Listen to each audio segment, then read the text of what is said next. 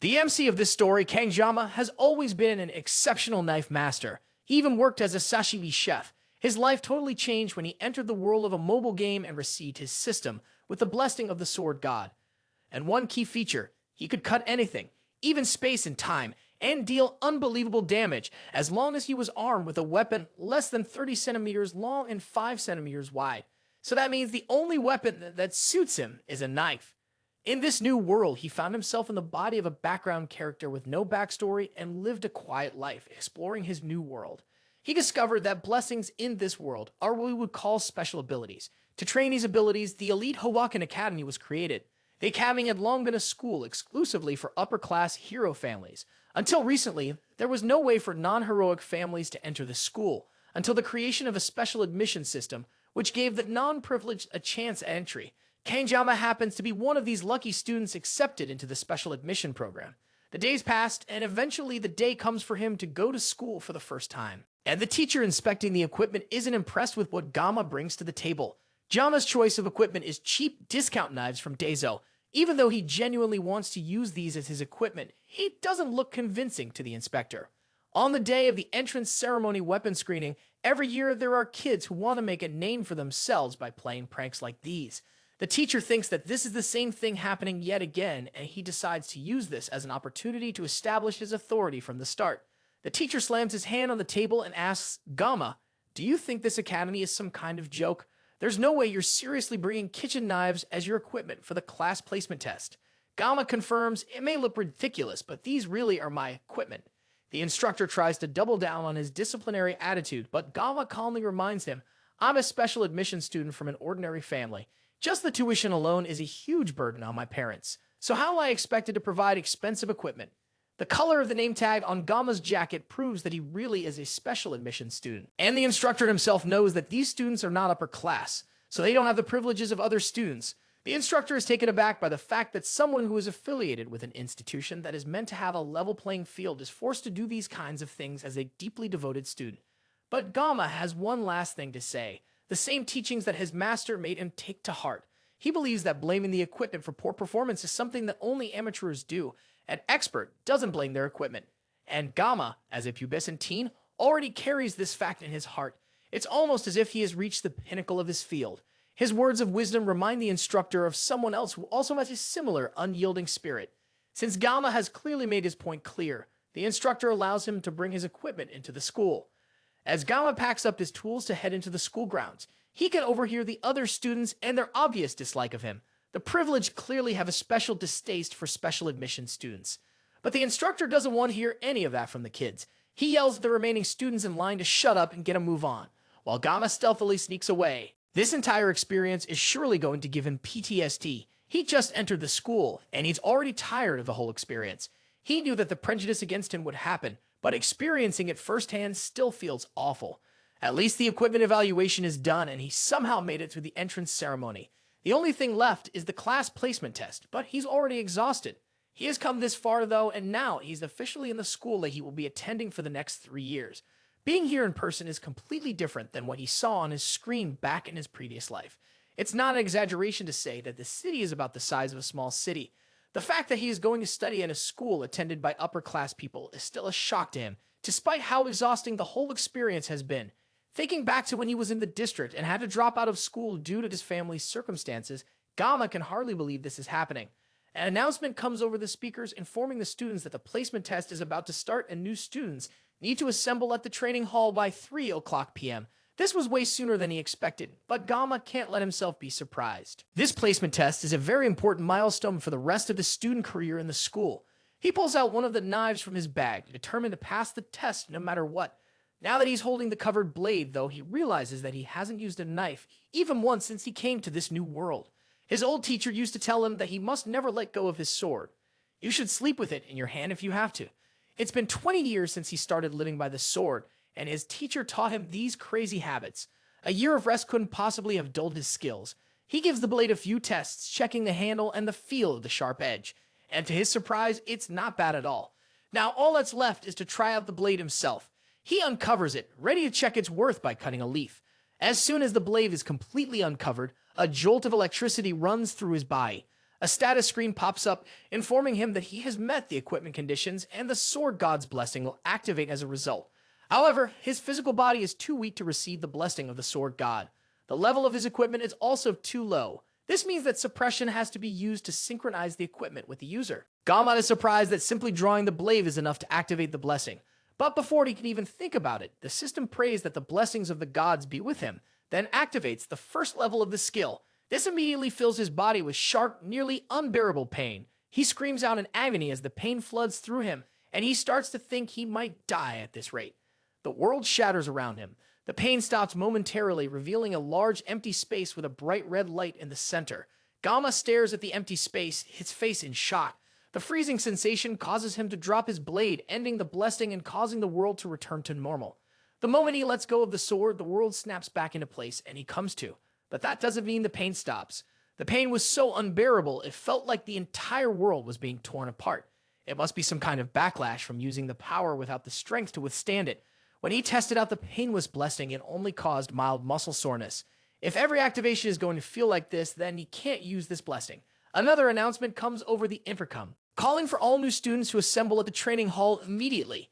He stares down at the knife that felt like it almost ended his life. He may not be able to wield it, but surely he can pick it up. There's no way he can just leave a sashimi knife lying on the ground. And besides, maybe it only hurt because it was the first time he activated the blessing. Bending down to pick up the blade proves that it really wasn't just the first time, as he lets out a scream of pain that fills the campus. He arrives at the training hall, which is more like a gladiator's arena than a school hall. All the new students gather in the center of the arena and chat among themselves as they wait for the event to start. The staff stay at the top part of the arena and discuss among themselves. Their chatter stops abruptly as they notice someone special among them in the audience. It's the Lord Sword Emperor, one of the 7-star heroes, Siegfried von Nibelung. He is the direct descendant of Aaron Nibelung, who is the apprentice of the legendary hero Borhoken. He's so powerful that he has come to be known as the strongest human, and others can't help but stare at him as he unshackably watches over the students at the arena. Ina Siegfried can't help but sigh as the noblemen walk away. And someone else comes up beside him. It's another one of the 7-star heroes, Menadia Poison. According to her, it's been half a century since they last saw each other. She's the head of the academy, and she's also turning 70 soon. Yet she maintains a beautiful and youthful look, dressing as if she's still in her 20s. This is all thanks to her blessing. She can even make Siegfried look 10 years younger, but the man refuses. The two exchange small talk and light teasing, reminiscing on how long it's been since they last met. Though it's mostly just Mana very successfully pissing off Siegfried. However, despite how annoying she's trying to be, she still mentions that it's odd for Siegfried to come to these kinds of events. For the longest time, the Sword Emperor has despised mixing with people of the elitist mindset. This time, it's probably because his grandmother is one of the students among the crowd today. Siegfried doesn't reject that assumption as the games prepare to start. Meanwhile, in the arena itself, Geomma is as isolated as he can possibly be among a crowd of rainbow-haired students. It looks like he is the only one with black hair in this whole place. And to make things worse, he is also a special admissions student.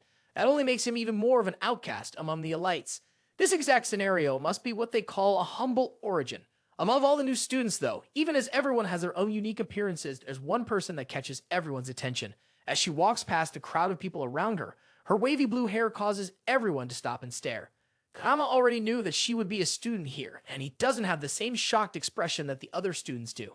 The girl there also hypnotized by his Abel von Nibelung, the granddaughter of the Sword Emperor and the game's main heroine. She is also the reason why he spent so much money on the game. Moving on from the beautiful woman captivating the crowd, the more important thing to talk about are the details of the placement test. The test will take place in subspace, which is an area that was first created by the legendary hero Baylor Walken, along with the establishment of the academy. It's an alternate space for reality where fighters will experience all the damage and pain inflicted to them there, but the damage will not affect them in reality, since there is no risk of harming anyone in real life. Gruesome things including murder can be overlooked there. This particular test is going to be a subspace battle royale, where the new students will be divided into groups of 10 and put into a survival game. The ranks of each group will be based on who can survive the longest. There are also no restrictions on armament, which means students can do whatever they want during their time in the test. No restrictions on armament also mean that the elites can have it all, giving them an advantage in this test. That may be the case, but the academy is funded primarily by the nobility's money. This is as much of a compromise as they can make. The media had to go through a lot of trouble to introduce the special admission system that helps commoners enter the university. The students, however, don't care about that at all. They are still blindly following after the disinterested Ale von Nibelung. While Geomma watches them all from a distance, it doesn't take a genius to figure out why they are following her so diligently. She's incredibly pretty, and he already thought that when he could only see her in 2D. But now, seeing her in the flesh, she's even more breathtaking. If he didn't know how the story of this world was going to play out, he would have tried to strike up a conversation with her as well. But he knows something that those poor guys don't. Abel von Nibelung is a character of the Miracles Blessing M, and more specifically, she's one of the protagonists of the game. She's directly connected to the main character. In the end, beautiful people always have someone they match with. He knows that for a special admission student like him, he is not suited to be in this race with the rest of the nobles. For now, he'd rather avoid getting involved and ending up with a noisy school life. Since he was essentially forced into this school, he has some rules that he plans to stick with. His goal is to live a safe, ordinary, and secure life. His self-imposed motto for the future is to complete his studies smoothly and obtain a regular job. Being a hero is definitely not on the agenda for him, especially when just pulling out a knife sends his whole body into shock. He's still trembling right now, even though so much time has passed since he accidentally activated his blessing. The rest of the important people in this game can protect the world. RMC just wants a nice, quiet life with a comfortable job. The placement test begins and a voice calls over the intercom to announce the rules. This year's test is a battle royale, and the new students will be split into teams of 10. The top-ranked student will be placed in the Star class. Ranks 2 and 3 will go to the Dragon class. Ranks 4 to 7 will join the Wolf class, and ranks 8 to 10 will enter the Ordinary class. Based on the results, each student will be accurately assigned to their respective class, with scores calculated automatically. There is no time limit for this challenge, giving it a game-like feel. Geomma's goal is the same. He wants to finish quickly without attracting attention, appearing just like an ordinary student. Once the rules are clearly explained, the test begins. A spatial transfer device is activated, sending students to their designated areas. If possible, Jin wants to avoid drawing any weapons at all. The exams proceed as expected, and after a while, groups start to reappear after completing their sessions. The positions of each group are announced one by one, while the two administrators make small talk on the sidelines. The media notes that this batch of students is especially remarkable, including Seyfried's granddaughter and descendants of other notable figures. It seems that the results of this game may have been predetermined to some extent. From the results that she can already see among the groups that have completed their games, some have finished with amazingly fast times. His granddaughter Abel finished with a new record pace while using a C-class weapon. She only used it to make sure that the results were fair and that she wasn't beating people with an S-class weapon. Her time is impressive, but it's still not as good as Suride's record from back in his day. Till now, it still stands among the top 10 in the Academy's history. Siegfried doesn't hide his pride in his granddaughter, and such results are only natural for a descendant of Nebulon. By now, a good number of groups have finished their sessions, and Surge decides that it's time for him to leave. There's only one batch left, and he doesn't feel like waiting to see who will win. He gets up and bids media farewell as he takes his leave. But then, suddenly, a sharp sensation passes through the area, causing everyone in the arena to pause.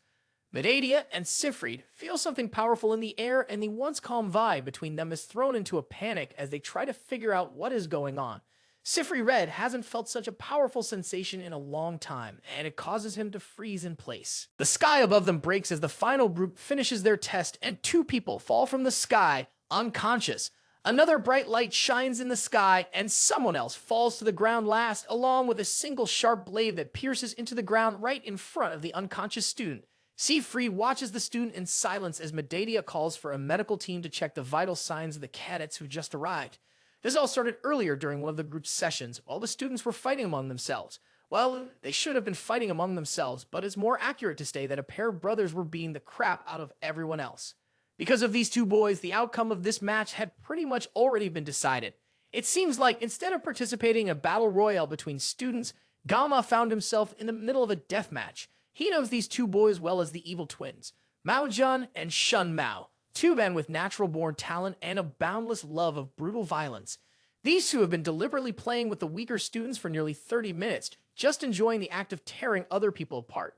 However, it seems like Geomma looks so weak to them that they didn't even notice him. Eventually, all the people they've been playing with die, leaving the two boys bored and looking for their next target. They tally up who they caught among themselves, and all that's left is a single girl in the back, nervously shivering while they point at her. It's clear that they have horrible thoughts about this girl, and Geomma can't just stay quiet anymore. He's been watching her quietly in the corner since earlier, and it looks like she's already panicking with no will to fight. Shamma walks towards the girl, who doesn't seem to have any intention of running away, and tells her, "You perfectly suit my taste." Even Mao Jun can't help admitting that his brother is definitely a pervert, but that doesn't mean he's going to stop his younger sibling. That's the last straw. Geomma yells from the back of the arena, catching the two boys' attention. He stepped in without even realizing what he was about to do. Now the two boys, who hadn't noticed him before, have him right in their sights. They notice the color of his name tag, identifying him as a special admission student, meaning he's even less worthy to be in their sights. The two boys decide to end him quickly so they can return to taking care of the pretty girl behind them. Geomma wonders what he should do now that he's facing them both head-on. He could use the Blessing of the Void to cancel out his pain for 30 seconds, but they have been desecrating corpses for 30 minutes. There's no way such a short amount of time will make any difference for him. There's only one choice for him in this situation, and the answer lies in his bag of sashimi knives. But if he wields a blade, the blessing will definitely manifest, causing unimaginable pain again. He wanted to live a safe, ordinary, and quiet life, but not even half a day has gone by, and he's already in this kind of situation. He reaches into his bag and pulls out one of the knives, causing both brothers to burst out in laughter. While the girl continues to watch the situation play out without a word, Shamma decides not to waste any more time on this lowly guy. He launches toward him to take out our MC. This isn't a situation where Geomma can be picky, but he has a plan. He can use his Painless Blessing for 30 seconds to cancel out the pain from the sword God Blessing. All he has to do is hold on long enough to outpace these guys. He activates his Painless Blessing just before drawing the sashimi knife from its casing. And once again, the Blessing of the Sword God activates right as Shunma descends on him with a wicked smile. There's only one way for Geomma to survive this. If he can't cut through this situation, he will die. But there is no way a sashimi knife can cut through that massive body. It's not a fish, it's a full human being. In moments like this, he remembers his teacher, who was once a gangster. One day, he asked his teacher why gangsters always use sashimi knives in movies. But even his teacher said that those kinds of things can only happen in movies. Even if a guy comes, it's not possible, he had said. The blessing states that if he wills it, then he can cut it. With that confidence in mind, he thrusts his knife towards the large man jumping towards him. And in an instant, Shun Mao is sliced in half. Another time, Chef Kim asked his teacher why gangsters eat sashimi, and that got a knife thrown at him, barely missing his face. That's one of the many instances where his boss proved that he was an ex-gangster. After his years on the dark side of the streets, he hacked off one of his wrists as atonement. Then, he opened up a sushi restaurant to make people happy with his knife skills. The two of them talked about how criminals are constantly flashing sashimi knives in movies. Chef Kim once asked his mentor if that's how it works in real life. When stabbing someone with a wide kitchen knife, there's skin contracts, but it won't be able to come out. However, sashimi knives are thin and allow someone to stab a body several times. His teacher also said that he can't use that same knife to slash at a human the way he would slash at a piece of fish. If a god comes down, his teacher added, it still wouldn't be possible. While the arm flying off from Shun Mao is proof that slashing is indeed possible. The three other students are all shocked at the sudden change in power as Geomma stands with his knife, ready for another attack.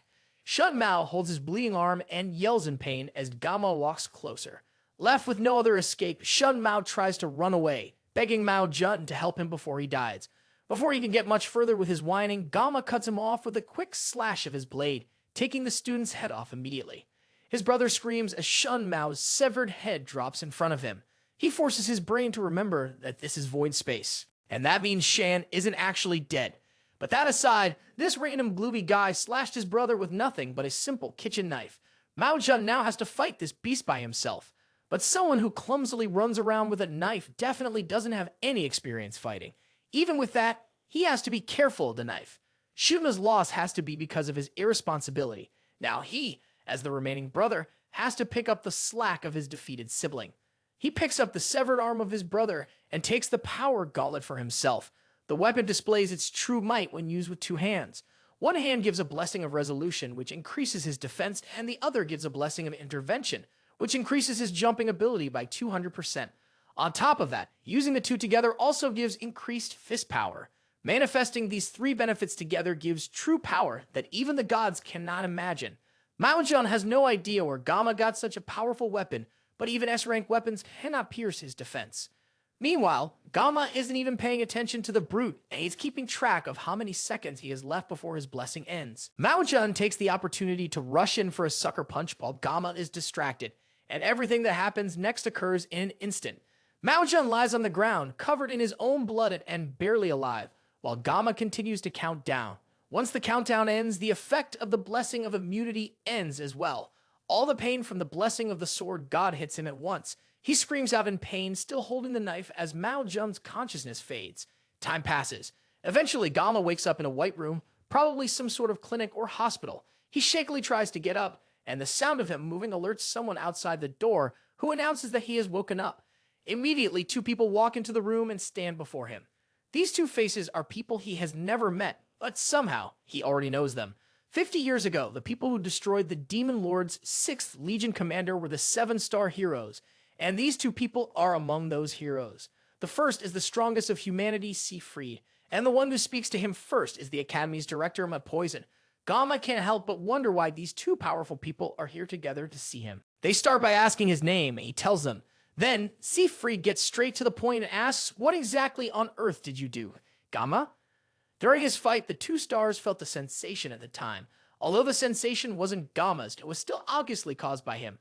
Siegfried doesn't even try to hide his animosity. His hand rests anxiously on his sword as the two administrators talk to Geomma.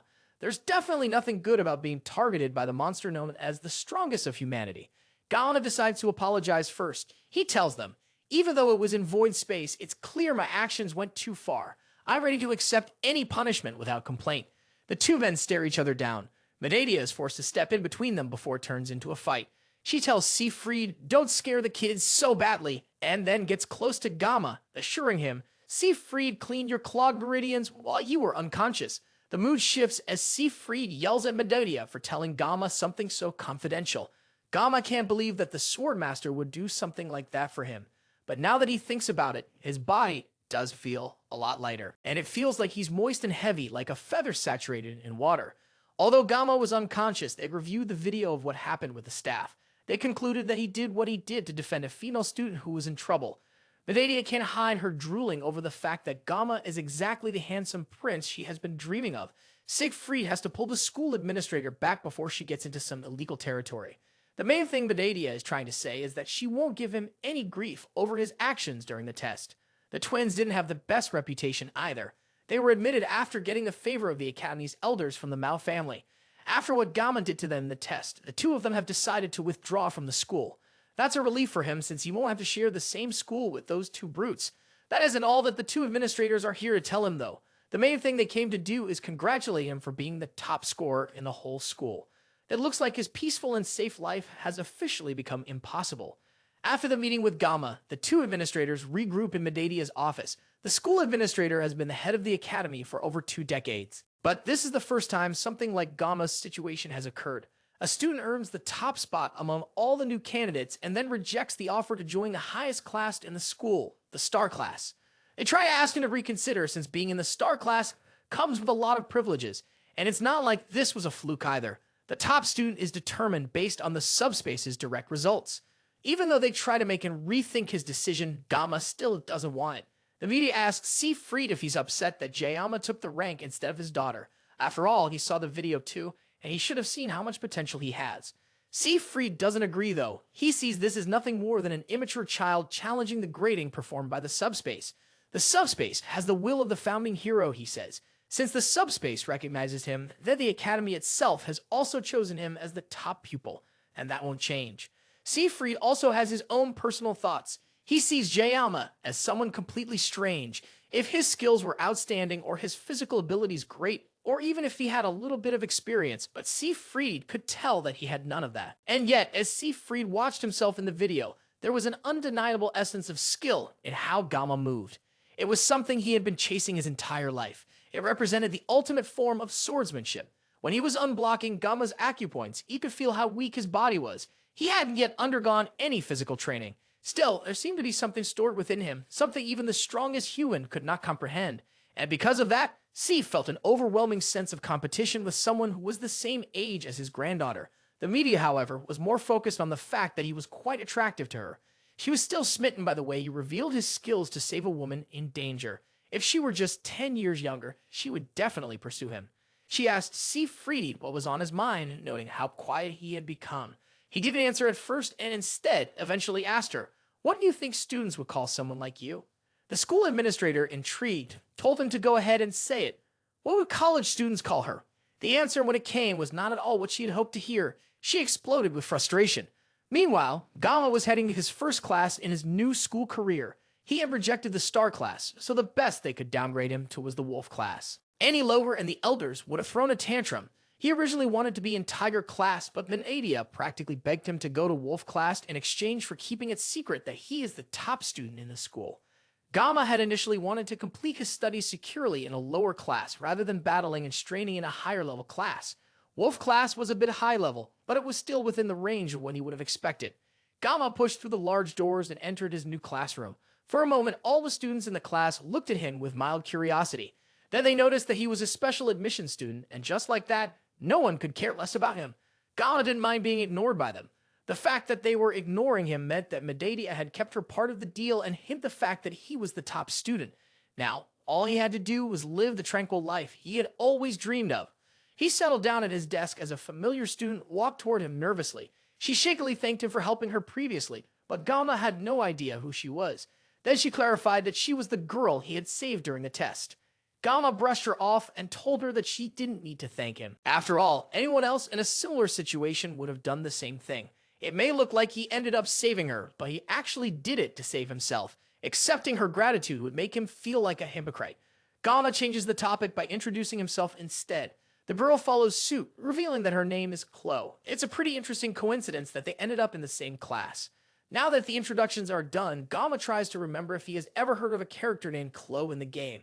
Maybe she was someone introduced after he stopped playing, but that makes no sense either. When he stopped playing, the game's core narrative had already progressed so far that introducing a new character would be completely pointless. It looks like he has run into an extra just like him. Geomma asked her to keep the incident that happened during the exam a secret. He doesn't want word of his power spreading around the school and potentially ruining his safe and easy lifestyle. Chloe agrees to his request, but then she starts to make a request of her own. Before she can finish, their homeroom teacher barges into the room with a loud shout. Geomma tells her to go back to her seat so they can talk later, as the class starts and the teacher takes the podium. He congratulates the fresh faces for making it into the academy and informs them that they have been chosen to take on a legacy that the brave hero Valor Hoken once took on himself. Then the teacher introduces himself as Lee Wanbin, the instructor of Wolf class. Since it's their first day, he wants the class to begin with some basic physical exercise. He tells them to put on their workout gear and meet at the training area in 30 minutes. One student asks, "What will the physical exercise be?"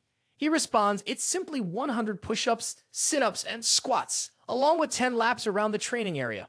For the students, who are all genius nobles that have received vigorous training all their lives, this is a piece of cake. For Geomma, though, this is a training regimen that will most certainly make him go bald."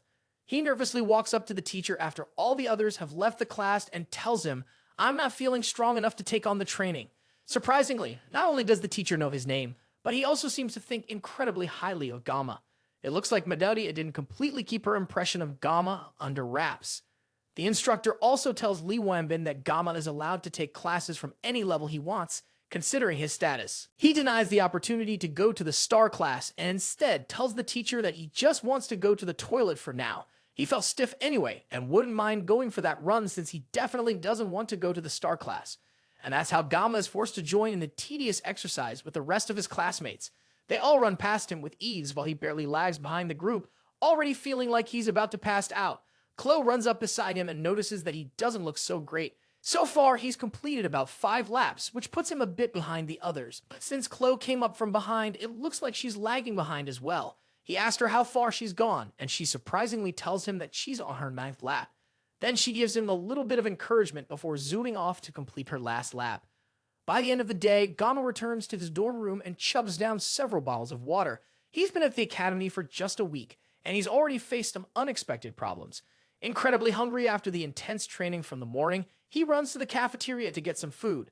But he quickly finds out that the meal isn't free, so he heads to the menu area to see how much one spicy pork rice would be. And the price makes him freeze in shock. Just remembering how much it is, even now in his bed, causes him to throw his bottle into the wall in a blind rage. He's almost out of his living expenses. Thinking back, he severely regrets not accepting the money his father tried to give him as an allowance. For the past few days, he's been surviving on nothing but the cheapest water from the campus shop. And now he even misses the complimentary dinners they used to provide while he was in the army during his previous life. For now, all he can do is try to think about something else, hoping to forget this gnawing hunger. The first thing that comes to mind is his blessing. As usual, as soon as he thinks about it, the status screen appears in front of him, giving him details about his blessing. It's gotten a lot longer since the last time. That's because his physical level has risen, which has also upgraded the state of the blessing of the sword god, making it activate with slightly longer swords now. He checks himself out in the mirror, and sure enough, it looks like he's made good progress in his physical development. It's probably because the swordmaster activated his pressure points, but it almost feels like his body has evolved to a great extent. However, the sword god's blessing hasn't spread beyond the length of a sashimi knife. If he keeps increasing his physical capabilities, it's possible that he may even be able to use a small sword at some point. There was once a time when he was afraid of holding a sword before the admission ceremony. But now, when he's not carrying a sword, his hands start to itch. This is probably a result of the blessing, and he feels almost proud to think about it. There's a knock on the door, and he opens it to see Chloe waiting for him on the other side. She nervously asks, "Am I interrupting anything?" Geomma wasn't doing anything important before she came. He asked her, "Why did you come over?" Chloe explains that she hasn't seen him in the university cafeteria for a while and came to check if he's alright. He lies, saying the reason he hasn't been in the cafeteria is that he doesn't normally consume food made by others. However, his internal self practically salivates at the thought of food. Chloe looks disappointed. She tells him she was hoping to get some things from the campus shop so they can have dinner together. Before she can even finish her thought, Geomma is dressed and calling her to follow along. Let's go and buy ingredients. Chloe is shocked at his speed and tries to rush along with him while the two of them talk about food and cooking together. By the evening, the two of them have had a great meal cooked by Geomma, and Chloe is genuinely impressed by how tasty the food is. Geomma hasn't only ever cooked fish before, so at first, things were a bit difficult for them. Incidentally, Chloe really likes fish since she grew up close to a beach, and Geomma's expertise is obviously cooking fish. The itch in his hands to grab a sword also hadn't left him, so this is a great time to refresh himself by slicing some sashimi. The problem is the sword god's blessing. He can't hold a simple kitchen knife without activating the blessing, meaning that this will definitely be difficult for him. He asks Chloe, "Do you own a larger knife?" He tells her that he wants to use something different since his own weapons resemble the kitchen knives she has. So, using them to cook would be a bit awkward. She heads into her room and comes back with a large sword for him to use, but that's definitely way too large. Just a simple fish. With no other choice, he is forced to use his blessing to slice a piece of fish.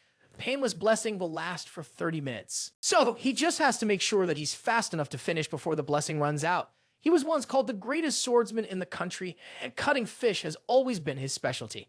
Now it's time for him to prove that fact.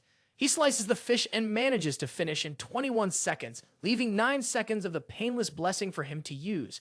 The whole thing was done so well that he would call it a masterpiece.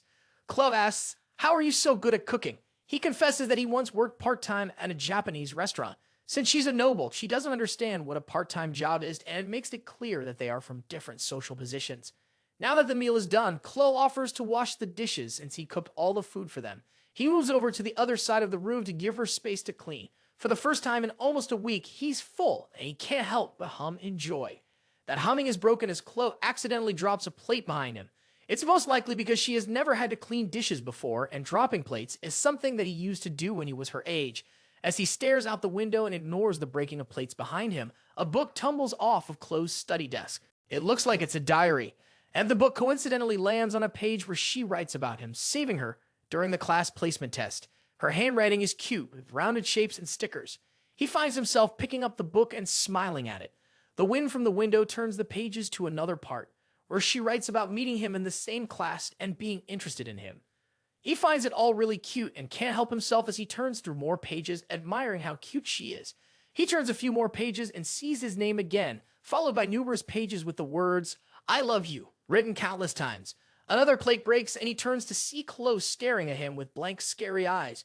She simply asked him, "Have you read my diary?" Chloe's emotionless state isn't a new thing. It's part of her upbringing and more like a self-defense mechanism. Heroes earn respect by defeating demonic beasts, which allows them to increase their social standing and gain a global reputation.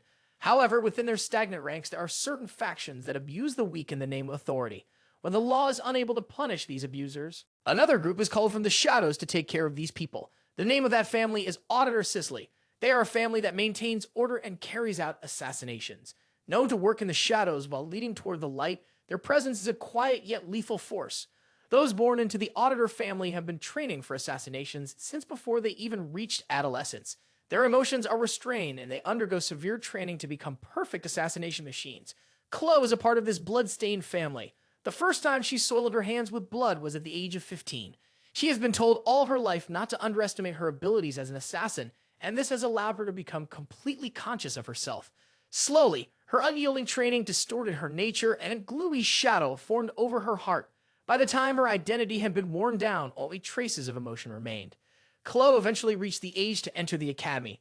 Woken Academy is a place where students are placed in different classrooms based on their aptitude.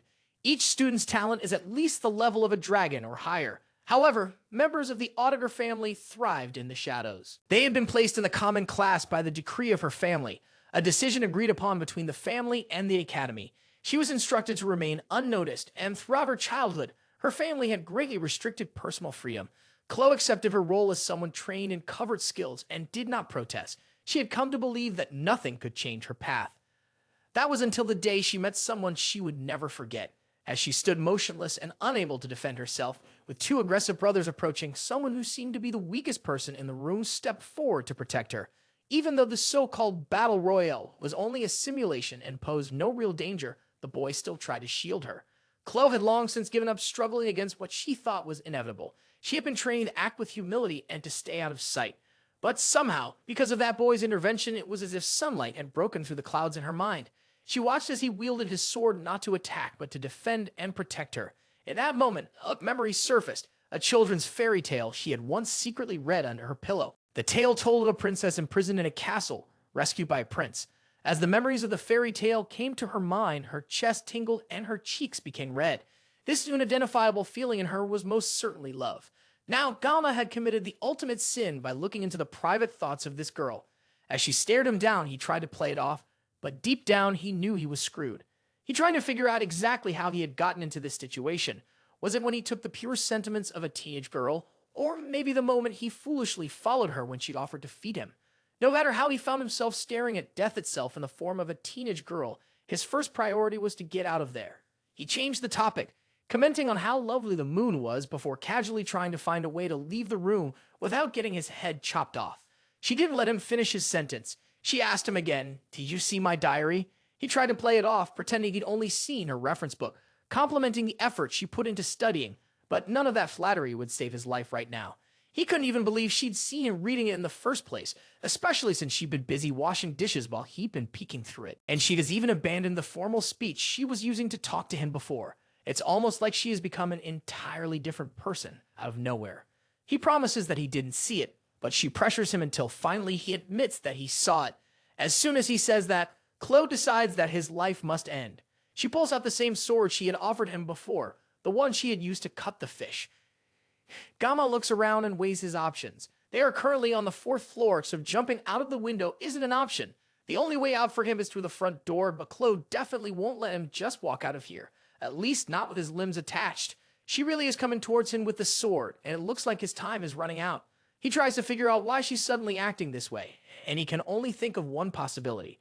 Her unmoving pupils and dark red eyes can only mean one thing. He's dealing with a textbook yandere.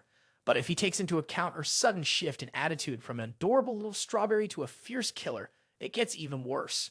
She's a yandere with a dual personality. Managing her yandere characteristics alone will definitely be difficult, but adding a dual personality disorder to it makes things even worse. It looks like her change in personality was triggered by him opening her diary. This might be harmful, but he's sure that she'll pursue him until the day he passes away if he doesn't do something to snap her out of it. He has to find a way to secure his future by taking the initiative today.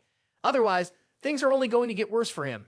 The only way he's making it out of here alive is if he gets a weapon, but he only has 9 seconds remaining after using 21 seconds to slice the fish. His sashimi knife is still in his room, but he can use the kitchen knife from earlier. There's no way he's going to be able to reach that without his arms getting severed, though. He looks around again and notices a box cutter on her study desk. There's nothing else he can use, but there's no way this little thing is enough to activate the blessing of the sword god, right? Chloe finally rushes in with a sword, and it looks like there's only one way to find out. He grabs the box cutter, spilling the rest of the stationery on the ground, and then unloads the blade. Numerous status screens pop up in front of him. Being resourceful in a situation like this increases his mental resilience, and he temporarily gains an intimidation buff. the system that makes necessary adjustments before activating the blessing. Chloe rushes at him with her sword right as Geomma pulls back with the box cutter. Before she can cut him down, he tells her, "Your hair is a little long." Thanks to the intimidation buff, Chloe freezes for a moment. Right as she does, Geomma unleashes the blade. Everything goes dark and fuzzy. By the time Chloe wakes up later in the evening, her room is dark, tidy, and empty. Her thoughts immediately go to Geomma, and she wonders where he went off to. She calls out to him a few times, but the silence confirms she is alone in her room. The last thing she remembers is sneaking looks at him while he was looking out of her window, but everything is fuzzy after that. She suddenly feels the need to look for her katana, but she sees it leaning against her study desk. She sometimes loses consciousness whenever she holds her katana, but it looks like she managed to hold herself together this time. At least that's what she thinks anyway. Back when she was younger and still honing her skills, she would lose consciousness whenever she held her blade, and by the time she would come to her senses, the place would be covered in blood. Her elders would dismiss her whenever she asked what she did while passed out. They would always find her, not to deny her talent as an assassin. Still, the fact that she can't remember what she did with Geomma makes her feel embarrassed. She buries her head in her bed in shame. But that shame quickly turns into something else entirely as she starts thinking about Geomma. Then she notices the box cutter lying on the floor and also that her hair looks shorter. Inside her trash bin, she sees some of her hair neatly cleaned up. That's when she realizes that he must have helped her cut her hair. She opens up her journal to write about her love for him a little more. Geomma, on the other hand, isn't nearly as Levisic as Chloe is at the moment. In fact, right now, he can barely believe that he's even alive. Behind an inconspicuous wall at the far side of the college, he throws up the food that he was just praising Chloe for feeding him. He barely managed to go past the first 5 seconds after the 9 seconds of his painless blessing ended. And even then, he still feels incredibly sick and weak. After throwing up his only good meal in over a week, Geomma sits on a bench and contemplates what to do next. Now he's hungry again and feeling even worse than he did before Chloe came to visit. His mind drifts to Chloe again and he starts to wonder who exactly she is. Her swordsmanship is clearly honed to cut off an opponent's life with a single strike or at least subdue them. The way Chloe wields her sword, it's as if she's persistently aiming for the vital spots, almost as if her technique is specialized in assassination. If she had caught him off guard, Geomma certainly wouldn't have survived. He felt like his life was being threatened, so he instinctively aimed for her neck. Fortunately, the knife was too short, so he only managed to cut her hair. Before he left, he cleaned up the mess, ensuring there wouldn't be any problems later. But this is just further proof that keeping his peaceful and safe life isn't as simple as it seems. Apparently, being ordinary is the hardest thing for him. When he was first thrown into this gang, it's not like he didn't have any ambition. In his past life, he once reached the pinnacle of skill with nothing but a sashimi knife. So it's not that he could easily let go of his dreams, but everyone has a role to play. And in this world, he was summoned as a background character. Miracle Blessing is the title of the game as well as the name of the protagonist's blessing. It was also the blessing of the founding hero, Valor Jack. In the whole game, the protagonist and the founding hero were the only two people to ever possess the legendary blessing. The description of the blessing was straightforward. They were meant to save the world from the Demon King. So, the protagonist gets chosen by Belong, an SS-ranked sword that is both holy and cursed. Meanwhile, all Geomma has is a lowly, rankless Sashimi knife. There's nothing else to say. He's just bound for a life of obscurity. The endless stream of extraordinary people and situations that he has faced since entering the academy almost made him forget about his goals. There were plenty of reasons to give up on the goal of a simple life, and it's even more apparent now that it seems like there isn't even one normal person in the entire world. Satia's played the game before. He has a rough grasp of the key characters, but his knowledge of the world itself is limited.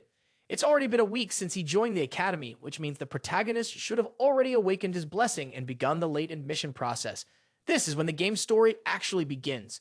Geomma knows the general plot, but he never played it to the end for the first time. He actually regrets quitting the game halfway through. But still, since he knows the canon route up to the first half of the story, that already gives him a big advantage. All he has to do is stick to the canon route, no matter what. If he starts meddling, then he'll end up losing the only advantage he has. From his memory, he knows that the storyline takes a sudden dark turnaround the second semester of the third year. That's when the demons realize the hero has awakened, and they launch an attack on the academy, led by a legion commander. As the fight escalates, the demons and humans spiral into an all-out war. And from there, the game's story turns into a typical fantasy novel.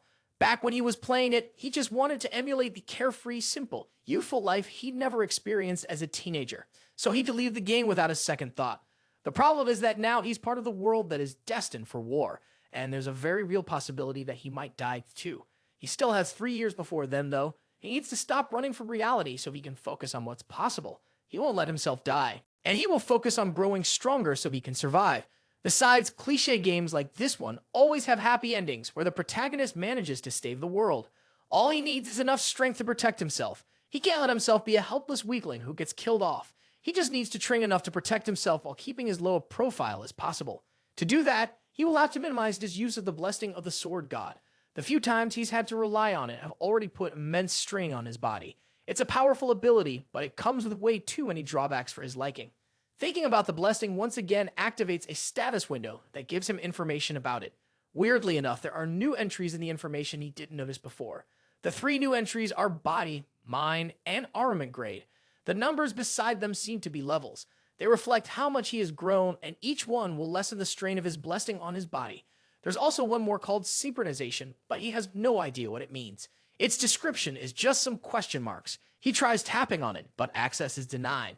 Denied because he has not met the relevant conditions. That's another puzzle to add to this mysterious blessing, but it's not important right now. His main priority at the moment should be improving his body and finding a new weapon. He can't depend on the 30 seconds of the painless blessing forever. So he also needs to learn to wield a sword that doesn't meet the condition of the blessing. Luckily, there's a monster hunting training for the midterms happening in a month. The reward for the training is the long sword Morazm. It's a B-tier weapon that should serve him until graduation. It's also too big for his blessing to activate, meaning that it's the perfect weapon for him. There's a lot to figure out, but it already feels like he's making good progress. While lost in thought, a voice calls out to him suddenly. He looks up, and staring back down at him is someone he'd never expected to see or talk to. "It's Abel von Nabelong," she says, her voice sharp. The grandmother of the Sword Emperor, and the one person that he really shouldn't be interacting with if he wants to avoid changing the game's story. She tells him that he's on her seat, but he's too stunned to get up for a moment. Forced to yell at him, she finally gets the message and he slides away to give her space. He still can't get over just how pretty Abel is. And he caught himself staring without even noticing. As he tries to leave, she tells him, "You don't have to go. You can just shuffle over a bit instead." It's weird that she'd call a public bench her seat, but he lets it go since he doesn't really want to get involved with her. He still can't help staring at her. And just as he would expect from the heroine of the game, she really is gorgeous. Suddenly she starts talking, and that startles Geomma back to the present. This is definitely way too odd since the girl he knows is usually standoffish and doesn't talk to people. Even the handsome protagonist of the game couldn't get her to warm up to him. She continues talking, asking him if he also uses a blade as his weapon. He sheepishly answers her before asking how she knows. She tells him that her grandpa once told her that swordsmen have a different look in their eyes. Then she shows him her sword and asks, "Do you want to hold it?" He's still feeling a bit odd about the whole thing, so he declines the offer. But that just makes her pout in annoyance. It looks like he hurt her feelings, but he just can't get used to her talking to him. Then she asks, "Do you know me?" Geomma is surprised at first. Well, that's an odd question for her to ask. There's no one in the school who doesn't know who she is. He answers her in a blank way, saying that he sort of knows her. But then she tells him, "I don't know you."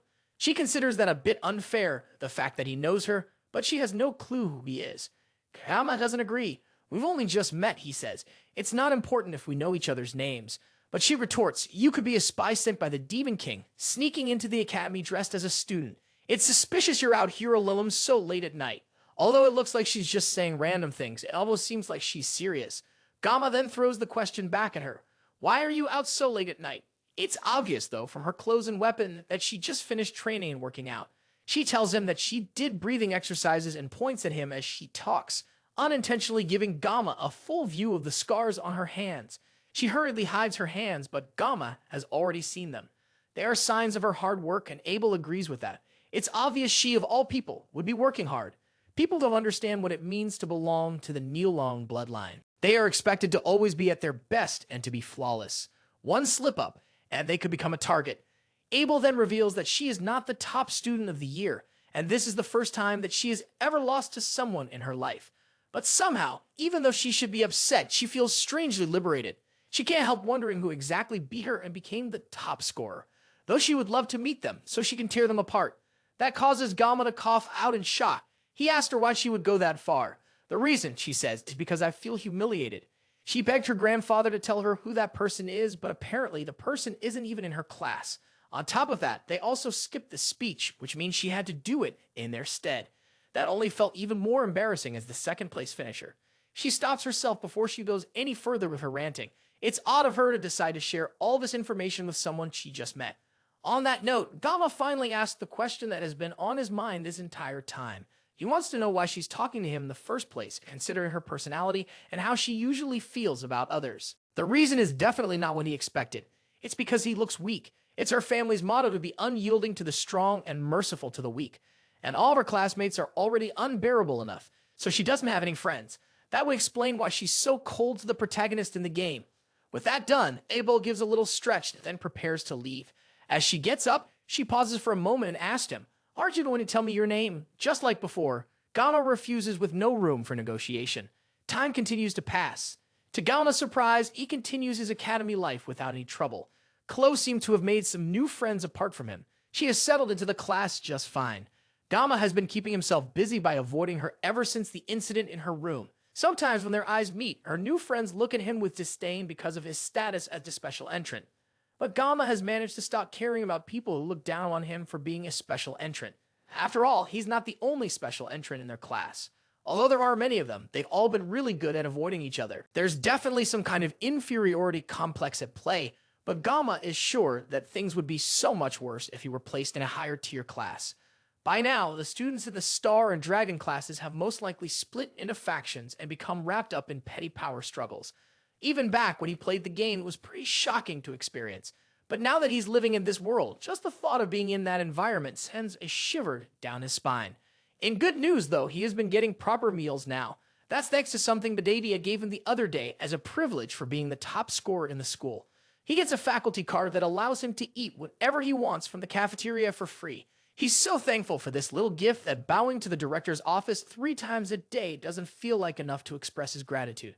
On top of that, he has been fulfilling his duties as a student pretty well, all while making sure that he hasn't done anything that could negatively affect the main storyline. All he has to do is keep it this way for the next 3 years and his life will go smoothly. The days go by without incident and Geomma attends all of his classes without any problems. During one of his classes, an elderly teacher educates the students about the hero Valor Jockin, who founded the academy after recognizing the need to train the next generation of heroes. Geomma pretty much knows about all of this from the games already. The founding hero Valor Jockin, faced Lycan, the Demon King's right-hand man and the commander of the First Legion. The battle went on for 20 years, and in the end, the hero emerged victorious. However, Jockin lost one of his arms as a consequence of his victory, and as a result, he could no longer fight. The war was filled with carnage and bloodshed, and although the hero won the battle, there was no clear winner of the war on either side. And just like that, the first human-demon war ended in a truce. In order to train the next generation, Jockin founded the academy, and a non-aggression pact was signed between the two races. That pact is the reason there have been 700 years of peace that still stands to this day. The students are sure that they won't see any war in their lifetime. But Geomma is the only one who knows that the peace will be broken. Everyone is so used to the calm at this point, it's no surprise. The only person he would want to warn about the impending doom would be Bedadia, but doing so would also alter the canon route, and he had no idea what that would lead to. Despite constantly complaining about wanting to leave her position as an academy director, Media was one of the first to notice that something was about to happen, thanks to her blessing of perception. In order to protect her students, she was the first among the 7 stars to step onto the front lines. But Geomma never played the game to that point. However, he did learn of her fate from reading the game's fandom wiki. Dia was the first of the 7 stars to fall in battle against the Demon King's army. Knowing this makes it hard to keep the war a secret, but he wishes he had never known in the first place. The class ends and students spark to head out to the school halls due to some commotion happening out there. It looks like it's finally time for things to start. Geomma takes a moment to check his phone. Just like he thought, it's the 5th of May, and today is the day that the protagonist will finally join the school. He joins a group of students crowding at the class door. They are all in awe of him, and some are already certain that he's going to join the Star class. Just as he suspected, the protagonist of the game walks through the halls and people part for him to move. Leon van Reinhardt walks with a confident aura among his fellow students. But Geomma knows that today is the day the peace that lasted 700 years will start to crumble.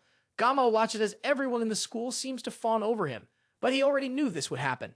After all, in the game, every woman seems to fall for him. If this were an adult-rated game, Leon would definitely have been dead before facing the Demon King, Geomma thinks. Among all the women that are seemingly drawn to him, the ones who become his party members are also pretty impressive. It's annoying to think about, but Leon van Reinhardt, The protagonist of Miracle Blessing M will be among the first to get drafted in 3 years. Although he calls it a draft, it's more like a mandatory enlistment, and if Geomma gets drafted as well, this will be his second time in the army. But the hero only barely managed to seal the first Legion commander, which only makes Geomma wonder how strong the Demon King is. There's no way that the protagonist is going to lose, right? As he wonders about all of this, his eyes lock with Leon, and the protagonist smiles charmingly at him, almost as if he's reassuring Geomma without knowing what he's thinking. He's the protagonist, after all. There's no way he won't be able to handle these kinds of threats. Geomma turns to walk away from the scene, but suddenly someone calls him from behind. "It's Chloe," she says meekly. "Did I do something wrong?" He'd love to tell her that she almost cut off his head, but they will be spending the next year together. It would suck if he made things awkward between them. He lies, "There's no problem between us," hoping to keep things civil and avoid making any unnecessary enemies. Chloe at least seems relieved. She goes back to acting cute just like he remembers, which is so different from the murderous psychopath he faced that day. Despite her being unconscious, he could tell her swordsmanship was filled with sorrow. It was as if her blade was longing to be saved, and yet the killing intent radiating from the edge was so intense it made his skin crawl. If her swordsmanship's purpose is simply to kill, then she's probably more dangerous than the mouse siblings. He snapped from his thoughts when she asks, "Can I treat you to dinner again?" Tonight. She wants to treat him, but she warns that she's not as good at cooking as he is.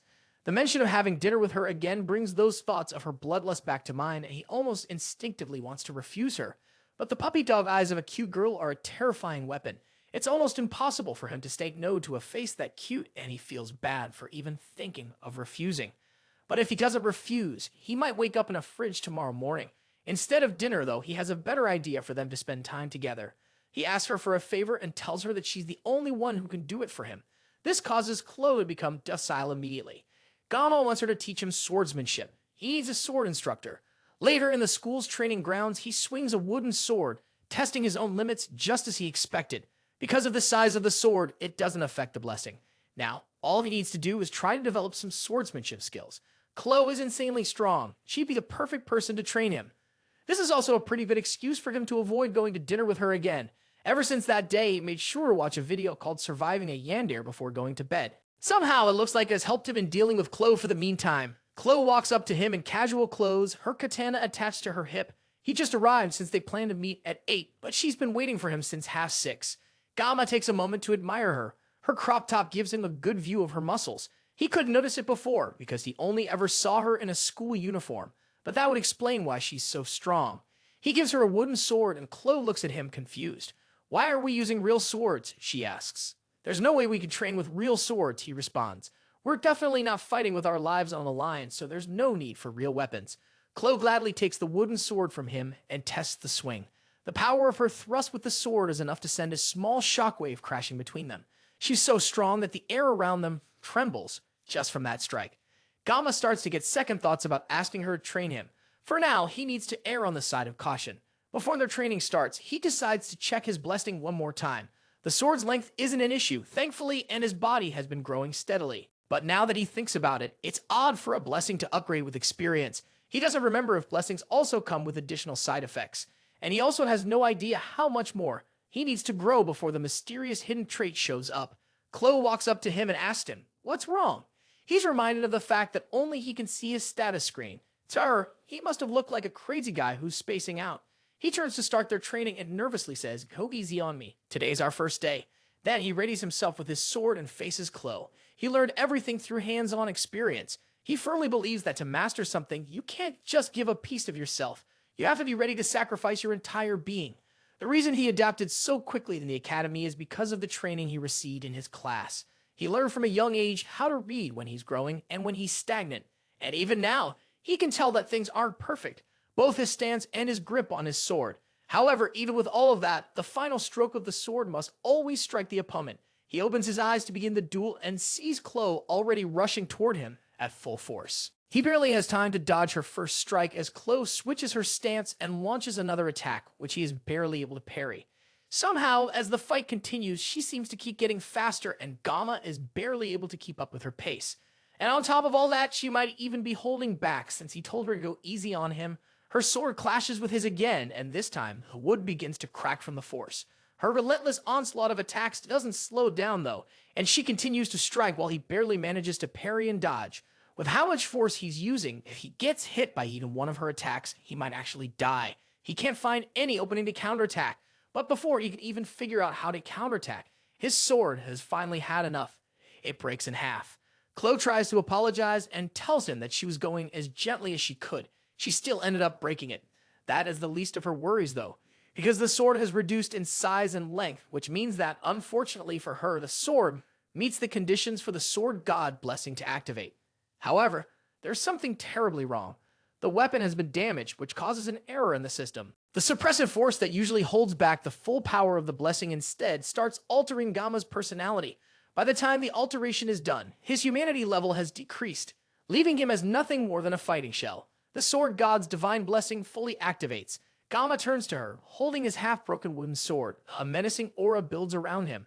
Chloe steps back.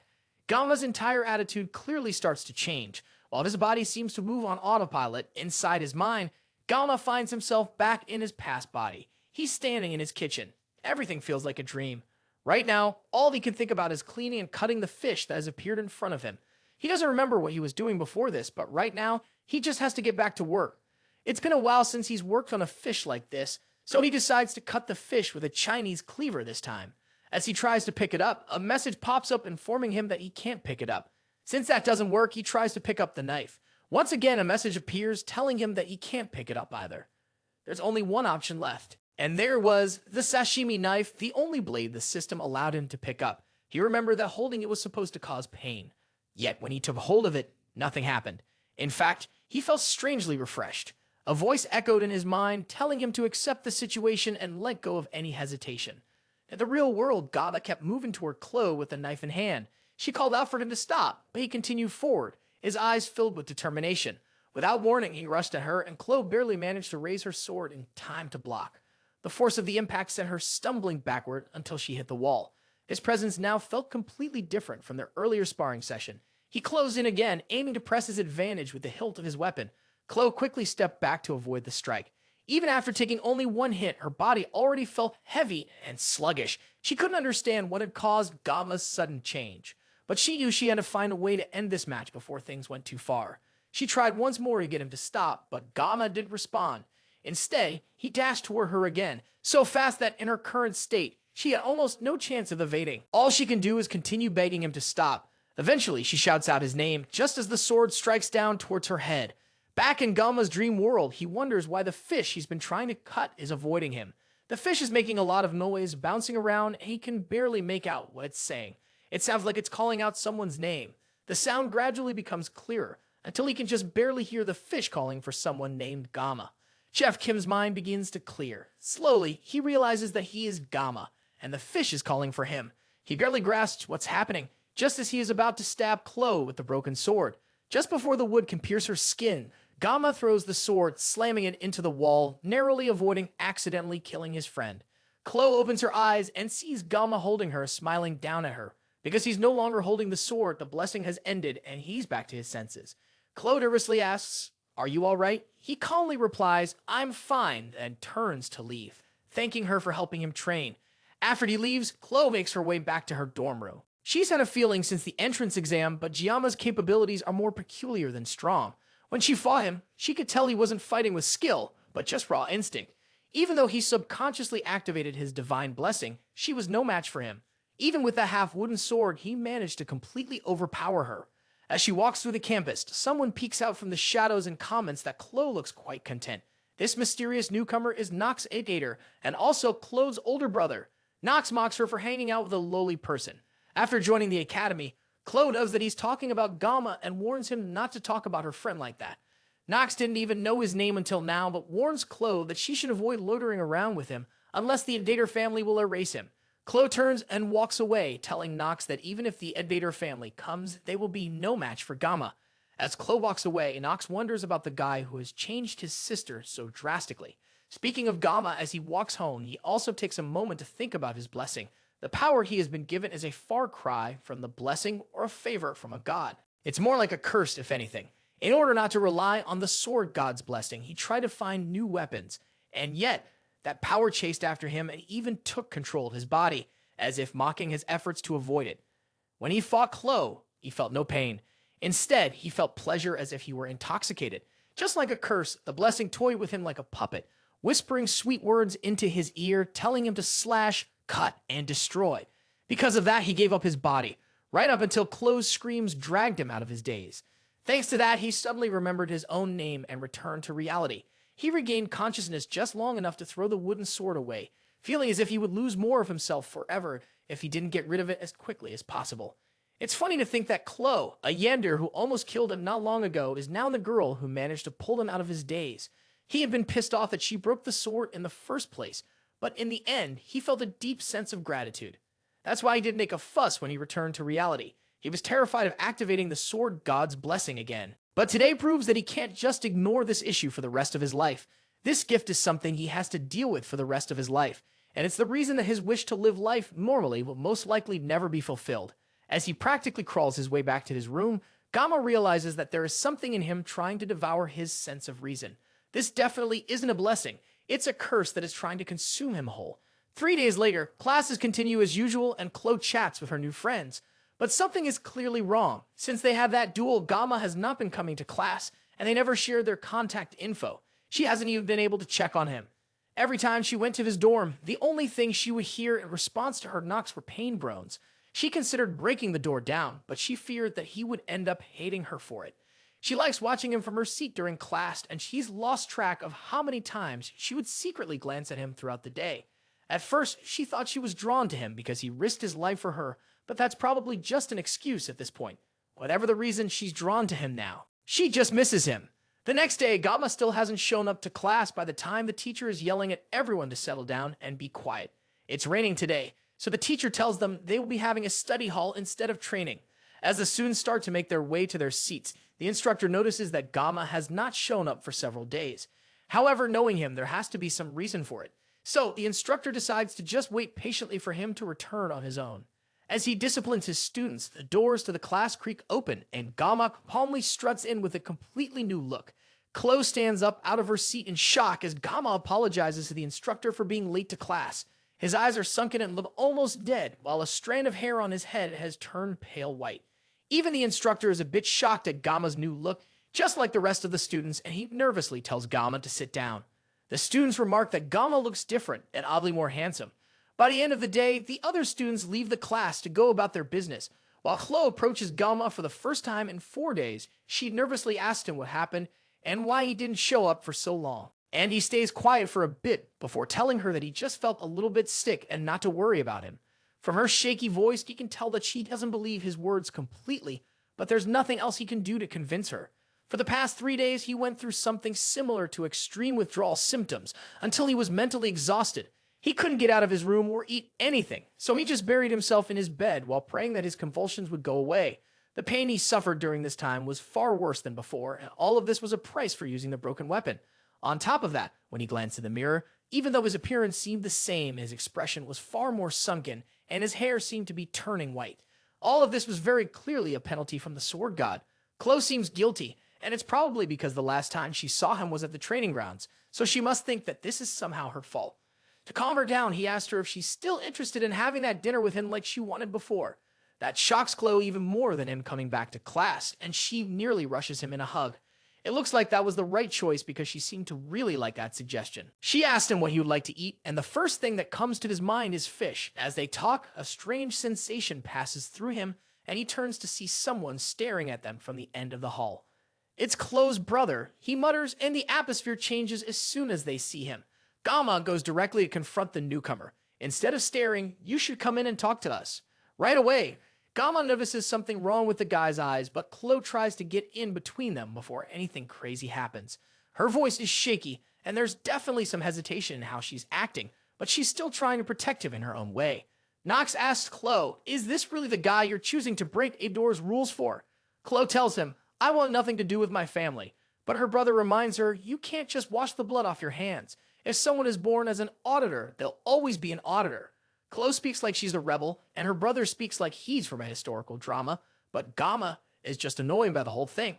Knox continues to insult Geomma, and that finally causes Chloe to snap. "Stop talking about the man I love like that," she yells. And her angry voice surprises even him. GM hoped that this whole thing could at least be done in moderation, but he's starting to get used to these disruptions in his life. The more important thing is the family name Auditoria. He knows they are a group that works in the shadows, specializing in assassination, and they show up in the middle of the game to play a major role. It's said that they are weaker compared to other heroic houses, but they are unrivaled in assassination. All the members of the Auditory clan are ridiculously strong thanks to their abusive training regimen, which they all undergo from childhood. This molds them into cutting-edge assassination tools. For Chloe to be from this assassination group, that means her cute and bubbly personality makes her the abnormal one in this situation. Unlike her brother, Knox has an expression that shows he's used to killing, and although Jaim has nothing against that, it looks like Chloe wants to lead a normal life instead. Just like his blessing of the sword god, the environment of the Auditory clan is something Chloe had no say in being a part of. She's destined to live a life as an emotionless murderer, and that's almost fortunate to think about. Geomma doesn't think he's a hero, he has no intention of ever becoming one. But even if he can't save the world, he can at least try to save the life of one girl. He steps between Chloe and her brother and confronts Knox directly. In the end, he tried escaping the sword god's blessing, but he couldn't. So instead, he'll take a step forward and embrace this curse. After all, the name Geomma means sword demon. With that, he walks past the two assassin siblings and tells Knox to follow him. Meanwhile, Lee Wanbin sits in his office, thoughts of his student running through his mind. When Geomma came to class that morning, it was very obvious that something had happened to him. His expression was void of emotion, and he looked deeply troubled. As he's thinking to himself, one of his fellow instructors walks into the room cheerfully, while also remarking on the man's baldness. Before they can continue their conversation, Lee Wanbin gets a call from the administrators. They want his permission to allow a student of his to use the subspace. Which candidate is requesting to use the subspace? Lee Wanbin desperately asks. They confirm that it is Geomma who requested it, hoping not to face Knox out of sheer desperation. The stage is set for Geomma and Knox's fight, and our MC waits patiently in the locker room with 15 minutes left before the fight starts. He thought the process to get access to the subspace would be complicated, but it went by pretty quickly. It's definitely thanks to media, who at least wanted him to be safe while fighting a professional assassin. At least since he won't be fighting in reality, he doesn't have to worry about physical injuries, but there's still a pretty good chance that he could suffer mental ones. However, none of that matters as long as he can win. He can hear all the noise of the arena from the waiting room. The fight between the two students has managed to draw some unintended buzz. It's almost ironic. He had been trying his best not to stick out before, but right now, that all feels pointless. Beside him, Chloe is practically drowning in grief and guilt. She's probably blaming herself for this whole situation. Geomma tries to assure her that it really isn't her fault. She even lent him some gear so everything will turn out all right in the end. She tells him Knox is really strong. He's a genius with unmatched talent in the entire history of the Auditory family. When it comes to the dark arts, there's no one up to his level, and at the age of 14, he was already dubbed the pinnacle of the dark arts. That's a pretty cringy name, but it does show how strong he is. Geomma stares down at the rose-colored blade in his hand, remembering the decisions that led him to this point. His old teacher always used to tell him that he was destined to wield a blade for his whole life. He never expected that he would still be running around with a sashimi knife, even in his next reincarnation. An announcement comes over the speaker, informing the students that the subspace battle is about to begin. He gets up to leave the locker room, but not before reassuring Chloe one more time that he's going to win. He steps out into the arena and is immediately bombarded by the excited cheering of his fellow students. Geomma feels like he's one of those gladiators from the Roman Empire, with how intense the atmosphere has become. Over in the distance, he can also see that the entire star class is attending, including the main cast of characters from the game. Knox walks into the arena as well and immediately calls his attention. It looks like the assassin is insulted that Geomma would dare come to challenge him with a girly kitchen knife. This guy's killing intent is no good, and it would be best if Geomma tries his best to avoid provoking him. So, naturally, Geomma taunts him even more by telling him, a true master never blames their equipment. Knox pulls out his blade, an S-rank sword called the 2 Humbrian Blades. On top of the powerful equipment, he also has one of the best auras in the game, the Blessing of the Crow. However, Geomma has also come prepared with dual discount-grade kitchen knives. Truly, this will be a fight for the ages. The subspace barrier is deployed, and before it is even fully active, the two students leap at each other. Geomma activates the Painless Blessing as he uncovers the 2 knives, which triggers the sword god's blessing. The people in the stands watch in awe as they can barely see anything going on in the arena. This was supposed to be an easy match where a special admission student would get demolished by an accomplished assassin. But with how fast the two of them are moving, the students can't even keep track of what's happening. The students from Star Class are also surprised by how interesting this fight has suddenly become. especially Abel, who can't believe that the person labeled as weak has such fighting prowess. Their swords continue to clash, and Geomma is effortlessly dodging all of Knox's attacks. The assassin gets frustrated and launches another attack that's so fast it creates 3 afterimages of him. Somehow, though, despite the attacks hitting Geomma head-on, he still manages to come out of it completely unscathed. The students watching are praising Knox's strength and speed, and they see this battle as Geomma running away from every attack. But Abel knows the truth that no one else can see. Only those who can clearly observe the match will understand what's happening. Somehow, Geomma is perfectly dodging every single one of Knox's attacks, almost like he's not even trying to fight. Meanwhile, Knox is getting more agitated, especially after using his blessing of the crow, thinking that it would be enough to annihilate Geomma. But Geomma somehow manages to dodge everything like it's nothing. Now that Knox has seen for himself how skilled Geomma is, he decides to be more cautious. He aims for a powerful strike that can slice through a wide area in just one go. Geomma suddenly drops the sashimi knife he brought with him and holds the rosy blade that was given to him by Chloe. Just looking at the confidence in his stance makes Knox even angrier. He doesn't think a nobody like Geomma should have the nerve to act like a big shot. As Geomma charges his attack, Knox also activates a powerful strike aimed at taking out our MC with a single blow. Before he can even move, though, Geomma goes on the offensive. In a flash, the match is decided. Geomma wanted to live a comfortable life. To achieve that, he stuck to the rules and tried not to stand out as much as possible. Now he has given his body up to the sword god with the sole aim of cutting Knox up so cleanly that he wouldn't even be able to see if he was cut at all. The whole crowd falls deadly silent as Knox's arm, still holding one of his blades, flies through the air and falls limply to the ground. This is the beginning of Geomma's origin. It's the moment he says goodbye to his peaceful future. Geomma turns around and finishes the job, slicing Knox cleanly into pieces and officially ending the battle. The subspace barrier gets turned off. The crowd is still in stunned silence, and Knox tries to catch his breath, his arms on the floor. Geomma puts his blade back in its hilt. As the announcer declares him the winner of the match, Geomma isn't shocked that the crowd can't even bring themselves to cheer. He showed incredible power out of nowhere, all with a knife that was made for gutting fish. Despite the strength he possesses, he still feels that cutting a person is just way too unpleasant. The only consolation they have is that both the Mao brothers and Knox were in the subspace when they fought, so he wasn't really killing anyone. Knox still tries to catch his breath on the ground, and Geomma can't help but admire the man. He's just as strong as Chloe described, with an incredible battle sense honed through experience. However, anyone would be able to sense his intentions through his killing intent. The announcer repeats that Geomma won the duel, and this is enough to snap everyone out of their daze. The arena fills with cheering and shock that a first-year special admission student took down a sophomore. Geomma's peaceful, unassuming life is officially over, but this is the path he chose. Now that things have come to this, he just has to endure it with sheer will and grit. Even by the next day, people are still talking about the duel between the first and second-year students. In the star class, Abel stares out the window, deep in thought. Her mind is consumed by one particular student. Because of the duel, his name follows her everywhere. It's almost as if he's the only one anyone is talking about. When she first saw him, she couldn't believe it either. But at that moment, he displayed such incredible swordsmanship, using only 2 kitchen knives. Watching his mastery of the blade has made her feel almost hopelessly naive. She once thought she was skilled at using a sword, but now she's not so sure. In fact, he was so good that she's certain he's the top student her grandfather has been secretly keeping from her. This only adds to her frustration, especially since she had spoken to him as if he were weak, when in reality he was stronger than she was. Her loud annoyance is enough to wake up her seat partner, Rachel. Abel apologizes to her friend, but Rachel can immediately tell that something is seriously bothering her. The blue-haired girl tries to brush it off, claiming she's just frustrated because she hasn't been able to work out recently. But Rachel sees right through it. She takes a few guesses to figure out what's really bothering Abel and hits the nail on the head when she suggests it might be boy trouble.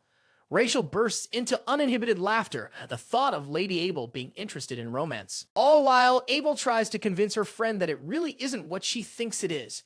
Rachel ignores her and shifts her focus to figuring out what man has gotten her dear friend so flustered. She runs through the list of options, starting with Leon, the class star with a handsome face. But Abel is so deadpan at the mention of that idea that it's obviously not him. Then that leaves only one option, the special student from the duel yesterday who shocked the entire school with his strength. Again, Abel freezes and isn't able to outright deny it, which is all the information that Rachel needs. Immediately, she grabs Abel's hand and drags her to the Tiger class to meet the boy who has been on everyone's mind. The two of them barge into Tiger class, with Abel reluctantly following along with her friend. Everyone in the class freezes in shock as the two school beauties make their way through the room. Rachel stands on a desk looking for her target, but someone tries to scold her for suddenly leaping onto another student's seat. She's able to completely confuse him by showing off how pretty she is, and Abel can only hold her head in embarrassment at her friend's actions. Eventually, she finds Geomma sleeping on his desk while Chloe fawns over him. Rachel, at first, mistakes Chloe for his girlfriend, but that doesn't matter to her. It only makes this whole thing more fun. She walks up to Geomma and blows air lovingly into his ear, which shocks both Abel and Chloe. Then, as he slowly wakes up, she sits down on his desk with a flirty look on her face and asks him for his name. Geomma already knows who she is, though, and he's not excited to see another one of the game's heroines in front of him all of a sudden. She leans her finger closer and pokes Geomma on the face, complimenting his looks while he just stares at her, shocked. He has no idea what's going on, but his intuition is screaming at him that this entire situation is dangerous. Suddenly, a hand that Rachel was about to use to poke Geomma is grabbed by a very angry-looking Chloe. Chloe demands to know what Rachel thinks she's doing, but her anger and murderous intent only amuse Rachel. It looks like Geomma's danger instincts were warning him about Chloe. Her personality has completely flipped as she spawns a box cutter from the yandere pocket dimension. If a knife fight breaks out in the classroom, it could spark some serious problems for him down the line. This is a combination he has never seen in the game before, and he can only wonder why this is happening all of a sudden. Abel comes in and tries to drag her friend out of the situation, especially since this isn't even their classroom, but Rachel won't budge. She claims that she's only here to say hello. And then, as if to pour salt in the wound, she places a hand on Chloe's head and tells her that she's not supposed to interrupt when adults are talking. That only makes Chloe even more angry. She opens up the box cutter and prepares to strike. Geomma and Abel watch in shock as Chloe tries to stab Rachel, but her hand is easily grabbed by the much stronger girl. At this point, she's just pointlessly provoking Chloe into a fight. Abel yells at her once again to stop what she's doing before something bad happens. Rachel frowns and quickly tosses Chloe away like paper, but Chloe is able to catch herself before falling, causing all the boys in class to scream out in joy at the building catfight. Geomma is more annoyed than anything at the weird buildup happening in front of him. Then Rachel activates her blessing that's built from the foundation of her clan, the clan of the Spear Saint. In her clan, they believe that skills are useless when faced with overwhelming strength, and they believe that brute force triumphs over all else.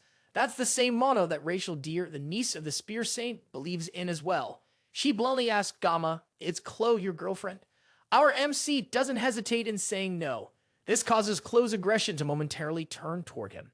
He clarifies, she's just a friend, and Rachel seems to get even more interested in the whole ordeal. Meanwhile, Geomma is still trying to figure out what in the world this whole situation is about. Now that he's more awake and has a chance to look around, he finally notices Abel, who looks just as frazzled as he was not too long ago. He cuts straight to the point and asks, "Why did the two of you come looking for me?" Rachel answers, "It's because Abel was interested in you and wanted to see your face." Abel yells, "That's definitely not true. It's Rachel who practically dragged me here." Rachel thought that Abel genuinely wanted to see him because she followed her to the Tiger class.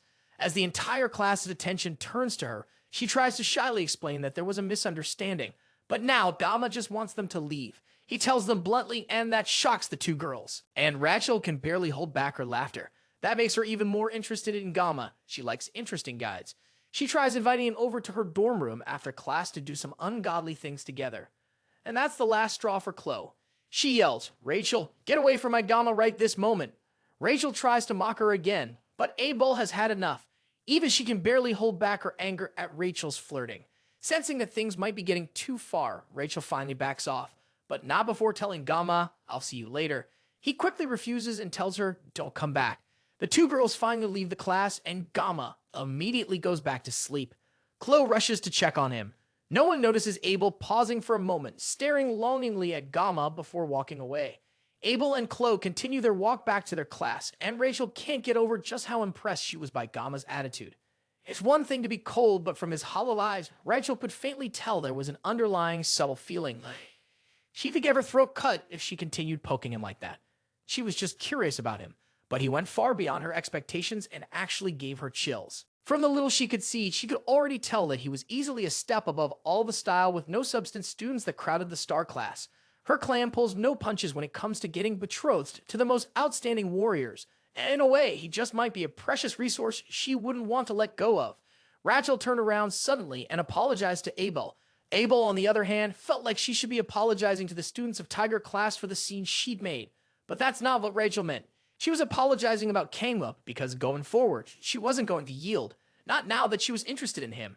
Elsewhere in the school's clinic, Knox angrily pulled himself through the halls, with only the thought of killing Geomma in his mind. He had lived his entire life without knowing defeat, constantly being called the auditory genius. Now someone had come and defeated him with nothing but kitchen knives. Just the thought of Gamma's face pissed him off to an outstanding degree. If he had to, he would call upon the power of his entire clan to cut off Gamma's head. And then, once he killed the MC, he would get Chloe back. Chloe had the potential to become as great as, if not greater than him. And he won't let some random special admissions nobody take her away from him. All he has to do is call on the power of his clan to strike, and then they will show him. At least that's what should have happened. But the same Geomma that he's been relentlessly plotting to kill sits calmly in his clinic room, eating an apple. Before then, though, while the class was in session, Geomma watched Chloe worriedly. The two girls had left, but Chloe was still clearly upset. Even though she was the one who pulled the blade out first and was having her psychotic thoughts, Geomma went over to her in hopes of calming her down.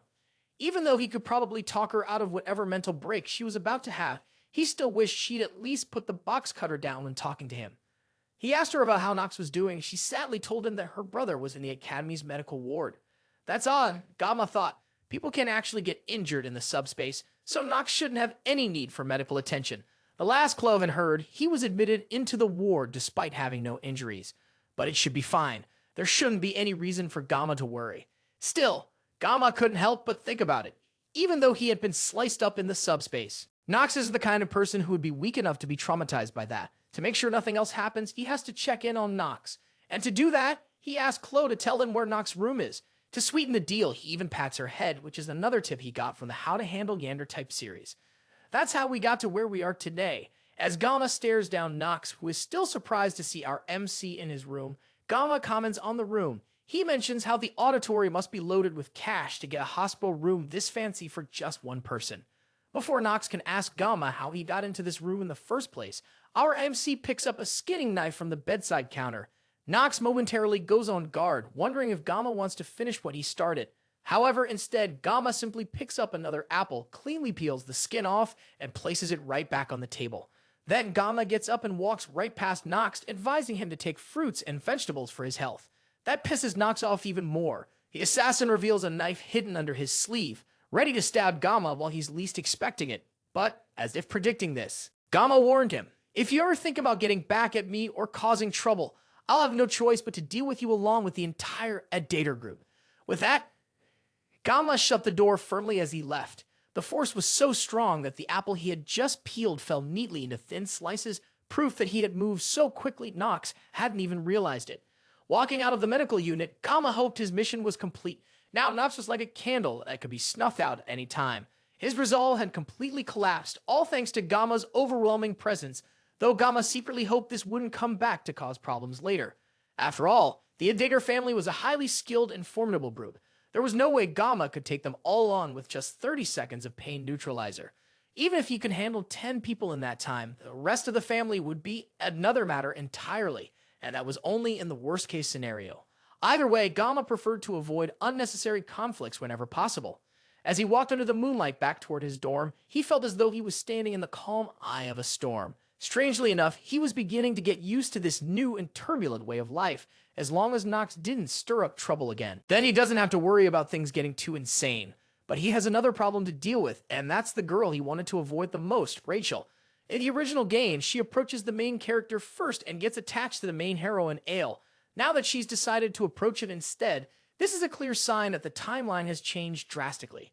He also needs to prepare for the midterms. For once, he's going to have to take things seriously so he can get that reward.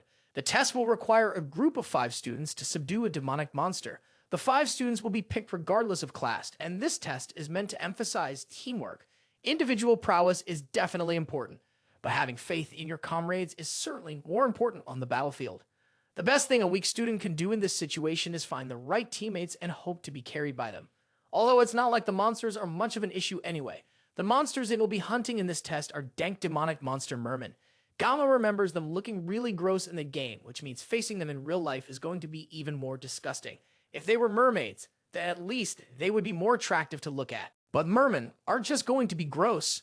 But mermaids are considered demonic humans, and they are the main force of the demon army, meaning that they are way more powerful. Compared to demonic humans, demonic monsters are nothing more than guard dogs or pets. Fortunately, only mermen should be on the island, meaning that students don't have to deal with demonic humans. It's already been a month since Geomma came to this school, and this is the first night that he has felt a bit of peace. It's been 700 years since the humans and the demons swore a truce. And just like how human history isn't without war, there have been a few disputes between the humans and the demons, both big and small. An example is half a century ago when Vasman, the commander of the 6th Legion, claimed that he would revive the commander of the 1st Legion. That decision caused an entire week of battles that bathed the city in blood. In the end, humanity emerged victorious, and the 7 heroes were born. Although from those heroes, 3 sacrifices were made, and neither faction wanted to escalate things further. Other than that, peace has continued to this day, but Geomma wonders if this is really peace. The more he thinks about it, the more he realizes that the one who sealed the 1st Legion commander alone 700 years ago must have been a real beast. The 6th commander had to take 7 people with him to bring it down, and even then, there were deaths among their group. Now they only have 3 years before the second human-demon war begins, and this time the war will include the Demon King. It's terrifying to think about that future, but thinking won't change anything. What Geomma needs to do now is focus on the upcoming midterms. The first thing he needs to do is find teammates. But that's easier said than done. Since he has no friends right now, though, he's the most famous student in the academy. He could probably use that to his advantage in hopes of solving the problem. There's no way he can live under the radar for 3 years. So Geomma decides to change his motto for the time being. He will no longer try to live quietly, but will still try to live comfortably. Now, he needs to do his best to get people to join his group. However, a week later, he's still completely alone. Not a single person invited him to join their group. In the end, they might all just be scared of him. He turns around and glances at his class. And the only person alone like him is Chloe. Maybe she's been considered an outsider since the altercation with her brother and how he lost. Or maybe because of how she acted when Rachel came around. Regardless of the reason, he approaches her and asks if she still hasn't found any cadets to partner up with. Just like him, she's still alone. Geomma has worried about her. After all, he's used to being alone, but she had some friends at least, and yet they are all gone. She claims that she will be all right as long as she has him. In any case, he offers to partner up with her so they can find 3 other people. With Chloe's capabilities, she will be a huge asset to him. He can only fight for 30 seconds, if she is like 30 soldiers packed in a cute bundle. The peace in the class is broken as Rachel comes charging in, calling for Geomma. He doesn't hide his disdain for seeing her again, and Chloe doesn't hide her bloodlust either as she pulls out a box cutter. Rachel continues to bother him, even falling over on his desk, and then she asked him if he has found any groups to take the test with. Since she's clearly not listening to him, he answers her question. The fact that he doesn't have a group yet is perfect for her. As she invites him to her group, Geomma is suspicious of the sudden offer. There is definitely a huge line of other students available to join her group, so why would she come for him specifically? She tells him plainly, "You seem more fun to do the test with than any of the other students in my class." Geomma then tells her, "I'm already in a team with Chloe." But Rachel responds, "That's alright too. My group has 2 spots left." Geomma is still suspicious of the whole thing. This is a bigger risk for Rachel. Doing something like this could risk her grades if they underperform on the island test. He glances at Chloe. She begrudgingly nods, agreeing to join the group. With nothing holding him back anymore, Geomma tells her, "I'll join." Rachel immediately opens her phone to text someone telling him, "You can't back out now." Then Geomma asks, "Who are the other members of the group?" The first person she mentions is none other than Leon. Not just any Leon, the counterfeit protagonist of this world. A one person Geomma wants to interact with the least. Geomma can't help but wonder what crimes Leon committed in his past life to deserve such terrible luck. Like, yeah, he spent 30 years wielding a knife. But that was because of his job. He's getting involved with the heroines for some unknown reason. And even though he tried his best not to stand out, he's still getting intertwined in the main story. The heroines, at least, are eye candy for him. It's not so bad getting involved with pretty girls. The real problem is Leon van Reinhardt. He's the main character, and interacting with him will definitely turn the main plot on its head. Right now, Geomma has no clue how things will pan out in the future, but he's sure that everything will be his fault in one way or another. He even tried to see if he could change his group, but Rachel already put his name down in the application before talking to him. This is the first time in his life he has wanted to cut down a girl so badly. And then, of course, there's the biggest issue, the yandere that he shares a class with. Speaking of the devil, she comes up right beside him to ask how he's doing since he has looked petrified ever since Rachel left.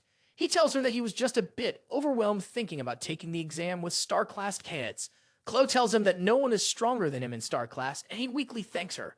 He could choose to team up with Chloe, so he can't take the exam without her in good conscience. In fact, thinking about it more rationally, there are better people for him to take the test with. This could turn out to be a good thing if he wasn't so pessimistic about it. He asks Chloe when and where they are supposed to have their first group meeting. She tells him that it's at a cafe on campus.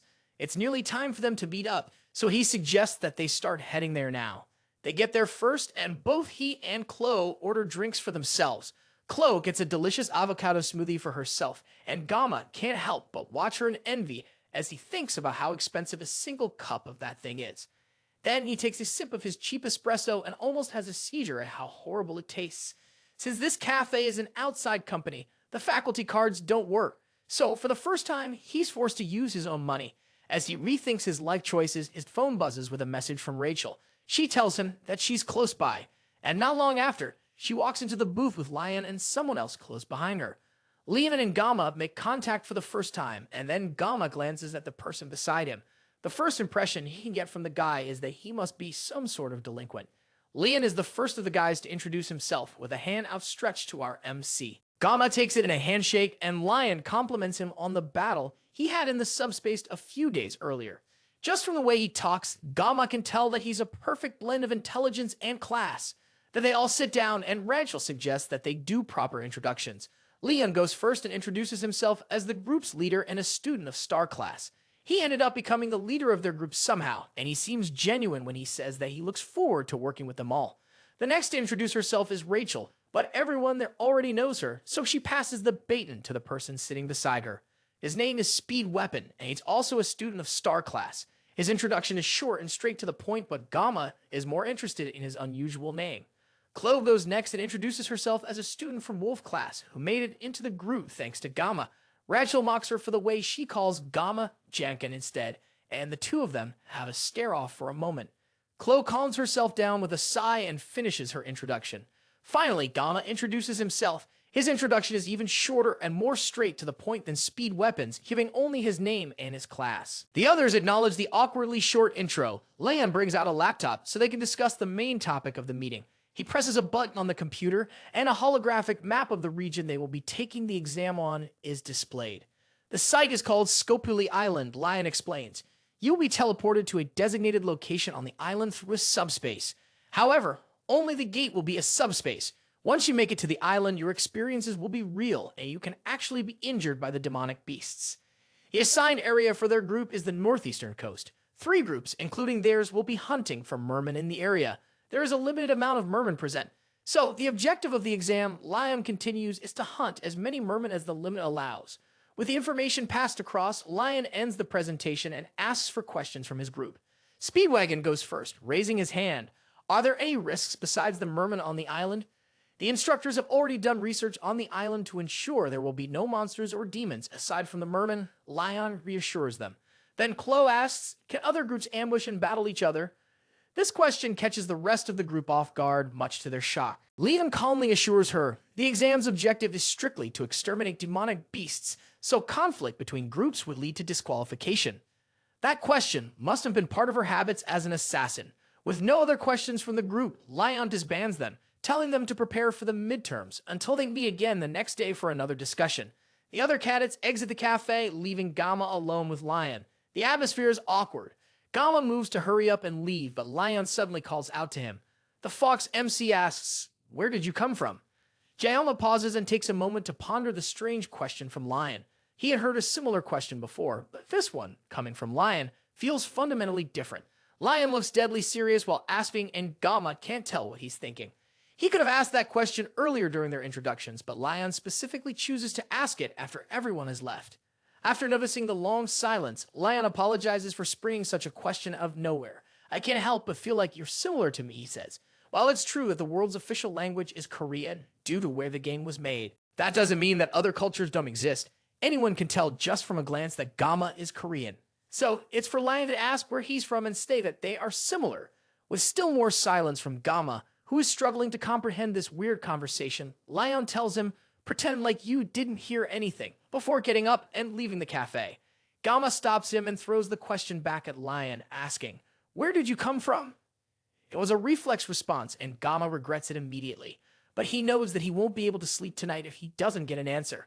Lion calmly takes Geomma's hand and says, "I'm from Germany." Without another word, he leaves, and Geomma can't help but wonder what is up with Lion all of a sudden. At that moment, when Lion first asked the question, Geomma wondered if the main character of this game came from another world as well. It's outlandish to think about, but it's also a very real possibility. There's no rule saying that only one person can be dragged into this video game after all, and possessing the main character is more probable than possessing an extra. Geomma glances down at the knife on his table and has an idea. When the blessing of the sword god activates, his senses are strangely heightened. Maybe activating the blessing might give him some answers. He picks up the knife, removes the cover, and a message floods into his mind, just as he had hoped. It confirms that Leon really is from this world. The voice is familiar, similar to when he was fighting Chloe. When he activates the blessing of the sword god, he can faintly hear a voice. However, thinking about it gives him a migraine that even bypasses the painless blessing. Regardless, the Lion that he met today is definitely the Lion he played in the game. No actor could replicate Lion so perfectly. It's weird that Lion would ask him, out of nowhere, which country he came from. But then the claim that the two of them are similar is also quite concerning. He hands over to a wiki page, but there is no information about Lion in this world. Things are getting weird, and Geomma decides this is the last time he will be involved with Lion. If something like this happens again, he can just go and see media about it while ignoring her attempts to run away with him. Geomma is also surprised by how calm he has managed to be, despite the situations that have unfolded recently. Maybe this is also an influence of his blessings. He takes a look at his status screen. As usual, it looks like he's making smooth progress. His mental fortitude and armament are the same, but his physical fortitude has increased thanks to the training he has been doing. His armament will likely increase when he gets more zombie from the midterm exams. The only thing he's not sure of is the assimilation rate. It has gone up a lot, and it looks like it will soon unlock something special for him. Maybe it's related to what he has done so far. It's still annoying that he doesn't know what it is, and it's not like he can ask someone else either. At the bottom of the status screen, though, there's something new. His blessing of painlessness has increased by 10 seconds, meaning that he can now use his blessing for 40 seconds. It looks like, after so much time, his labors have finally borne fruit. As the days go by and the groups continue to meet up to discuss their battle strategy for the exam, Geomma continues to train and hone his skills. Finally, the day of the exam arrives. All the groups stand in front of the subspace gate. Geomma can tell that it has a completely different vibe than the training ground subspace. The rest of his team arrives as well, and they seem just as excited as he is. In their previous meetings, they decided on which roles each person would take in their team. Rachel will lead the front as the main damage dealer, while Leon takes a central role as the leader to keep everyone together. Speed Weapon will be behind Leon as a support, while Chloe works with Rachel as a secondary damage dealer. Finally, Geomma will take up the rear guard behind everyone else, making up a solid team. Geomma takes a second to look at all their equipment and how powerful it is. Rachel has S-rank gear called the Vermilion Phoenix Halberd. Although Leon doesn't have Balmong yet, he still wields a powerful sword. Lastly, Speed Weapon's gear is a recorder. I didn't know the support also provided musical entertainment, Geomma mutters. Rachel assures him the recorder is one of the few S-rank pieces of equipment that provides healing. Even Geomma knows that a healing S-rank armament is ridiculously hard to come by. That kind of equipment is incredible to own. Geomma gets closer to inspect it, much to Speed Weapon's surprise. Their chat is cut short as a voice comes on the intercom to announce that the first-year midterm rooms are about to start. The instructor of Wolf class, Lee Wanbin, comes over to talk to the students. They already have a good grasp of the rules, so he keeps their discussion brief. He tells them, don't be shy about running away when things get hectic. There's no reason to risk your lives for extra credit. If you're injured or wish to surrender, just call for the instructor in charge. Now that the exam is officially about to start, Lion tells them, do your best and try not to be nervous. Chloe seems anxious and Geomma asks, what's wrong? She replies, I remember that mermaids can appear on the island. Geomma assures her again the instructors have already confirmed everything is clear. Chloe tries to take his word for it, but she can't help being nervous. Back in Sicily, where she grew up, mermaids were often sighted and they were known to cause large amounts of damage. Humans now have a truce with demonic beings, so mermaids are rarely seen outside of dungeons. But the fact that these rumors have persisted, even though the truce means the conditions for where mermaids appear have yet to be fully confirmed, keeps her on edge. Geomma places a hand on her head to calm her down as the teachers call for the cadets to step through the gate. She smiles and decides to place her belief in Geomma. Much later, she hears Geomma's voice calling for her through a haze in her mind. It seems she lost focus for a moment and now things have turned on their head. When she opens her eyes, she sees Geomma and the others standing in front of something large and powerful. Rachel asks Speed Weapon, have you been able to contact an instructor in charge? But since they are in a cave, he doesn't have a connection on his phone. Meanwhile, someone lies on the ground, bleeding and clearly in danger. And then in front of them is the main cause of this chaos, a mermaid. Let's go back a bit before our group found themselves in this terrible situation. As soon as they arrived on Scopuli Island, the first major problem they all faced was motion sickness from passing through the gate. The only person who seems alright is Geomma, who tells them that he doesn't suffer from motion sickness. Not long after that, they had their first encounter with a merman. It stared at them in surprise for a moment before scurrying away. As disgusting as they look, they are way smaller than Geomma expected. Leon confirms that the one they saw is too small to give them any points. To find the adult merman, the group has to head to their assigned location. Chloe goes ahead of them to scout, and the group follows at a slower pace. Eventually, they reach the spot, and Chloe returns from her scouting trip to report what she's seen. There's a cave about 500 meters ahead, she tells them, and I'll lead you there. Before they even enter the dark, ominous-looking cave, dozens of eyes are already staring at them. Liam can tell there are about 50 to 60 mermen gathered around a campfire. Defeating that many would definitely guarantee them first place in the midterms, but the group has to consider their safety first. Entering the cave would cut off their internet, making it hard to contact an instructor. It's a high-risk, high-reward decision, and it all depends on their leader, Leon. Before they came to the island, Leon took great care in assigning roles to each member of the team. Now it's his turn to lead them to victory once again. In a moment, Leon makes his decision and sends Rachel to start the attack. Rachel leans back and launches a golden spear into the cave. The spear lands right on top of the campfire, putting it out and shocking all the mermen. Before they can turn to see where it came from, Rachel is right on top of them. In a second, several merman heads go flying. Speed Weapon goes next, focusing his power to buff Rachel's skills, making it easier for her to pick them off one by one. Geomma can't help letting out a gasp of awe at how powerful Rachel is. That doesn't go unnoticed by Chloe. The yandere pulls out her katana and activates her blessing, ready to take on the fisherman as well. She immediately rushes to catch up to Rachel, taking out more and more mermen as the two of them race towards each other. They aren't slowing down, even as they continue to get closer and closer. Geomma gets worried that they have no intention of slowing down at all. They get within inches of each other before finally turning and taking out the last merman that was rushing towards them both. Then they step away from each other and continue taking out the others while Geomma breathes a sigh of relief. In the end, he was worried about both of them for nothing. Eventually, with their combined efforts, all 60 mermen were slain. It looks like they are done here, and Leon suggests that they go somewhere else to continue the exam. That kind of determination and leadership is what makes the blonde MC the heart of their team. That further proves to Geomma that Leon really is the true MC of the game. There's no way anyone would be able to replicate these qualities of a hero.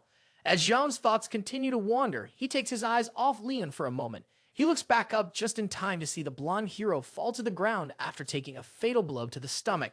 The others stare in shock as something powerful rises from the pool of dead mermen behind Geomma. It's a demonoid mermaid, the exact monster that Chloe feared would show up unannounced on the island. Geomma had a feeling that things were going way too smoothly for them. Now the question is whether they should run or stand and fight. There's no telling if they will even be able to get to safety while looking after an injured Leon. Rachel tells Speed Weapon to call the instructors and inform them that a mermaid appeared. But just as Geomma feared, the cave is messing with their internet access and there is no way to contact the instructor. Everyone is panicking. It looks like Geomma is the only person not panicking at the moment. With lying down for the count, there's only one person who can take the lead in this situation. He steps up and starts giving orders to his teammates. He tells Rachel to keep the merman away from them, no matter what. Then he orders Speed Weapon to dump as many healing blessings as he can on Lion.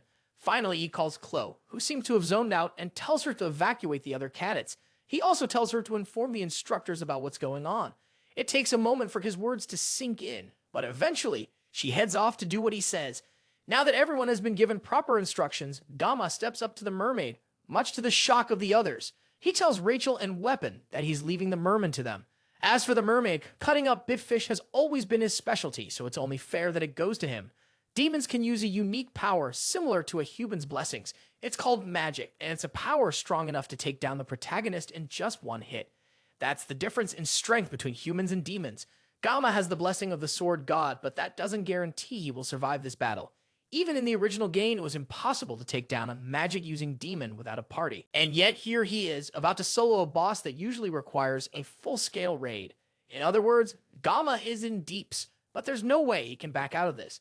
Now it should take Chloe about 10 minutes to find help and come back. Despite that, Geomma has only 40 seconds to take this overgrown fish down before he meets a worse fate than the main character. Rachel struggles to keep the merman away, while Speed Weapon focuses all his power on healing Lan. The wound is deep, but it's recovering regardless. Despite the daunting task in front of him, he can't help but focus his attention on Geomma. Just looking at the mermaid is making super weapons bones shiver, and yet, Geomma wants to fight it all by himself. The demon strikes first, launching the same laser attack that took out Lion. Geomma dodges the attack and rushes in with his knife to close the distance. The mermaid seems to primarily use long-distance attacks with water magic properties. Geomma doesn't know much about magic, but he does know that this demon is just a fish with flesh and bones. All he has to do to come out on top is dive in and cut it. He jumps close to the demon and slices it, but it dodges out of the way and heads for Speed Weapon instead. Before it can get to him, Geomma comes around and manages to cut off one of the monster's fins, causing it to scream out in pain. The cut is too shallow. Our MC goes in for another attack, but the creature quickly dodges the way and dissolves into water. Since the mermaid went after Speed Weapon, it seems she is deliberately targeting the injured ones. Lion is somewhat healed now. Speed Weapon calls out for Geomma, and it looks like he's alright. Geomma takes a moment to check on him before rushing off to fight the mermaid again. In Speed Weapon's eyes, Geomma is really cool. During one of their many meetings, Speed Weapon talked about how he looked up to heroes who sacrificed themselves for the sake of others. So far, since Speed Weapon entered the school, he hasn't seen anyone who truly fits the title of a hero. That's why he joined a group with Rachel, hoping to find the hero he was searching for in Lion. He even told Geomma, frankly, that in his eyes, Geomma is far from a hero. And yet now, in this crazy situation, the one stepping up and risking his life is Geomma himself. The mermaid continues her attack, launching fish-shaped magic blasts that Geomma skillfully dodges. However, this time, instead of just zooming past him, they turn around and follow him. The mermaid can control these attacks, and they chase Geomma around the cave. With Geomma distracted, the demon tries again to attack with its Speed Weapon. Geomma gets there just in time to cut down the monster before it can launch the attack, but it's shallow again. He can't take it down with small cuts. If he wants to kill this demon once and for all, Geomma is going to need to stab it as deeply as he can. The mermaid sends another blast at Geomma, but this time, he manages to dodge, causing the blast to break through the top of the cave, shooting into the sky. The attack is so powerful that cadets around the mountain are able to see it, and they hear a loud roar following it as well. On top of that, it also started raining. The instructor with one of the groups suggests that they take the wounded and move quickly before the rain starts to affect them. Back in the cave, the mermen start to retreat, and the cadets have a moment of rest. The mermaid was crushed under the debris from the cave breaking open, but Geomma is sure that she isn't dead. Just as he suspects, the mermaid breaks through the rocks piled on top of her and rushes toward the students. This whole time, Geomma hasn't been able to fight properly because he has been conscious of the injured lion. Now that the mermen have retreated, he tells Rachel to take care of Speed Weapon and Lion for him. Speed Weapon still can't believe that Geomma is taking on a demon by himself. He thought our MC was a madman before, but now he might just be witnessing the birth of a legend. Meanwhile, Geomma is just happy that he can finally focus now that he doesn't have to worry about his teammates. He only has 10 seconds left of the painless blessing, and he has to make up for lost time if he doesn't want to die. Geomma and the mermaid stare each other down for a moment before rushing in for the final clash. Elsewhere, Chloe dashes through the forest as fast as she can, looking for anyone to help her. She's tired, but she knows she can't stop running, or everyone she left behind will be in danger. Her body hurts incredibly bad, but the more she feels like stopping, the more she thinks about Geomma. He's in the cave, fighting that monster on his own for their sake. Geomma really is the strongest person she has ever met in her life. He clearly doesn't like fighting and tries to avoid drawing his blade whenever possible. He only steps up to fight when there is truly no other choice. Since Geomma had made the right decision to face the mermaid, she knew she had to do her best to find help. Yet she couldn't shake the feeling that if she were just a little stronger, maybe she could have helped him in some way. Behind her, a loud blast echoed from the direction of the cave, the unmistakable sign that Geomma and the mermaid had begun their battle. In her worry, she stumbled over a vine and nearly fell, but managed to regain her balance and kept running. She couldn't stop until she found someone who could help. As she continued forward, she sensed something ahead. Her mind was a mess, so she couldn't think clearly, but her first instinct was that they might be mermen. She drew her sword to defend herself and struck toward the nearest figure. To her surprise, the merman blocked the attack with his own sword. Only then did she realize it wasn't a merman at all. It was Abel. The moment she understood she had found another person, Chloe halted and sank to the ground. Abel's teammates grew cautious, suspecting there might be an ambush nearby. Meanwhile, Chloe weakly tried to tell them that they needed to go and help Geomma. Luckily for her, Abel remembers her face from when she and Rachel went to Gamma's class. Back in the cave, Speed Weapon is left in complete awe at what he's witnessing. He wonders if there will ever be a day as astonishing as this again. The way Geomma fights seems like a skilled swordsman handling a live fish on a chopping board with perfect precision. At this point, this whole thing is beyond just fighting a demonoid. Geomma is completely overwhelming it. This scene unfolding is definitely something that will be etched in his memory for the rest of his life. Even Rachel, who's the successor of the Spear clan and grew up among strong people, clearly hasn't seen this caliber of skill before. Despite that, she's the first to push him out of the way when a stray attack comes toward them. Speed Weapon nearly forgot where he was because of how intense the sight was. Geomma's opponent is a demon that uses magic. A blade against magic isn't a good matchup to begin with, even if our MC has the upper hand right now. If the demon uses magic that can't be countered, then Geomma will be in danger. As soon as Speed Weapon has that thought, as if on cue, the mermaid raises its hands in the air and calls a different magic attack, Needle Squall. The rain around them starts to crystallize and freeze, and everything halts for a moment. Then the mermaid drops its hand, and all the sharp, crystallized raindrops fall towards Geomma. He dodges some and parries the rest, but they are too hard for his knife. The blade starts to break apart as he fights with it. Instead of keeping the blade aside, Geomma tosses it at the mermaid. It cuts straight through the mermaid's side, leaving a gaping hole in its waist. Geomma then follows up with a final attack, cutting through the mermaid's flesh with one powerful slash. Except the mermaid manages to dodge. It uses the body of a merman to distract Geomma, then charges up a massive attack right in front of him. This one is way too close, and there is no possible way he can dodge it. Just before the attack hits, and as he starts to panic, his mind is suddenly teleported to a clear space. In that space, he sees a red line that indicates where he should cut. He hears a voice telling him that if he can slice it, it will cut. Instead of dodging the attack, Geomma readjusts his grip on the knife and cuts through the magic instead. The cut causes a massive shockwave to push through the area, and by the time the smoke clears, Geomma stands over the lifeless body of the mermaid. The demon makes a few sounds in death, and Geomma kicks it away, sending it down into the pool from which it came. Rachel and Speed Weapon stare at the scene in front of them in shock. Somehow, a freshman defeated a demonoid alone. Suddenly, Geomma falls to his knees, coughing up blood. Rachel is the first to react. She rushes over to him, while Speed Weapon checks on Lion. Thankfully, the protagonist is fine, but other sounds echo behind them. Speed Weapon turns around, thinking that the merman who fled have returned. Instead, it's Abel and her team, carrying an unconscious and injured Chloe. The first thing Abel notices is Rachel, caressing an unconscious Geomma. The sight makes her angry for some reason, but she ignores it and looks around. The rest of the team looks like they all have one foot in the grave, yet Lion seems completely fine. Abel informs them that she has contacted the academy and that help will arrive in an hour.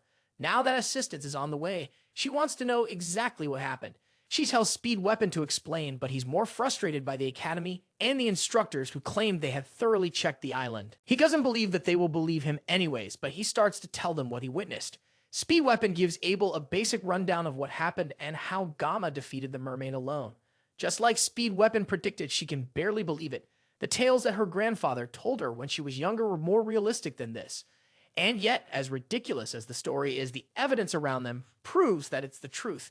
Why don't they lie about this anyways? And yet, Abel still can't accept it. She's a descendant of the acclaimed hero Baylor Yawin and his disciple, Nibleon. Those are the roots she has in her, and they have given her a special attribute since birth. Her bloodline has always been filled with promise and potential. She put in incredible effort to make sure that she wouldn't be overshadowed by her roots. And yet, even with everything going in her favor, and with how far she has managed to get, Geomma continues to prove that there is a ridiculously large gap between their skills. Abel can't help feeling a mix of fear, dread, and admiration. She tells the healer in her group to try to heal Geomma while they wait for the teachers. After getting a better look at him, she can see that he's tattered and at death's door, and yet he fought a demonoid alone and came out victorious. Abel can't help but look at him in envy. Speed Weapon snaps her out of it and tells her that it probably would be best if they don't tell the instructors what happened here in detail. The academy claims that they scouted the island beforehand, and yet a demonoid popped out of a cave that would be easily noticeable by cadets. Speed Weapon continues. There are some things that just don't add up in this whole story. Levin tries to cut straight to the point and asks Speed Weapon if he thinks there is someone among the demon factions within the academy. He quickly backtracks, realizing that's not exactly what he meant, but they also can't completely rule out that possibility. It's undeniable that this cave isn't easy for cadets to miss, and as Speed Weapon said, if it weren't for Geomma, then Lion's Brood would have been torn to shreds. There were definitely conflicts, both large and small, during the 700-year truce, but there was never a moment where the demons dared to touch the cadets of the academy.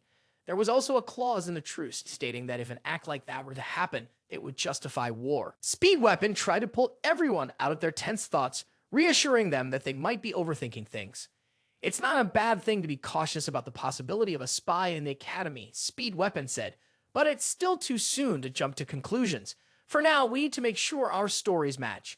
If there really is a spy in the academy, Speed Weapon continued, then Geomma could become a target once the rumor spreads that he defeated a Demonoid on his own. Abel didn't fully agree with keeping the matter under wraps. However, since Geomma had worked so hard for the group and everyone seemed to support the decision, she suggested they speak to her grandfather first. The cadets returned to the school, and Geomma was taken to the infirmary. He woke up as the evening sunlight shone on his face, almost surprised that he was still safe. The last thing he remembered was the moment before the mermaid created a magic spear. It was an attack that was nearly impossible to avoid, but he had just managed to see it in time. Using his sashimi knife, he cut along a line, splitting the magic spear into two before it dispersed. Looking back, he realized the sphere had been formed entirely from water, and beyond that, after activating the sword God's Blessing, he felt something he couldn't describe. He called his blessing just to be sure, and the screen popped up in front of him again. His mental fortitude had increased by 1, and that was most likely why he didn't get scared when he faced the mermaid. It also seemed that his assimilation rate had increased enough for him to unlock the mysterious attribute. The next attribute would be unlocked when his assimilation rate reached 15%. Maybe this strange unlockable was what allowed him to see the red line to cut with the mermaid. As he was thinking about his blessing, the door suddenly opened and a familiar figure dashed in. It's Media. She wasted no time, immediately wrapping Geomma in a tight hug. She fussed over him as Geomma tried his hardest to breathe through her death grip. After a moment, she pulled away and apologized, but then quickly revealed the reason she had come to see him. She opened a dimensional pocket through her purse, reaching inside. From the pocket, she pulled out the reward, and it was exactly what Geomma had been hoping to get from the midterm exam. The Murasima sword. The Murasima was a B-rank sword with high stats and was exactly what Geomma had been looking for. He stared at it in disbelief as Media asked, "Do you like it?" She then apologized for giving it to him under these circumstances. "You should have received it officially," she said. Meanwhile, someone lurks at the door watching the whole interaction. Midedia calls out, "Just get in the room already. Stop stalking the door like some shy creep." Siegfried Nibleon clears his throat and walks through the door, sheepishly standing beside Maida. This interaction gives Geomma a strange sense of deja vu, reminding him of what happened when he first came to the academy. He asks, "What exactly is the Sword Emperor doing here?" Midedia reveals, "I heard what happened from his teammates." They both bow their heads. "We apologize on behalf of the whole academy," Neda says. "We're to blame for everything that happened during the midterms.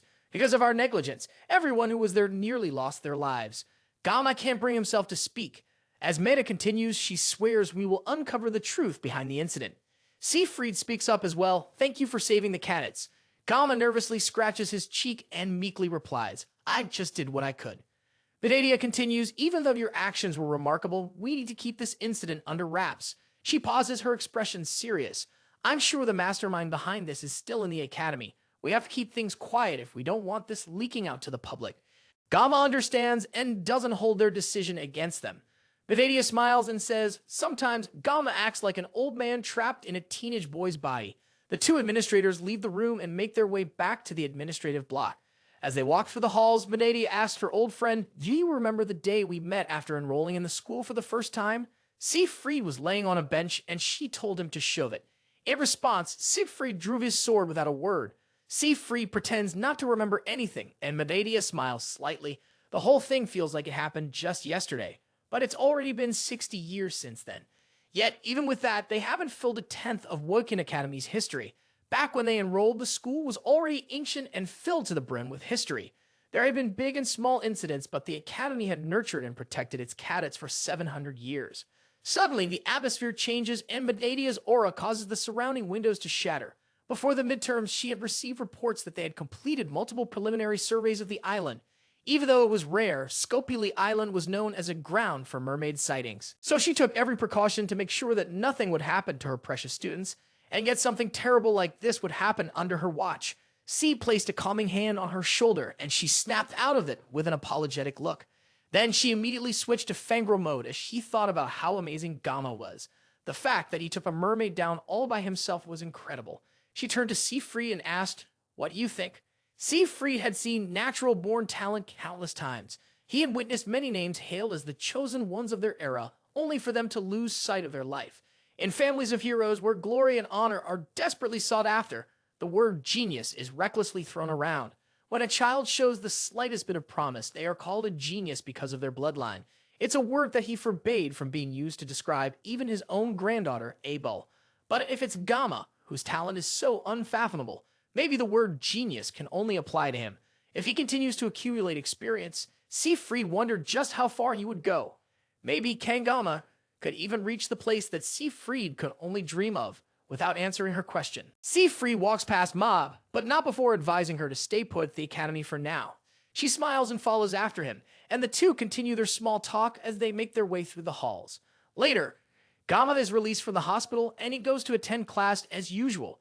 Just like the headmaster instructed, the fact that he took down a demonoid on Scopuli Island seems to have been kept under wraps. Geomma can't help but feel that his classmates can be so carefree because he stopped the mermaid. After he was initially discharged, the first thing he did was visit the school's forge to reshape and enhance Murasane. The sword was just a metal rod to him at the moment, considering the sword God's blessing. So, reforging it was a must. He went to meet the blacksmith. Now he could only hope for a successful enhancement. As he thinks through the recent events, he hears Chloe call out his name. He turns to see her walking towards him on crutches, her leg in a cast. Thanks to Speed Weapon's emergency treatment, the doctor said she would be able to walk without crutches within a week. Despite her injuries, it looks like she's doing much better. Even if Geomma did take down the mermaid alone, it was thanks to everyone's efforts that they all came out of that situation alive. Chloe's rescue call, Rachel's merman clearing, and Speed's healing and blessings all played a part in that battle. The only person who didn't play a decent role was Leon. Geomma can't help but wonder if he is going to be able to defeat the Demon King with a fighting spirit like that. Maybe it's because he got injured first or something. Their chat is interrupted when their instructor barges into the class and orders everyone to sit down. He tells them to pay attention to a few announcements before the training assembly begins. Once all the students are in their seats, he informs them that someone will be co-instructing them. The students are initially annoyed by this sudden change until they see just who will be instructing them. Siegfried calmly walks into the class, much to the astonishment of the entire class. Li Wanbin bows to him in respect. Even Geomma can't hold back his shock at seeing the strongest human coming to his class. Meanwhile, elsewhere an old man is thrown against a wall. He is grabbed by the scruff of his neck and held up against it. A pink-haired woman slaps the old man across the face, sending him flying to the ground. He apologizes to the woman named Instructor Kim, while she struggles to control her breathing. This woman mercilessly beating up this man is the 5th Demon Corps commander, and she is not pleased at all. She asked him, "Why didn't you cooperate with me when you had the chance?" The man tries to apologize, but that only earns him another smack to the face. It's clear the purple-haired instructor is tired of apologies. The goal of this entire scheme was to bring Leon back from the exams half dead. He may be a hero candidate, but there's no way he could take out a mermaid alone. But now, because of the old man's incompetence, Leon is comfortable at the academy. Instructor Kim kicks the elder in the face again, but immediately regrets it when she sees the blood on her shoes. She still can't believe a full demonoid was taken down by a bunch of first years. However, looking at the new students who joined the academy this year, she can't say she's surprised. The elder speaks up and clarifies it wasn't the mermaid, it was just one cadet. Instructor Kim, at first, thinks he's talking about Leon, but he corrects her, saying it was the academy's top student, Geomma. The Demon Corps commander recognizes the name of the special admission student, and that tells her everything she needs to know. It looks like there's new prey for her to hunt now. The prey in question, though, isn't the most efficient person to hunt. Wolf class once again goes on their daily training, with the exception of Chloe, who is still in a cast and on crutches. Geomma can't help but feel jealous of her, getting to rest while he's forced to run for his life alongside his fellow students. And to make it worse, there's now an older man breathing down his neck after every lap. Surprisingly, he's fast and nimble for his age. Siegfried runs up close to Geomma and urges him to run faster, even wondering if Geomma might still be hurt for the midterms. It's strange for the Sword Emperor himself to be running around with first-year students, much less with a special admission student. Siegfried Funabelong is a man who will later inherit the title of Sword Saint, becoming one of the greatest forces of humanity. Not only that, but during the Second Demon War, he will also become Leon's swordsmanship master. He's a character whose importance rapidly increases in the latter half of the story.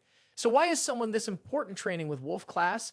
The main story has clearly started to go off track, and now it's pretty much falling apart when you think about it. Leon never ended up receiving the Sword Saint title, and that became a significant issue in his past life. But Leon can't inherit the Sword Saint family legacy because he's not part of the Nebulon bloodline, so it doesn't matter. That doesn't make the situation any less uncomfortable for Geomma though, especially with the jealous Glarus' classmates keep shooting him. With how close Siegfried is to Geomma, it almost looks like they're running together. Siegfried also takes moments to educate Geomma, telling him the foundation of any warrior comes from their physical strength and endurance. No matter how talented or outstanding someone is, it's completely worthless if their body cannot support it. Once he gets Geomma motivated, Siegfried runs ahead, expecting his student to keep up with him. After their running laps are done, it's time for field training. For this session, personal weapons are strictly prohibited. Instead, the students will have to use one of the weapons provided by the school and learn to master it. Siegfried dumps a variety of different weapons onto the ground. He notices that there's even a sashimi knife among the pile. The rest of the students are surprised by this sudden condition their teacher has given them. One of them asks, why wouldn't it be better to just use the weapons passed down by our families? That's because the basics are more important than anything else. The more a person relies on high-grade weapons, the more they will start to neglect their training, and it's easy to mistake the power of a weapon for one's own strength. At the end of the day, a master can never blame their equipment. Those words resonate with Geomma specifically, and he nods his head in agreement. With no more room for idle chit-chat, the Sword Emperor tells the student, pick up the weapons and master the basics with them. Cadets who can handle ordinary weapons skillfully also have a high probability of receiving a high score in the class, which will affect their promotion evaluation at the end of the year. That additional bit of information gets the rest of the students excited, and they rush to pick up any weapon they can find. Geomma naturally goes towards the sashimi knife lying unnoticed on the floor. As soon as he picks it up, he notices Siegfried's eyes watching him. The students gather together again after picking up their weapons. Siegfried then tells them, we will spend the day getting accustomed to our new weapons by performing one-on-one training between the cadets without a subspace. To make sure that the students don't go overboard with their training, Siegfried suggests that he give a demonstration of proper sparring. Li Wenbin prepares himself to spar against the Sword Emperor, but his shivering in fear makes it obvious that he's not prepared for this in his entire life. This has to be the biggest crisis he has ever faced. However, Siegfried has a different idea in mind. He calls for Geomma to come forward for the spar. Siegfried is also holding one of the novice weapons from the pile of old tools, but in his hands the piece of junk looks especially sharp. The other students are still jealous and confused by the fact that the Sword Emperor himself is calling Geomma out personally. Geomma steps forward, and before they start, Siegfried asks, have your bones healed? Once Geomma gives a positive answer, Siegfried tells our MC, pick up your sword. This is just a sparring match, but Geomma thinks this is way too much. If he crosses swords with the Sword Emperor, it's clear that this won't end easily. If things get out of hand, at least one of them will lose a hand. And if they're unlucky, even a head could roll. Despite those thoughts though, maybe because of the influence of divine power, Geomma feels ready. His instincts are craving a fight. Geomma tries to de-escalate the situation. You're nothing compared to the Sword Emperor, he says. So Siegfried, lower your sword. The rest of his classmates mock him behind his back, making fun of the fact that he's chickening out of the fight. Siegfried, however, isn't impressed. He calls Geomma out. Stop hiding your power, he says. As a swordsman, you're not living up to your potential. There's no reason for you to have such extraordinary talent and still act like a coward. The word pride has been engraved in Geomma's heart ever since he claimed the title of the greatest swordsman in the country. Those characteristics, pride and determination, are the very reason he never put down his sword. The provocation from the Sword Emperor is meant to test him. If he falls for it now, he'll regret it for a long time. Still, he can't ignore his pride as a swordsman, nor his growing urge to fight. Li Wenbin notices Geomma's change in demeanor. He rushes forward to stop what's about to happen, but Siegfried stops him. It seems Geomma has already made up his mind. Geomma pulls the sashimi knife from its cover, preparing for the fight. The two of them stare each other down for a moment, and even at 70, Siegfried can vividly recognize the enlightenment he gained through the sword. When he was younger, he had memories of a one-armed wandering knight teaching him the way of the sword. The swordsmanship that the knight showed him was undoubtedly at the level of a certain realm, and now the boy that he has been keeping an eye on since the allocation test, Geomma, might be the person who will lead him to that realm. Geomma takes the initiative and charges at Siegfried, but the swordmaster is ready. He greets him with a slash of his sword. Geomma is quick enough to dodge and then turns around for another strike, causing Siegfried to deflect with his sword. The two clash again. The boldness of Geomma to charge in head-on, without avoiding the strike, is almost inspiring to Siegfried. As the two continue to fight, Siegfried notices that even Geomma's physical capabilities have increased a lot. He can even push the Sword Emperor back so effortlessly. However, his sword isn't light either, and Siegfried is determined not to take this match lightly. Meanwhile, the other students watch the two of them fight, but they can't tell what's going on. From what they can tell, Geomma just got lucky during the matchup in the last subspace sparring with Knox. And yet, even the Sword Emperor seems to care a lot about Geomma, who is just a special admission student. They at least hope that the Sword Emperor will give him a proper lesson that will leave him crying. And yet, after several minutes of watching, the two of them are just standing there, staring at each other. Lee Won-bin knows what's really happening, though. They aren't just standing still. They have reached a level that the Wolf-class instructor doubted was even possible. Before the spar, he warned Siegfried that if the headmaster found out about this, things might get out of hand. On top of that, the other cadets can also be affected. But Siegfried assured him that he has no intentions of crossing real swords with Geomma. The older man already knows that our MC has the power to cross into a special place. The place is called the Mental Realm. To enter this place and withstand a battle with Siegfried, Geomma must be on an entirely different level than they even gave him credit for. A duel in the Mental Realm is an intense battle of wits, and Siegfried can tell, just from the short time they've crossed swords, that Geomma is growing at an impressive rate. If that's the case, the Sword Emperor might have to take things to another level as well. He activates a powerful blessing called the Sword Spirit Protection. Even outside the Mental Realm, the students can feel the intense pressure coming from the two of them. The blue light emanating from Siegfried's sword is definitely some sort of aura. It looks like the battle was so intense that the two of them broke out of the Mental Realm and returned to reality. Things are starting to get out of hand. If Lee Won-bin doesn't do something to stop this, there will definitely be bloodshed. Before he can intervene, though, Geomma and Siegfried take off and launch at each other. But a loud cry stops them both in their tracks. Media, she yells, arriving just before they can cross swords again. Her presence causes the ground beneath her to break apart with her anger.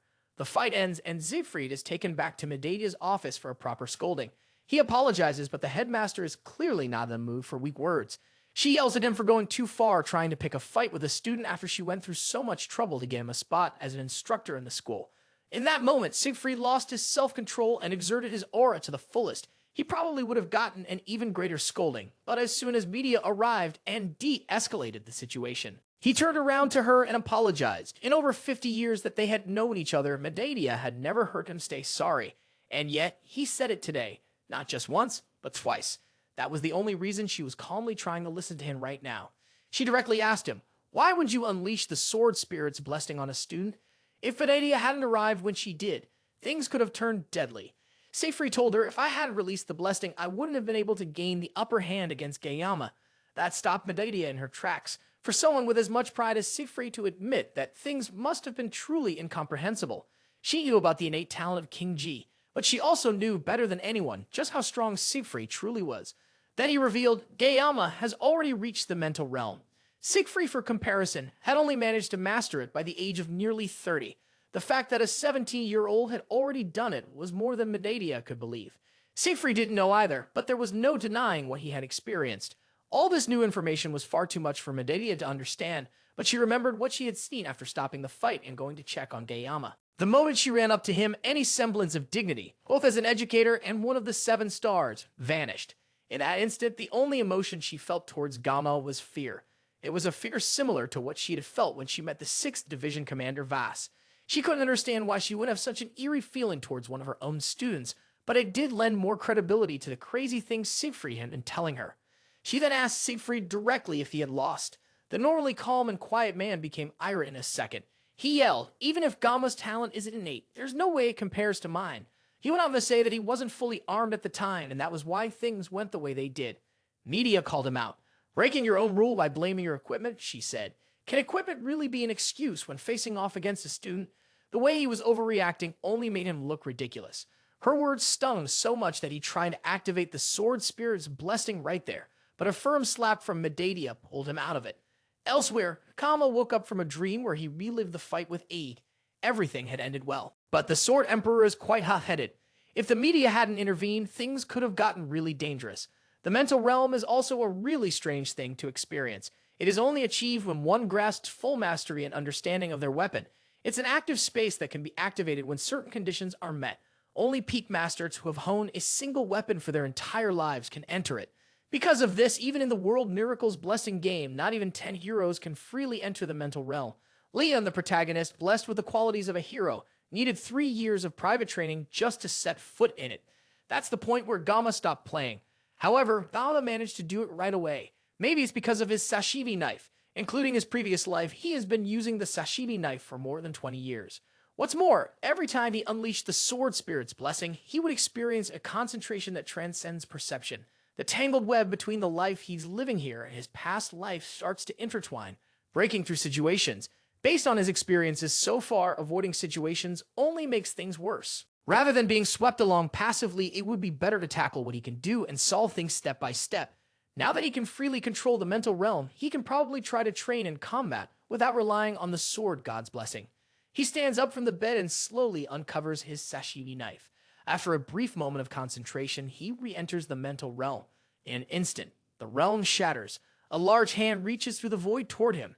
It stretches down, and a single finger touches Geomma's shoulder, snapping him out of his trance. The hand fills the weapon with aura. Whatever it is, though, it's too much for the knife, and the weapon disintegrates.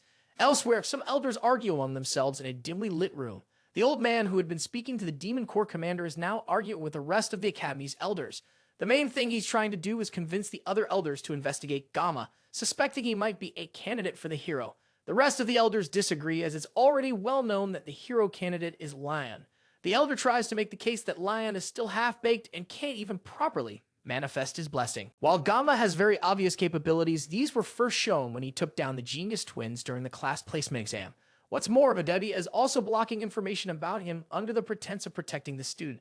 Everything about him is just way too suspicious, and it means they have to investigate. He also reminds them that the 7 stars have been meddling far too much in their affairs, and since Medadia, one of the 7 stars, became the Academy director, their standing as elders has been severely weakened. After Basim was defeated, the public only looked at the 7 stars while treating the elders like outdated relics.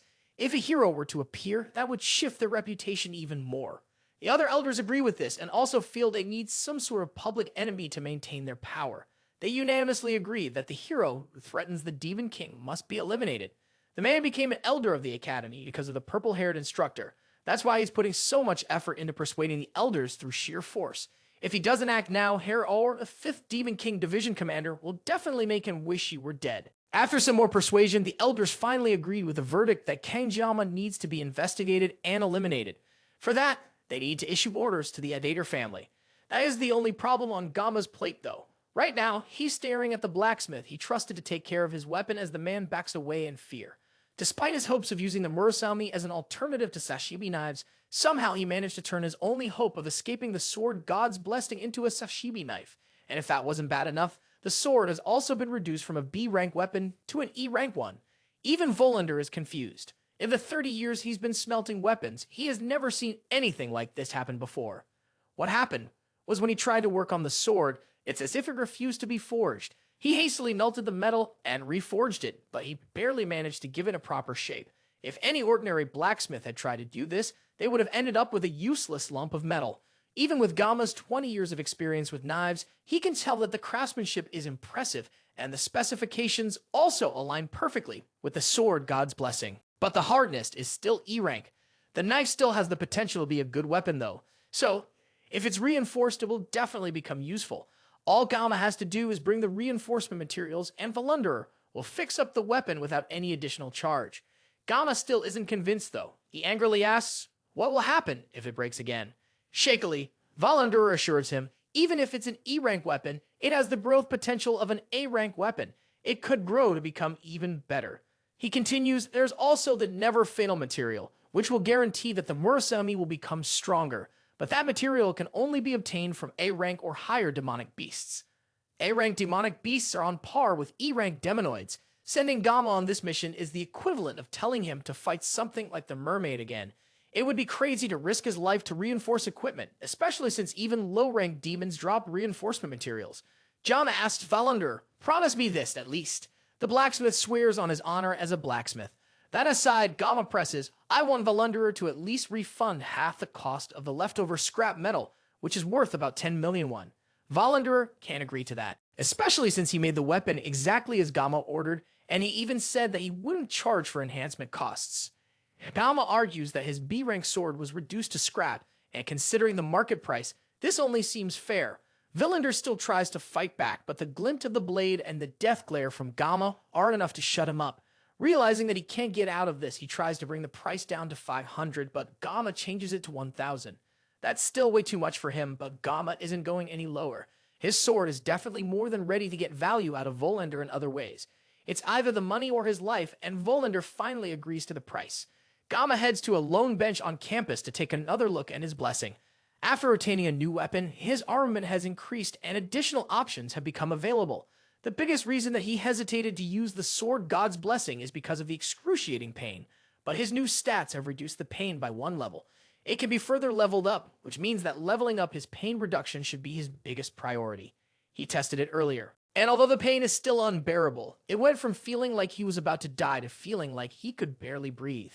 Still, if just 1 level reduces the pain this much, then constant leveling means that he might one day be able to use the Sword God's Blessing without pain. It seems like armament increases when he obtains new weapons or enhances them. Now that the midterms are over, weapon enhancement should be his top priority to increase his levels.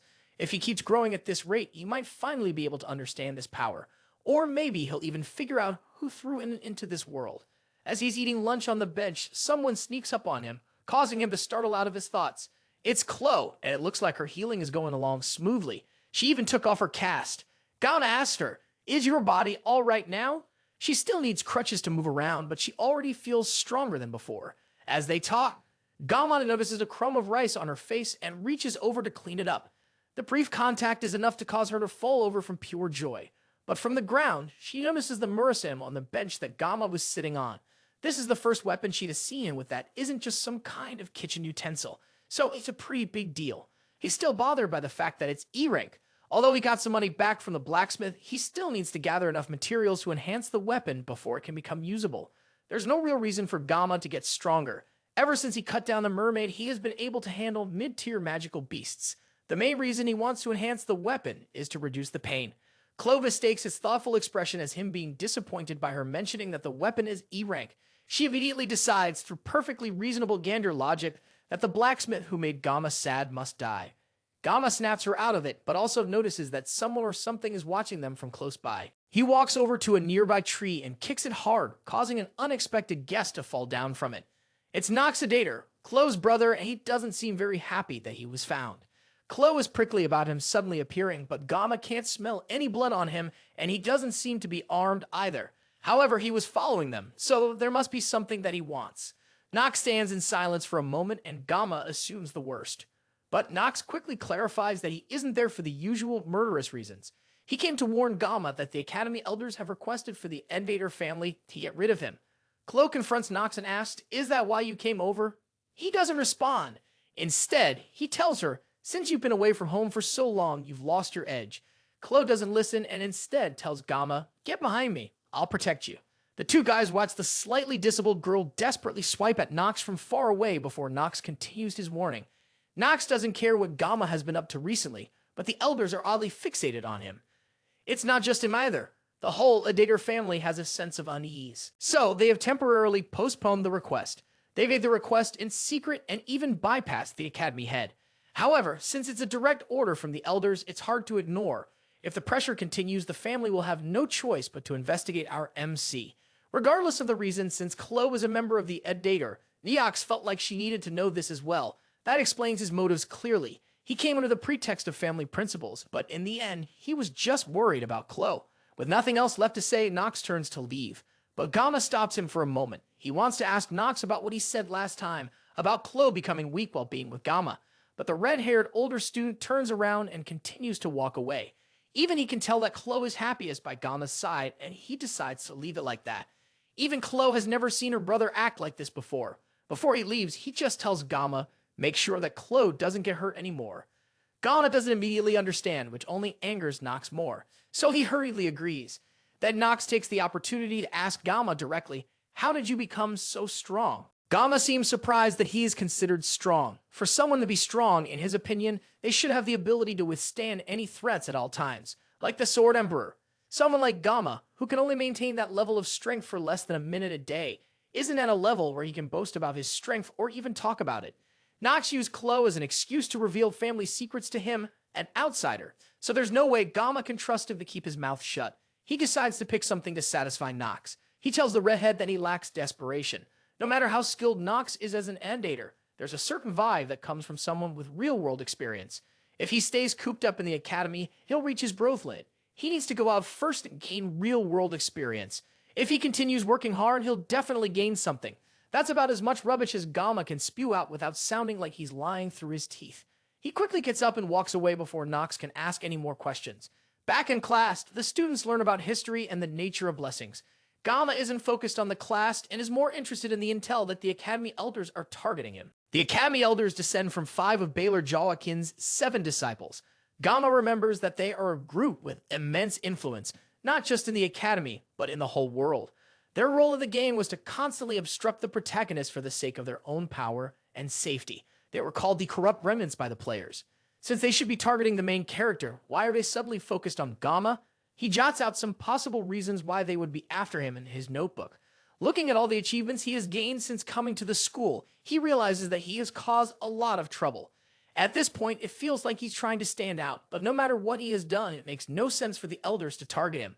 One moment that stands out to him was the mermaid he fought on Scopuli Island. It's clear that the mermaid wasn't after him, but Lion, who is an obstacle in their way. No matter how well the media covered the incident up, the fact that he defeated the mermaid must have reached the ears of the highest ranks in noble society. The fact that they were targeting Lion, a hero candidate, means that someone among them, or perhaps all of them, are colluding with the demons. They didn't just try to obstruct him either. They tried to kill him. All of this is just to preserve their own power over the safety of humanity and the Academy. The whole scheme is beyond rotten. Geomma could easily storm into the Elders' chambers and cut them all down, but it's not the right time for that yet. However, when the time comes, Geomma will definitely cut them all down. With this new piece of information, it solidifies his decision to go to the dungeon to get weapon enhancement materials.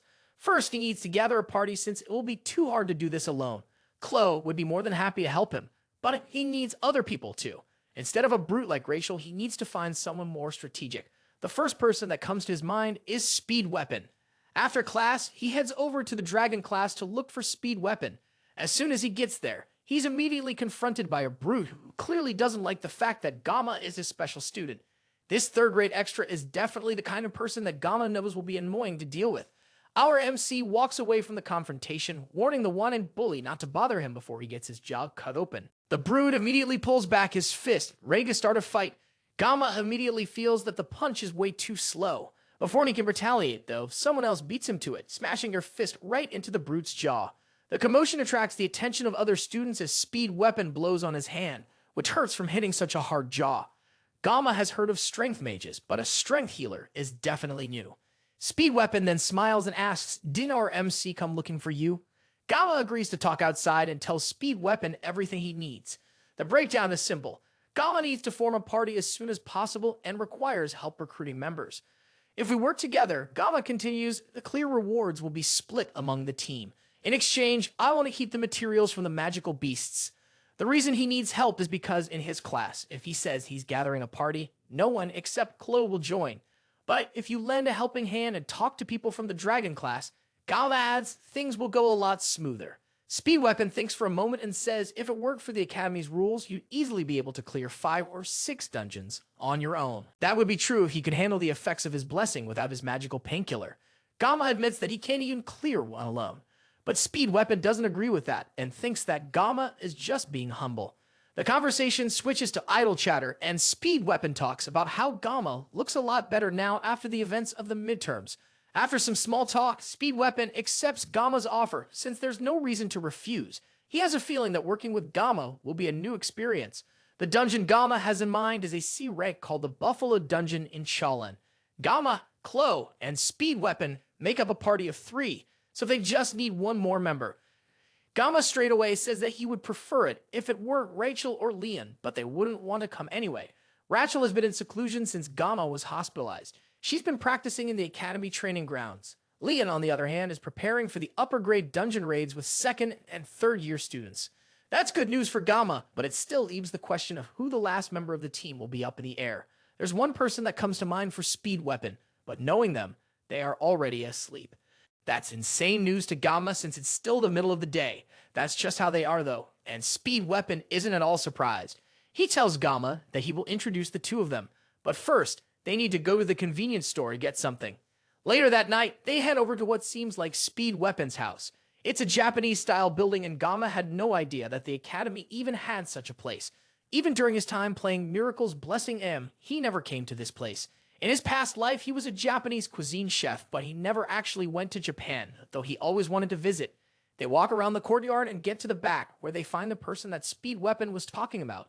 And just like he predicted, she's fast asleep. He walks up to try and wake her up, but it's clearly not working. So instead, he leans down and whispers in her ear that he brought it. What that thing is, Geomma doesn't know, but it seems to wake her up immediately. Then Speed Weapon points at Geomma and tells her that what she wants is with him. Without wasting a beat, she sprints toward our MC and snatches the bag he's holding in his hand. The speed with which she snatches the item from his hand is unbelievable. Causes her to spin midair and land on top of him. Geomma is left in shock as the new girl lays on his chest, eating the treats that he and Speed Weapon bought from the convenience store. While he's trying to figure out what in the world just happened, she asked him, while still laying on his chest, if he had any more yang, which is a Korean dessert made of bean paste. In Geomma's past life, after living a life of nothing but work, there was Miracle Blessing M and escaped from living a life surrounded by men. And like any gacha addict, our MC sat hopeful on his poor throne, after sending a concerning amount of money, praying that RNG would be on his side. The angel who made him spend all his money was none other than Abel von Nibelung, and just like any other gacha addict, he's immensely disappointed when he finds out that RNG will never be on your side. It's more likely to spit in your face as a standard, but equally rare. Character flashes on his screen, asking if he has any yang. Her name is Saki Ryo, and her beautiful appearance on his screen only further makes him realize that gacha games are a scam. Miracle Blessing M is a narrative centered around the protagonist. Leon also features numerous heroines. Among them, the character officially known as the main heroine by the developers is Abel von Nibelung. Each heroine has her unique charm and abilities, but the story in the game mainly focuses on Lion and Abel overcoming hardships and the beginning of their blossoming love. Even Geomma, in his old life as a filthy gambling addict, found himself captivated by Abel's charm. He opened his wallet, dumping a concerning amount of funds to acquire her. As a result, the other heroines gradually faded into the background. Among the heroines, the one who faded the fastest was Geomma's very first 5-star. Just like in his past life, she unceremoniously landed on his chest, asking him for her favorite snack. When he doesn't immediately answer her, Raizo turns around, disappointed, and calls him foolish. Even with how nonchalant and lazy she seems, Ryo is a top-tier DPS among all the ranged attackers. She's also a skill-based character, different from Lion. Plus, since she barely impacts the main story, her joining the party won't disrupt the plot. Recruiting her will be fine for Geomma, right? Speed Weapon holds up another piece of candy nervously. She snatches it out of his hand and tells him to spit out what he wants from her. Weapon gets to the point. He points out that Geomma came to him in the afternoon, and he's looking to form a team for the Buffalo Dungeon Raid in a week's time. Ryo looks at him quizzically for a moment. Then she walks up to him and asks, "Are you the one who fought the upperclassmen back in the subspace training?" Geomma doesn't immediately answer. The two of them stare at each other for a while. Then Ryo turns and walks away without a care. The dungeon clearly reflects on their grades, and there's no real reason for her to refuse. But Geomma seems to lack the conviction she would have liked to see. It's pretty odd for her to judge someone when she's still half asleep, but she makes it clear that she doesn't want to work with someone who seems so unmotivated. Speed Weapon tries to advocate for Geomma by reminding Ryo about the fight that happened recently, but she still isn't convinced. Then Speed Weapon almost accidentally blurts out what happened in the midterms with the mermaid. He quickly covers his tracks before she can get curious about it. He turns it around on her, reminding her that she drools over young Gang without a care in the world. Geomma just watches the two of them argue, and he's not impressed. A party member can be greedy or rude, but not both. There's no reason for Geomma to waste his time begging her. He turns around and calls for Speed Weapon to follow. They don't need her uncooperative attitude poisoning their party. Ryo coldly asks him, is the dungeon raid really that unimportant? The two have a brief stare-off again. Then, without warning, he pulls out a knife concealed in his belt and tosses it at one of her archery targets without looking. The knife hits dead center, and before Ryo can process what happened, he throws another one. It lands perfectly in the handle of the first knife. Rio falls over in shock. Gamma asks her simply, "Are you interested in our party now?" The next day, Rio is the first person waiting for them in their meeting room. She greets Speed Weapon and Chloe, who both enter first. Then she nervously greets Gamma as he sits down. They get straight to the point. The permits for clearing the dungeon are ready, so it's time to start talking about how they are going to tackle it. Speed Weapon steps up to a board in the room and starts explaining the details of the dungeon.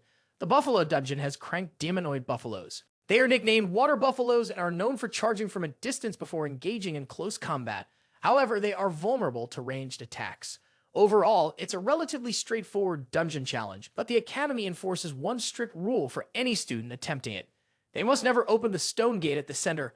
Rumors suggest that there may be some kind of seal on the gate, but this is purely speculation and remains unconfirmed. The Academy's permit also specifies that the gate must remain closed, so there is no reason to break that rule. Gamma, looking slightly uneasy, agrees that they should never open it. Still, his tone makes it seem as if he knows more than he's letting on. When asked whether he knows what lies behind the gate, he denies it and advises them not to touch it. In truth, he knows there is a hidden boss behind the door and that it only opens under certain conditions. For now, it remains locked by the system. Setting aside the risk of accidentally opening the gate, their progress is highly efficient. At this moment, Gamma turns his attention to Rio, who is happily enjoying another Ongen candy. She seems to have a particular fondness for it and justifies herself by saying the brain needs its sugar. As they talk, he notices something ominous in the area. Well, other than Chloe preparing to murder any girl that looks in Gamma's direction, they are watching him, and they will definitely appear when the time comes. Later that day, they start their journey to Gamaldone, where the dungeon is. When Gamma was discharged from the army, he swore to never go back to that city. But now, here he is willingly organizing a group to go there together. The bus stops at a checkpoint, and the driver has to inform the armed men that they are students from Hoken Academy. It looks like there are civilian restrictions preventing just anyone from going into the dungeon zone. He could feel that the elders were watching him, and he also felt like something bad might come out of this trip. Speed Weapon pulls him out of his thoughts and offers him some eggs. Want some? Gamma refuses, and Speed Weapon asks, "Are you getting nervous over a measly C-rank dungeon?" Then he asks Rio if she wants some eggs. Her response is a swift no. She idly stares out the window, not paying attention to the group. But for a moment, Gamma can feel her staring at him. He already feels watched enough by the Academy elders. But it looks like everyone is staring at him. The bus finally arrives at the place where ancient demons once nested. Now the place has been reduced to a simple farming dungeon. Speed Weapon notices that Gamma seems to have a lot of luggage and asks about it. He finds out that it's just a bag full of kitchen knives. The group walks towards the dungeon, and Chloe offers to take point as usual. With that, they confidently head toward the dungeon. At the dungeon's border, the guards watching the door have to confirm they are actually from Hoken Academy. They ask the 4 students to sign a visitor log. One of the guards seems especially curious as he watches Gamma write his name down. Speed Weapon calls him over to the dungeon before the guard can talk to the man, and the large mechanical door opens for them. Geomma glances behind him one more time as the doors close. The man continues watching them from outside. On the wall of the dungeon, there are cute little signatures and drawings from students who have been here before. Looking at them makes this place feel more like a tourist spot than a dungeon. He feels a tug on his arm and turns around to see Rio, looking tired and out of breath. She asks him if he has something sweet to make her feel better, and Gamma reaches into his pocket and pulls out a piece of candy. Candy isn't really her thing, though, she says. "Do you have any young?" Gamma looks at her, unfazed. "I'm not here to babysit anyone. Bring your own." She shrugs. "I'm saving mine for later." Their conversation is cut short as Chloe notices some monsters charging at them from 200 meters away. Speed Weapon turns to ensure the rest of the group sticks to the plan. He readies himself to buff the attackers. Saki pulls out her weapon and prepares for battle. Gamma takes note of her weapon, a Crimson Bow, an S-grade weapon. With that kind of powerhouse weapon, clearing the dungeon will be a breeze. But the question is, can he trust Rio to pull her weight? Especially since she's taking a moment to munch on another bar of her favorite snack before the monsters arrive. The monsters charge through the dungeon cave, and Chloe fearlessly rushes toward them, dual crossbows in hand. She leaps into the air, firing 2 shots. Both crossbow bolts find their mark, piercing the eyes of 2 monsters. They stumble back, but the others rush past their fallen comrades, continuing their relentless charge toward Chloe. Without hesitation, the red-haired girl pulls a sword from her back. Speed Weapon shouts, "Fall back!" But Rio is faster, shooting 3 arrows straight at the monsters and taking out 3 in turn before they can reach Chloe. Geomma is impressed by her skills, but he's more concerned about her breaking the horns he needs for his weapon enhancement. Regardless of her attack power, though, a hard carry is still a carry, and she's a skilled DPS who can't be stopped. They end deeper, but one of the monsters that didn't fully die suddenly gets up and charges straight at Rio before she can react. She turns to try and take it down, but her foot catches on a rock, and she starts to fall with no way to defend herself. She falls to the ground and quickly takes up a defensive position, but luckily for her, Geomma is there just in time to catch her fall and cut down the monster before it can reach her.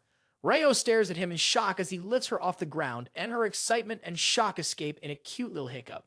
Meanwhile, outside the dungeon, the same man who had been eyeing Geomma earlier answers a phone call from an unknown person.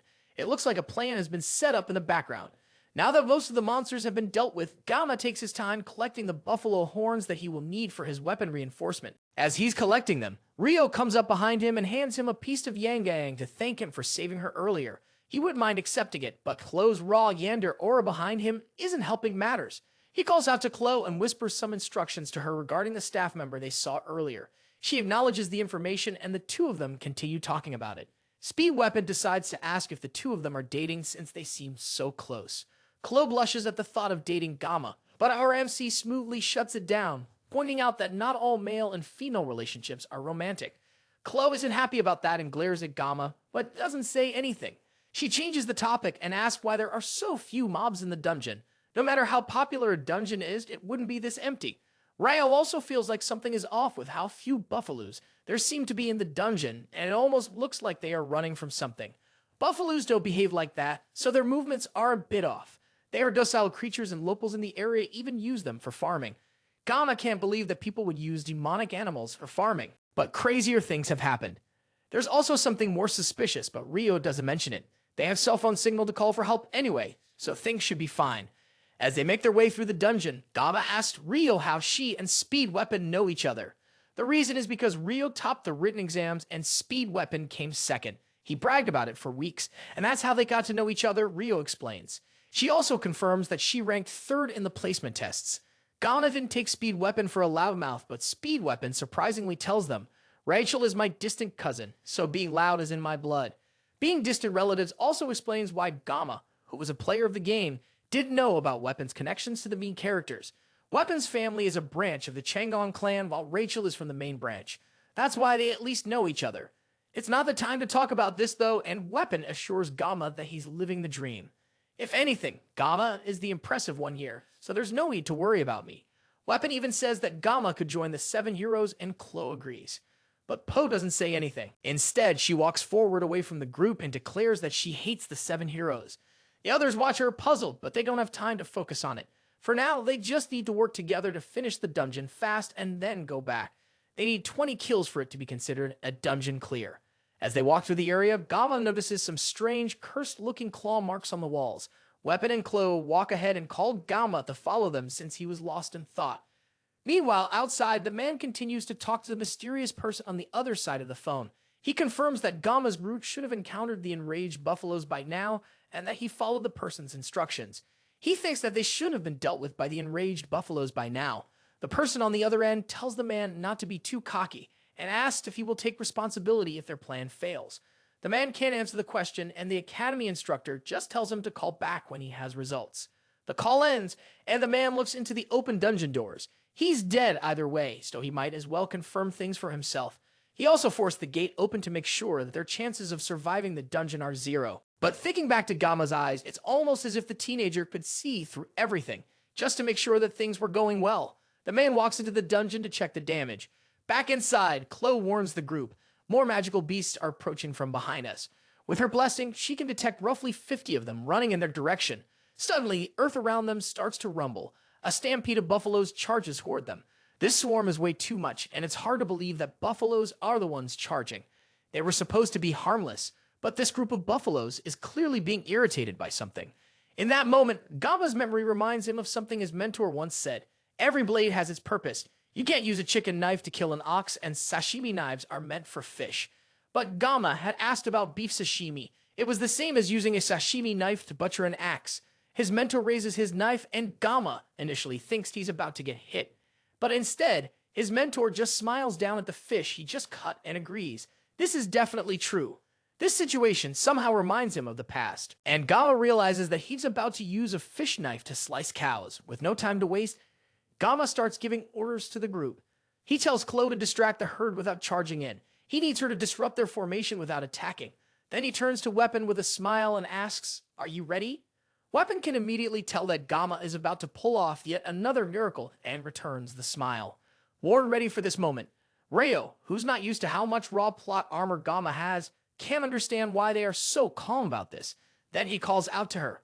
"Hold down the front and stop anything that gets close," he tells her. She shakily agrees, then asks Weapon, "Why does Gamma seem so calm?" Ryo simply tells her, "Don't be too surprised when you see what's about to happen next." A herd of 50 buffaloes is still a lot of buffaloes, and that's why he came prepared with an army of sashimi knives. One of the closest buffaloes finally makes it to the group, and Gamma tosses his knives at it like throwing knives. In just a matter of minutes, the 50 buffaloes are reduced to nothing but hunks of meat under Gamma. Ryo is so shocked that she even drops her young gang. Everything happened in a split second. Chloe rushed in with her felines blessing, attacking some of the raging buffaloes while dodging the rest. She created the perfect distraction for Gamma. Then our MC jumped in with his throwing knives, cutting through dozens of them without stopping. The roar of the buffaloes caused him to stagger and freeze. The others seized the opportunity to pile on top of him. At one point, Ryo started to get worried, thinking that Gamma might be overwhelmed by the sheer number of buffaloes on top of him. But in an instant, the large mass of buffaloes was blown away in slices of flesh. Nothing was left standing except Gamma's team. After that amazing display of skill, Gamma simply put away his knife and began gathering the horns into his bag for later. Thanks to the painless blessing, which lasted 40 seconds now, taking down the buffaloes was a breeze. As Chloe came to congratulate him on yet another job well done, Gamma remembered that he couldn't have done it without his party's help. As they chatted idly, Ryo continued to stare at Gamma in absolute shock. Speed Weapon told her not to be so surprised, since he had warned her about Gamma's skill. But even he wasn't surprised that she was speechless, because honestly, even he couldn't believe it. As they watch Gamma and Chloe stand over the pile of corpses, the two of them wonder what kind of monster Gamma really is. The group continues their trek towards the dungeon entrance. The clear condition for the dungeon was 20 buffaloes, and Gamma managed to solo it twice. RFC tries to argue that he didn't do anything during the midterms, and Speed Weapon wants to remind him of his battle with the mermaid. But then he remembers that people aren't supposed to know about that. He changes the conversation after remembering that Ryo is with them, and they continue walking towards the exit. As they move, though, Chloe notices that the area is uncharacteristically quiet.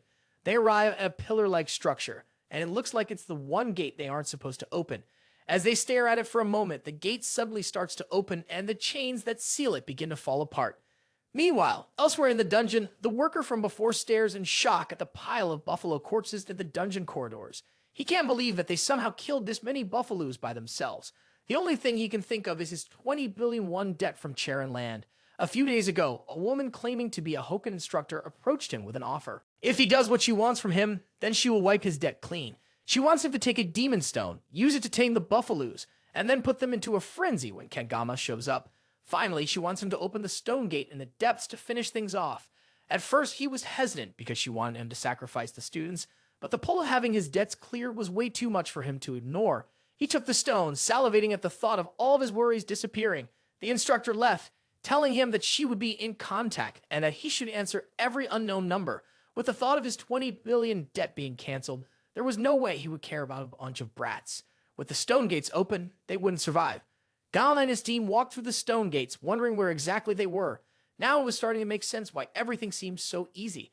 They had walked right into a trap, and it was all because Gamma didn't trust his gut. The gate only opens when the giant's demon stone is brought into the dungeon. The demon stone was a mid-game quest item, and the fragments from earlier were pieces of the giant's mana stone. He didn't expect the door to be left open with just those fragments, though. If this follows the game's story, then the reward for clearing this place is huge, but he needs to focus on surviving first. He can see something on the second door. There's a single red line carved into the stone gate, which is supposed to be indestructible. But he's used up all 40 seconds of his painless blessing when he was fighting the buffaloes. The Murasami should hold out for a little longer. It should allow him to slash the gate and get out before it shatters. Before he can try it out, a massive presence causes the students to pause and turn around. It's a large buffalo that looks incredibly powerful. However, the reward for beating this massive buffalo is the Blessing of Transition. This ability transfers and amplifies the owner's blessing to a chosen target for a single use only. The monster guarding this amazing reward is an A-grade demon, the Minotaurus, also known as the Buffalo King. The torches in the room start to light up by themselves, illuminating the Buffalo King and two other large buffaloes beside it. The left and right-wing buffaloes also look way more powerful than the rest of the buffaloes they faced before, and the demonic beast Buffalo King is also really intimidating. Even if Geomma slashes the gate so they can escape, once the thing awakens, it will be impossible for them to escape unscathed. This isn't like the midterms though. He knew nothing about the mermaid, but he had fought minotaurs before. At full strength, Geomma can take out 3 alone, but he's already used up all 40 seconds of his painless blessing. He needs to do this strategically. He asks Speed Weapon if he can cast a pain reduction buff, only needing it for 2 minutes. If Speed Weapon stops casting it for even a moment while God is fighting, then he is definitely going to get taken out. He leaves the small fries for Saki and Chloe, telling them that he will take out the big one on his own. With the plan laid out, the students get ready as the Buffalo King wakes up with a menacing roar. Geomma activates the blessing of the sword god, and he's immediately overtaken by a surge of pain that makes him cough up blood. However, thanks to the weapon's buff, he can at least move. The demon charges in for an attack, and Geomma rushes over as well, dodging the first strike and rushing to the side before it can recover. The pain from the sword god's blessing is still strong enough that he's barely able to keep his footing, vomiting blood as he does. But he's strong enough at least to go up against the buffalo. Geomma parries another attack and then rushes behind it, attempting to bring the beast down, but instead of succeeding, his move is met with a brutal kick from the massive creature, sending him flying back. He catches himself before he hits the ground, spitting out more blood from his mouth. Even the sensations he couldn't feel before, under the painless blessing, are starting to awaken. It's as if allowing himself to embrace the full power of the sword's blessing makes him feel free, liberated. Geomma rushes in for another attack, dodging a massive strike from the Buffalo King's axe, moving with a speed that the rest of the group can barely comprehend. The two monsters continue to battle, with Geomma skillfully evading every attack the buffalo throws at him.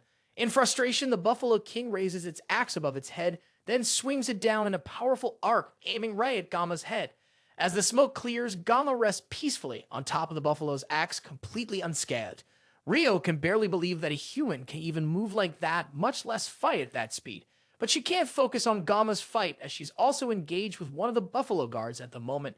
She knows the basic concepts, the types of fighting. Muscle control, stance, and leveraging kinetic energy are all part of a combat sense that breaks the enemy's center of gravity with minimal effort.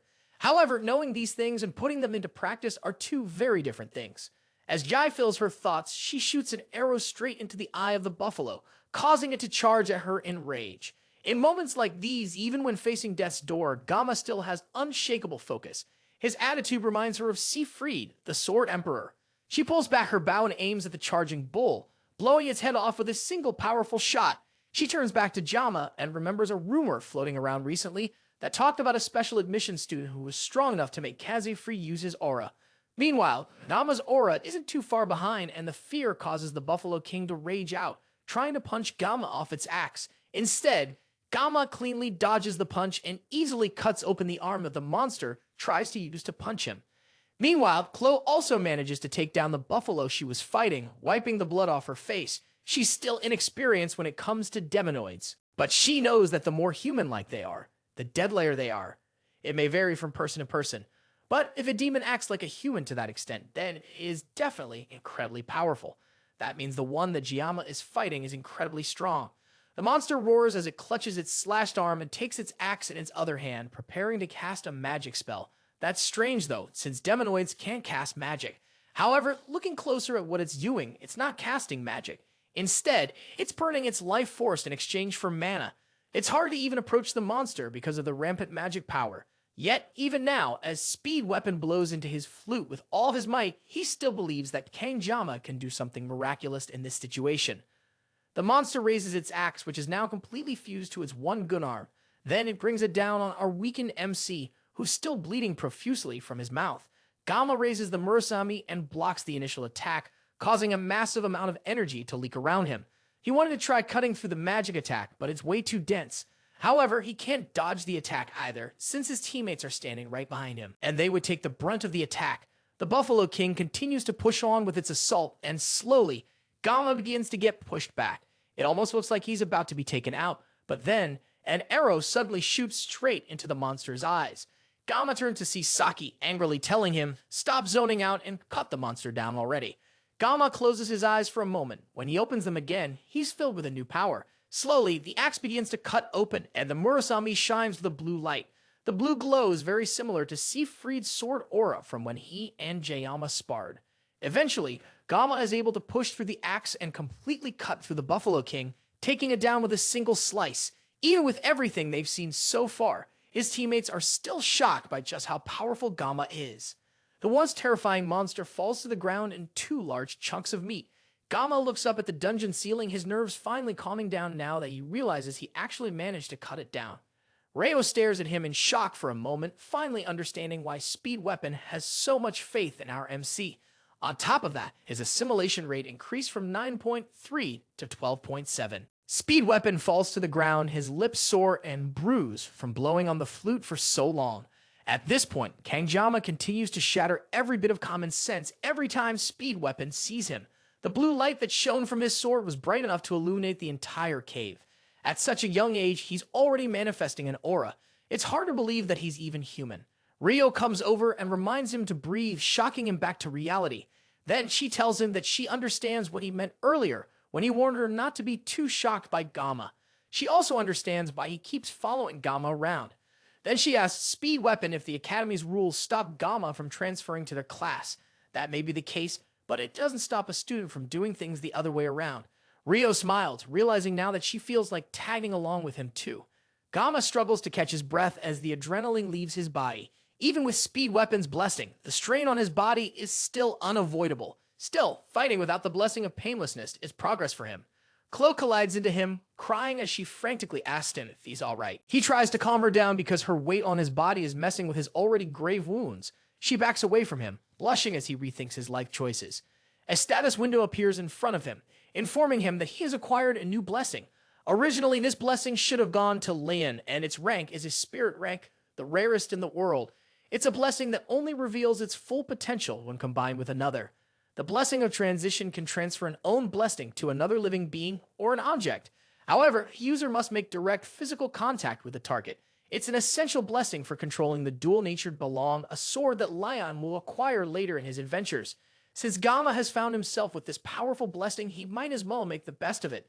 Then he notices someone watching them through the now open stone doors. He asks Chloe, "Do you remember the favor I asked for earlier?" In an instant, she crashes into the man before he has a chance to walk away. She then stabs a knife into his thigh, mobilizing him.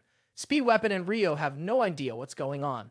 Gamma calmly walks to the man, explaining, "I asked Chloe to do me a favor earlier." The man tries to play innocent and asks, "What did I do to deserve this?" The other two quickly pick up on what's going on. The rampaging buffalo horde and the open stone gate were all caused by this person. It's a bit suspicious since there weren't any surveillance cameras inside the dungeon, but he just happened to show up on time. It's obvious he was targeting them, but they have no idea why. One thing Ryo is able to figure out quickly is that the staff member didn't pull this off by himself. Since he doesn't want to talk immediately, she and Gamma threaten him with his life if he continues refusing to speak. With certain death in front of him, he caves and admits that an academy instructor came to him a few days earlier. She offered to clear his gambling debt in exchange for helping her take out this group of students. Speedwapon can't believe someone would sell out a group of students over a simple gambling debt. He tries to defend himself, but that only makes Speedwapon angrier. Ryo holds him back from attacking the injured man and asks, what did the instructor look like? He tells them it was a woman with purple hair and eyes. She was also rather tall. Ryo quickly guesses a culprit is probably her class's assistant instructor. Her eyes were sharp, so she stood out to him. Speedweapon realized that she was probably the one behind the midterms incident as well. Ryo asked about it, and Gamma finally revealed to her that during the midterms they had run into a demonoid mermaid. She realized that the reason Lion ended up in the hospital was because he fought a demon. Now that Gamma had revealed it himself, Speedweapon didn't have to hide it anymore. He revealed that it was Gamma who had soloed the monster. She didn't even question it after seeing what Gamma had pulled off today. While they argued, Gamma stopped the recording on his phone. He had gathered all the information he needed from the staff member, meaning that he had outlived his usefulness.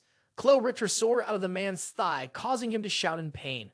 A dungeon that was never supposed to open had just happened to open, meaning that this was the perfect time to erase someone from existence. As Gamma turned to leave, he told the assassin of their group to take care of the trash. Chloe wasted no time. Her eyes shifted into yandere mode, and the man's cries only lasted for a second. As Gamo walked out of the dungeon, he mentally challenged Hoken Academy's elders and instructors, as well as anyone targeting him to come with all they have. No matter what they do, he will make sure to erase them all. Gamo returns to the academy with his reward from the dungeon, the Cow King's horn. It's the horn of Minotauros, the boss of the hidden water buffalo dungeon. The horn guarantees the success of weapon enhancement below A rank. He asks the blacksmith to enhance the Murasame with the Cow King's horn. The blacksmith is shocked that Gama brought back an A-grade beast material.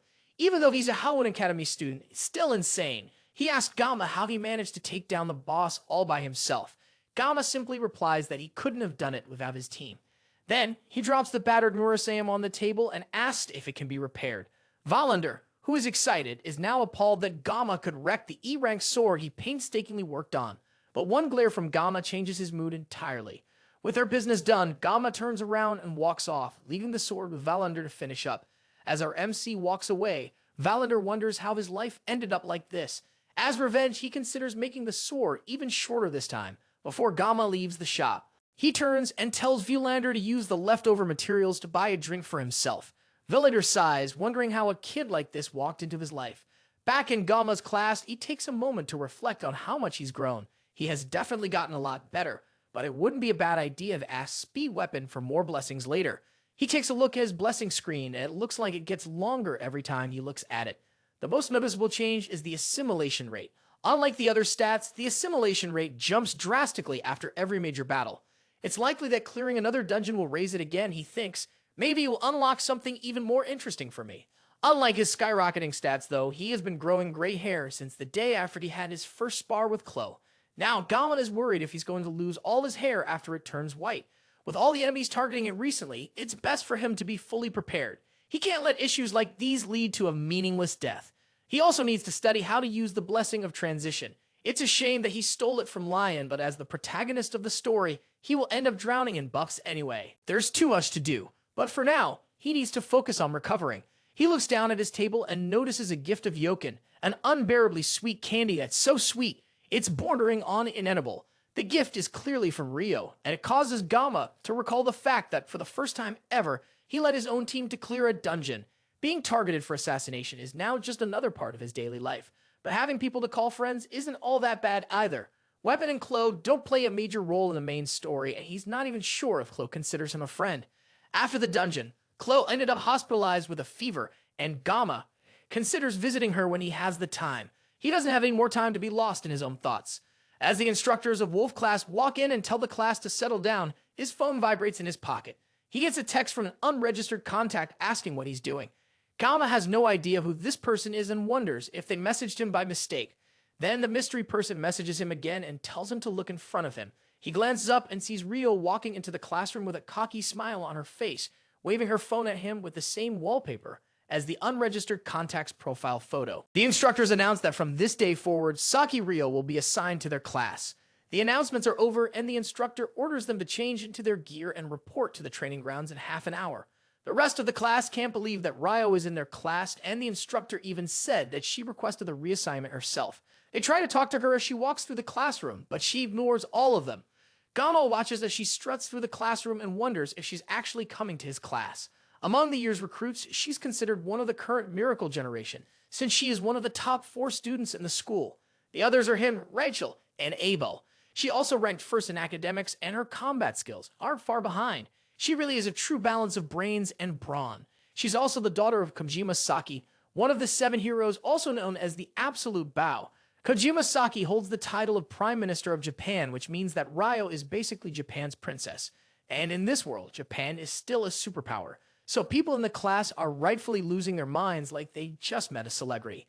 Everyone except Gama, who is desperately praying that she doesn't come and be him. When she smiled in his direction, Gama continued to ignore her.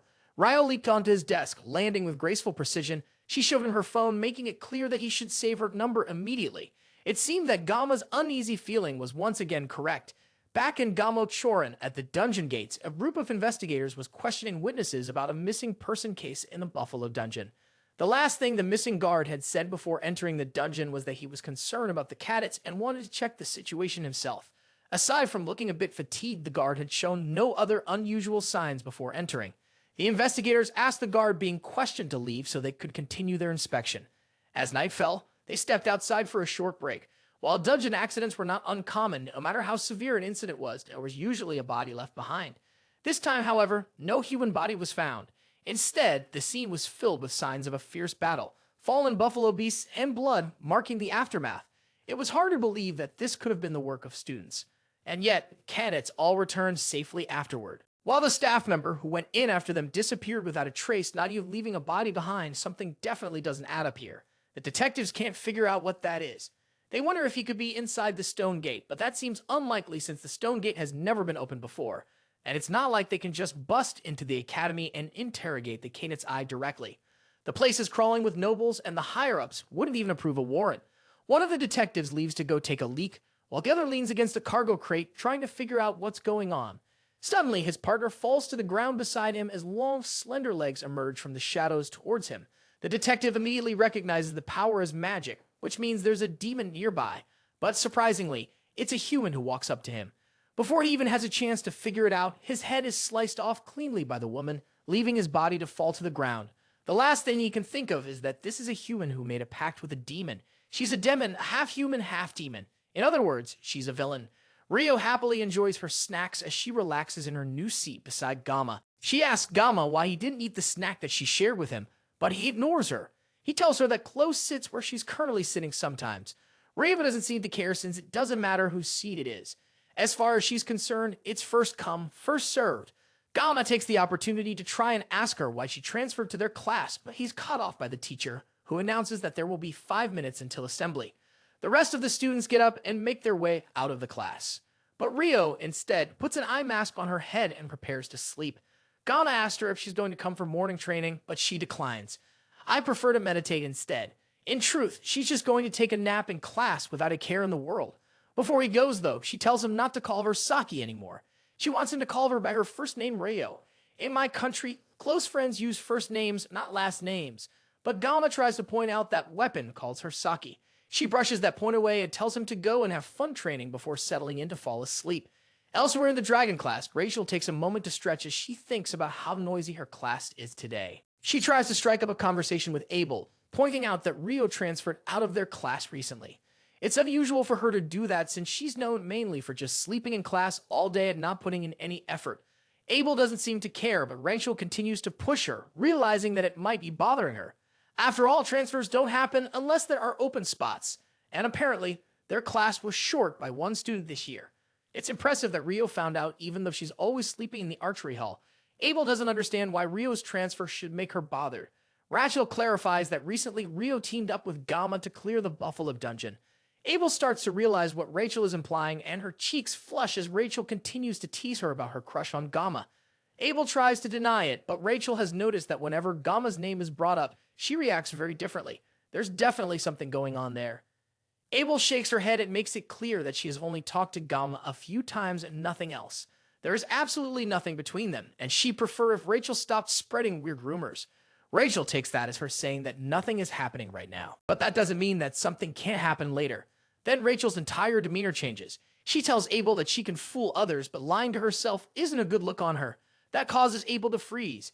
Rachel simply tells her to think about it. This reminds Abel of an interaction she had with her grandfather recently. He told her that he would start teaching at the school. Initially, she hated the idea, thinking that he was just joining the faculty to follow her around. She would hate that because she's already getting a lot of unwanted attention. But Siegfried clarifies that he's joining the school staff to keep an eye on the first-year students. After what happened in the midterms, Abel asked him for help, and that's why he's deciding to look after them. He assures her that she won't be bumping into him too much. Siegfried tries to hide it, but there's a sharp glint in his eyes that's impossible to hide. The swordmaster, who always seemed indifferent, is now suddenly stepping into the field. The only person that Abel thinks could possibly cause this kind of change in her grandfather is Geomma, a prodigy who disregards status and breaks through noble society purely with his strength alone. He also possesses a ridiculous level of talent that defies all logic. And even his background is that of a fast-track student. When Abel first met him, he was nothing but a scrawny kid sneaking around, but now he has grown into a strong, sharp-eyed young man. He's even more than Leon Reinhardt, who is supposed to be the hero candidate. Geomma is walking along the hero's path more clearly, and yet he never shows it off, never boasts about his achievements. He just quietly moves forward. If Geomma acted cocky even once, maybe she'd dislike him. but he's just so different that she can't help but acknowledge him. In fact, she's jealous because Seafried recognizes him, and that makes her feel even more ashamed. Rachel comes in with a mocking stare that breaks her out of her thoughts. Abel Rushidi tries to deny that she has any feelings for Geomma, and she doesn't even have the time or room to think about him. Rachel tells her, "It's a good thing you said that, because now you can go after Geomma with barely any competition. All you have to do is handle Rio, and there would be no competition." Back in Geomma's class, he's in a lecture where the teacher discusses blessings and how they rank. The rank of a blessing is determined by what spirit resides within it. If a guardian spirit is present, then it's a guardian level blessing. But if a true spirit is present, then it's considered a spirit level blessing. As the class goes on, Rio jolts up in her sleep before laying back down. It looks like even the professor can't wake her up. The class moves on regardless. It's been 2 days since Rio transferred, and she still hasn't revealed what her reason for joining the class is. That's mostly because she has been sleeping all day, so there's never a chance to ask. And if all she's doing is napping, then there's no reason for her to sit in the corner next to him. It's a good thing Chloe is still in the hospital, or things could get messy. Still, Rio covered for him after the dungeon incident, so everything wrapped up without too much trouble. She's on another level and way better than Weapon. The teacher continues the class, and the blessings are ranked in 4 categories. The least is a personal blessing, followed by a guardian and true blessing, with a heroic blessing being the strongest.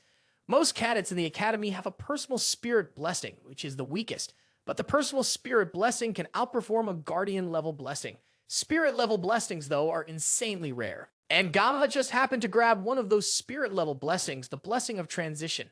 Then there are heroic level blessings, which are basically considered a legend.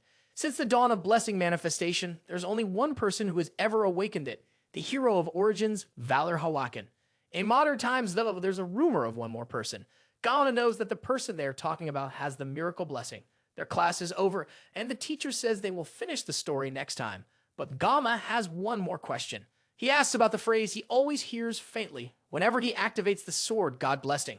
That phrase is, "May the blessing of the gods be with you." This causes the teacher to pause for a moment. Even Rio wakes up a bit. The teacher doesn't understand what he's talking about, but there's a flaw in what Geomma has said. There are no gods left in the world, which means there can be no blessing of the gods shared. As the teacher walks out of the class, Rio chuckles at Geomma for his embarrassing question. He asked her if she's done with sleeping, but she turns and goes back to sleep. Geomma doesn't blame her either, and decides that it's time for him to take a nap as well. As Gamma's consciousness fades, a message starts to appear in front of him. He wakes up, and there's a large message in front of him informing him that the GM has requested to have a conversation with him. Geomma suddenly finds himself in a very abstract world with lots of floating scrap all over the place as the message also floats in front of him. Then the notification changes to a question asking Geomma if he accepts to have a meeting with the GM or not. The message changes to read that the GM is interfering with the world line with code. World line is a word that Geomma hasn't heard before, and this whole thing doesn't make any sense to him. Suddenly, things become quiet, and a message comes saying that the dimensional gap is too large and that his current level is insufficient. He also hasn't met the requirements for the mysterious new trait yet either. Now, the question is if Geomma still wants to proceed despite all of that. He hesitates for a moment and takes a look around, trying to figure out what's going on. This environment doesn't feel like a dream to him, but there's a chance that he will finally find the answer to his sword God blessing, and the reason he is in this world in the first place. He accepts the meeting with the GM, and the world starts to transform as the worldwide code gets edited. Suddenly, the world around him breaks, and he's dumped into an area he is already familiar with. It's the same place he encountered the sword God's blessing for the first time at the academy entrance. Now he can see a light at the end of the area, and just like every time he's seen it, he could never tell how clear it is. But Geomma can still sense that he's getting closer, little by little. He just has to go a little bit further, do a little more, and he should be able to reach it. Suddenly, he hears a voice calling for him to wake up. A hand bursts through the darkness, grabbing his shoulder. The system detects an external interference and postpones a conversation with the GM in response. Geomma stretches out his hand as if trying to hold on to this reality, but the hand drags him out of the space by force. Before he's fully pulled out, the GM leaves a message for him. The message simply says that Geomma should cut and sever, no matter what it is. It ends with a blessing from the gods. Suddenly, Geomma is pulled back to the waking world. As Rio yells for him to wake up, he is always telling her not to sleep. And here he is taking a sweet nap himself. Her yapping is cut short as she notices that Geomma is crying and not really paying attention to her. Later that day, Geomma rests on a bench as his mind wanders back to the dream he had. Rio seemed genuinely concerned after she saw him crying, but Looking back at it, he can't even remember what happened in his dream. It's also embarrassing that he was caught crying by Rio of all people.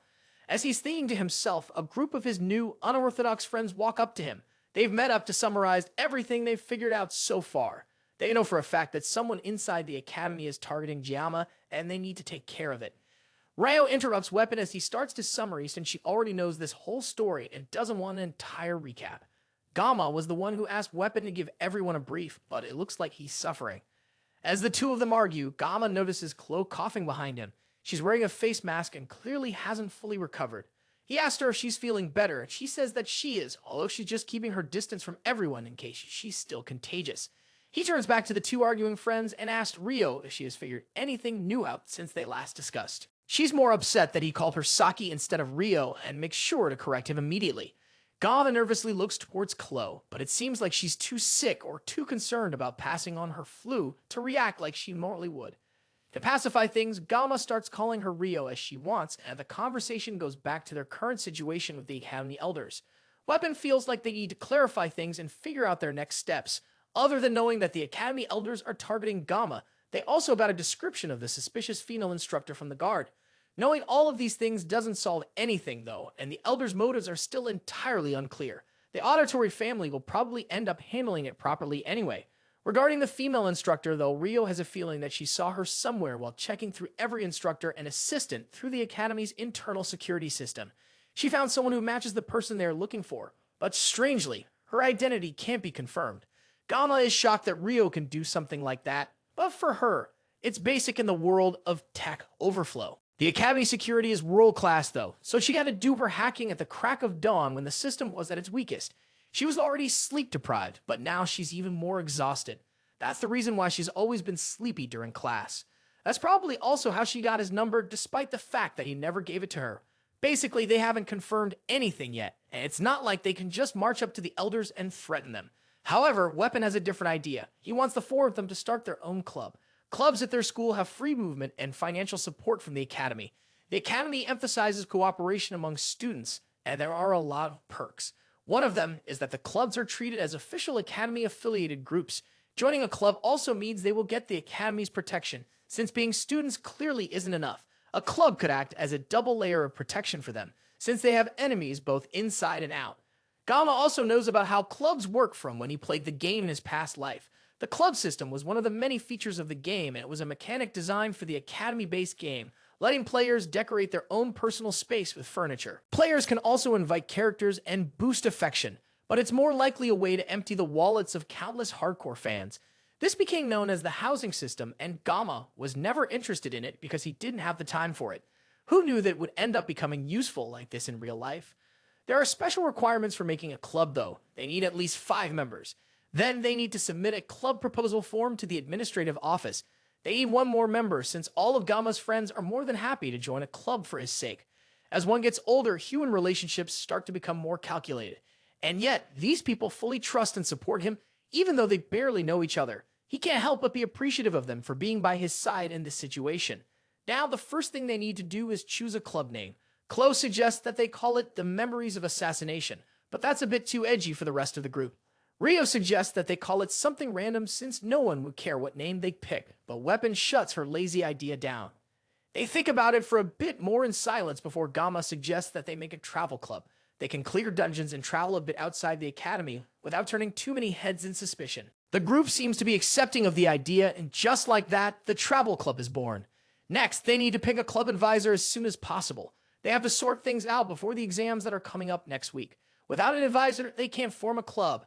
That's the trickiest part. Advisors must be at least professor level in the school. Chloe suggests, why don't we ask the professor from the Blessing Studies class? He's really popular and kind. The man is always so busy though, so it's unlikely that he'll agree, although he would have been perfect for the job. The Academy has over 500 staff members, but only about 30 professors. Narrowing it down to the ones who teach the first years, there are only 10 they can consider. The school encourages clubs, but there are many contradictions. They turn to Geomma and ask if he has anyone in mind. Geomma nods, having an idea. Since they need someone at professor level or higher, he knows exactly who to ask. There's one person, of course, who ranks higher than a professor in the Academy. When he reveals who he's talking about, the rest of the group can hardly believe he's serious. For their club to become a thing, the club president needs to apply in person. Geomma is obviously the president of the club, and he has to be the one to hand in the application at the administrative building. The woman handling the documents is immediately doubtful that Geomma could lead a club. It's hard to imagine that this person is an academy employee. She's openly looking down on him just because of his status as a special admissions student. Geomma tries to ignore the lady's condescending attitude and tells her to just process the application if it meets the criteria. The woman stands up and towers over Geomma completely. She tells him that to start a club, they need to have a faculty advisor. But from what she can see, Geomma doesn't have a professor willing to advise the club. Geomma asks the woman to explain what she means, but her thoughts are pretty obvious. She thinks that just because Geomma is a special admissions student, no professor at the academy would be willing to advise a club founded by him. With this background, the woman believes that Geomma wanting to start a club is the lost cause. Her attitude isn't that surprising. Geomma had little goodwill left for this place. But now, he's losing everything. Having worked nearly 20 years in the service industry, he has dealt with countless disgusting people, and keeping quiet is usually the best solution in these situations. However, that doesn't mean that he doesn't want to land a solid punch on this girl. Instead, though, Geomma pulls out his phone and calls someone who can solve this issue for him. He tells the person on the phone that he is currently in the admin office about to submit his club registration. The woman yells at Geomma for daring to answer a phone call right in front of her in the office.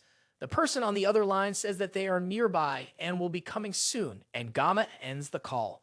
With the phone down, the woman takes the opportunity to lay into Geomma for having the nerve to disrespect her like that right in her own office. Geomma warns the woman to just follow the procedure since the person that he called is already on their way. In all this yelling and scolding, the large woman fails to notice her coworkers bow their heads and look away from the situation.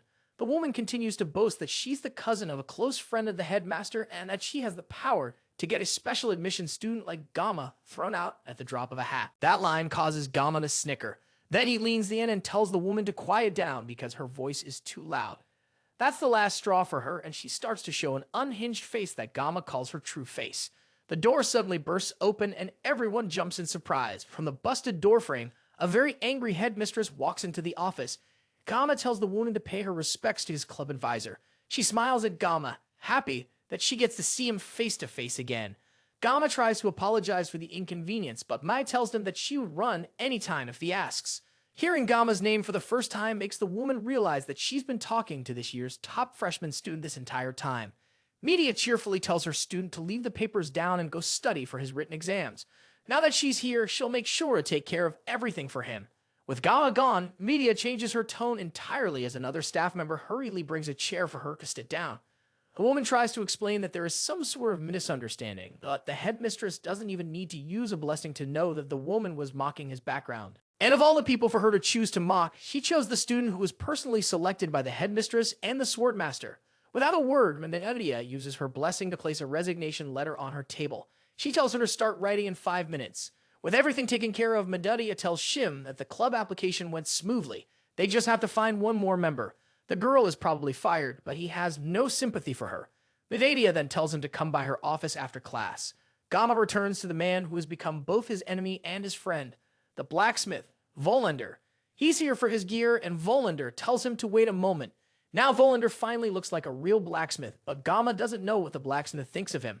As a former player, he has mixed feelings about him, but now the negative side has grown a lot stronger after everything that happened. Still, Geomma can't help feeling bad for him. Volander was one of the main NPCs responsible for almost everything related to equipment upgrades. Due to the nature of most games like this one, he was born as a character that people either loved or loathed. He was notorious for draining players' wallets. Geomma was a small spender in his past life, so he couldn't fully relate. However, heavy spenders regularly held rituals, begging God for luck and desperately praying that Volander would bless them just once. In reality, though, most players just insulted the blacksmith because of how luck-based his enhancements ended up being. Even Geomma cursed him when he downgraded his Murasami from a B grade to an E grade. Volander broke him out of his thoughts and asked, "What are you thinking about?" Then he presented the newly upgraded sword, proudly saying, "My work this time is definitely beyond perfect." On top of that, special options have been added to the sword, much to Geomma's pleasure. The Scattered Rain Murasami sword was now shiny and brand new. Geomma couldn't help but call the blacksmith a god for the luck that had suddenly come down on him. Thanks to this newly enhanced weapon, his Painless Blessing had upgraded, now reaching up to 50 seconds of activation time. When Geomma thought about clearing dungeons in the future, he felt like 40 seconds definitely wasn't enough, but an extra 10 seconds would definitely make a difference, especially considering that he would be using this blessing along with the blessing of transition. Means that when the level of armament is raised in the future, he will get more benefits. This whole thing is definitely good news for him. Even though he complained a lot in the past, the Painless blessing is surprisingly versatile for a spirit-level blessing. Volander also told him to check something else with his new sword. The sword has now been upgraded to a D-grade sword. After all that effort, the upgrade isn't as great as he'd hoped. Since he used materials from an A-grade monster like the Buffalo King, he expected it to reach at least a C-grade. Still, considering that he will be using Aura through the Mursami frequently, having its hardness increased by 2 grades is definitely encouraging. At least it won't shatter in the middle of combat anymore. There's also a flashing button in his status screen that's just begging him to press it, but Geomma has a bad feeling about it. He presses it, and the screen shows some new information. Due to a successful reinforcement and the weapon's high growth potential, 3 special abilities can now be added to the sword. The special abilities require magic stones, which will activate at random. Magic stones aren't something that can be acquired easily, and Geomma can barely hold back his shock that his sword requires them to become stronger. Meanwhile, the elder who works with the demon commander throws a drinking cup against a mirror. He then continues to drink directly from the bottle before throwing that away too. He stares up at a picture on the ceiling, a portrait of his father, Riemann von Bimar. The man was one of the 7-star heroes known as the Mad Tiger. However, he fell in battle 40 years ago during the Tay campaign against the 6th Legion commander, Vasman. Society praised him as a noble hero, but immediately afterward, countless attempts were made on his life by family members who were hungry to seize the Bamhark family's power. To survive, he had to harden his heart and poison it. But those relatives who plotted assassinations against him were instead manipulated to destroy each other. Ultimately, he restored his family's shaken foundations in his father's absence. At the age of 30, he became an elder of Woken Academy, and his mission became clear: to guide a foolish humanity and uphold an absolute ruling class. Fortunately for him, the existence of demons provided humanity with the perfect enemy, lending legitimacy to their authority, but there were always unexpected variables that messed things up. Leon von Reinhardt, the one hero born with the ability to defeat the Demon King, became a candidate chosen by fate. Of course, given the overwhelming gap in power between humans and demons, the likelihood of Leon truly defeating the Demon King was near zero. The first Legion commander, Lycan, who was sealed by their ancestor, the legendary hero Baylor Hawaken, had set a precedent for the legends that followed. Then one day, someone approached him with the offer of dealing with the so-called hero candidate personally. She looked like an instructor, and at first, he wondered how someone so far below him in the hierarchy would dare speak to him so casually. But the moment their eyes met, it became clear who stood above and below in their positions. She was a human who willingly abandoned humanity to directly form a contract with a Legion commander, a half-human, half-demon, otherwise known as a villain. Things had already become complicated with Leon alone, but now a low-born special admission student was making things much worse for him. Even the auditory seemed hesitant to act. Claiming that they have insufficient justification to proceed further, the elder Clay von Bimar tells the man to summon the Undertakers. Geomma scribbles his thoughts into a notebook during class the next day. He's mainly thinking about the fact that the Mursami is owing to need magic stones to become stronger. The difference between weapons with and without magic stones is pretty significant. Having a weapon with 3 spots to put in special abilities is a jackpot. Magic stones drop from specific dungeon bosses and from rank or higher demonic beasts. They are practically demonoids in all but name. It looks like Geomma is cursed to fight demonoids to become stronger for the rest of his adventure. Maybe it's because the word demon is in his name. He glances over to Rio, who's sleeping soundly with her odd sleeping mask, and wonders if she stayed up all night again. It's already been a week since they cleared the Buffalo Dungeon with his new club members. The key to opening the stone gate in the Buffalo King's territory is also a magic stone, and one that comes from a colossal beast named a Jagat. For some reason, it seems someone already slayed an ant and took its stone. Even in the game, giants were portrayed as so strong that a single step could make the ground tremble. Yet, compared to the monsters introduced in later updates, they were nothing. Those creatures were like natural disasters given form. Geomma paused, wondering if it was really worth taking risks just to embed special abilities into his weapon. Hunting magical beasts for stones had originally been Leon's task. While he was lost in thought, Chloe entered the classroom and greeted him. She was slightly surprised to find Rio sleeping peacefully in the seat she had wanted but said nothing about it. Geomma asked if she had fully recovered, and she confirmed that she was feeling much better. Still, he had taken quite a toll after releasing that blue light from his weapon. Before the topic could go further, he reminded her they shouldn't discuss it anymore. The blue light she referred to was actually aura, an effect that could only be used by individuals of exceptional strength. Thinking it over, perhaps collecting magic stones really was worth it. Though he had been indifferent at first, he now found himself craving power, even willing to set aside thoughts of a quiet, safe life. However, his core goal remains unchanged: survival. There have been unexpected variables and things that never existed in the game before and been targeting him relentlessly. The plot he once knew was being distorted, as if the world itself refuses to leave him alone. Somehow, it's already been a month since he enrolled at the academy. The truth about the Second World War, which will occur in 3 years, is about to be revealed. Geomma, choosing to strengthen himself and enhance his weapon, sees these actions as more of a necessity than mere options. At this rate, he can't guarantee the war's outcome, because he doesn't trust Lion as the hero candidate at all. Even if the mermaid was a demonoid, for it to defeat the hero candidate with a single-shot attack is beyond pathetic. The whole situation is far too exhausting for him to even put into words. Lost in thought, Geomma didn't even realize Weapon had come until he was punched in the face by Ryo. Ryo came to ask how the club's registration was going.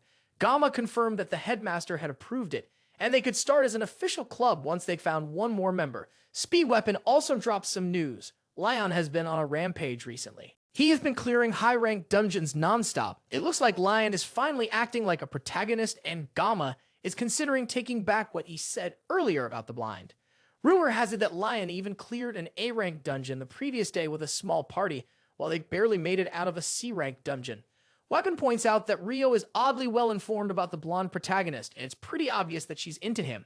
She doesn't respond immediately. Instead, she turns to stare at Geomma before turning away and saying that she's not interested in him anymore. Lion has definitely been growing stronger, and at this rate, he will attain Belong during the upcoming Survival Island training.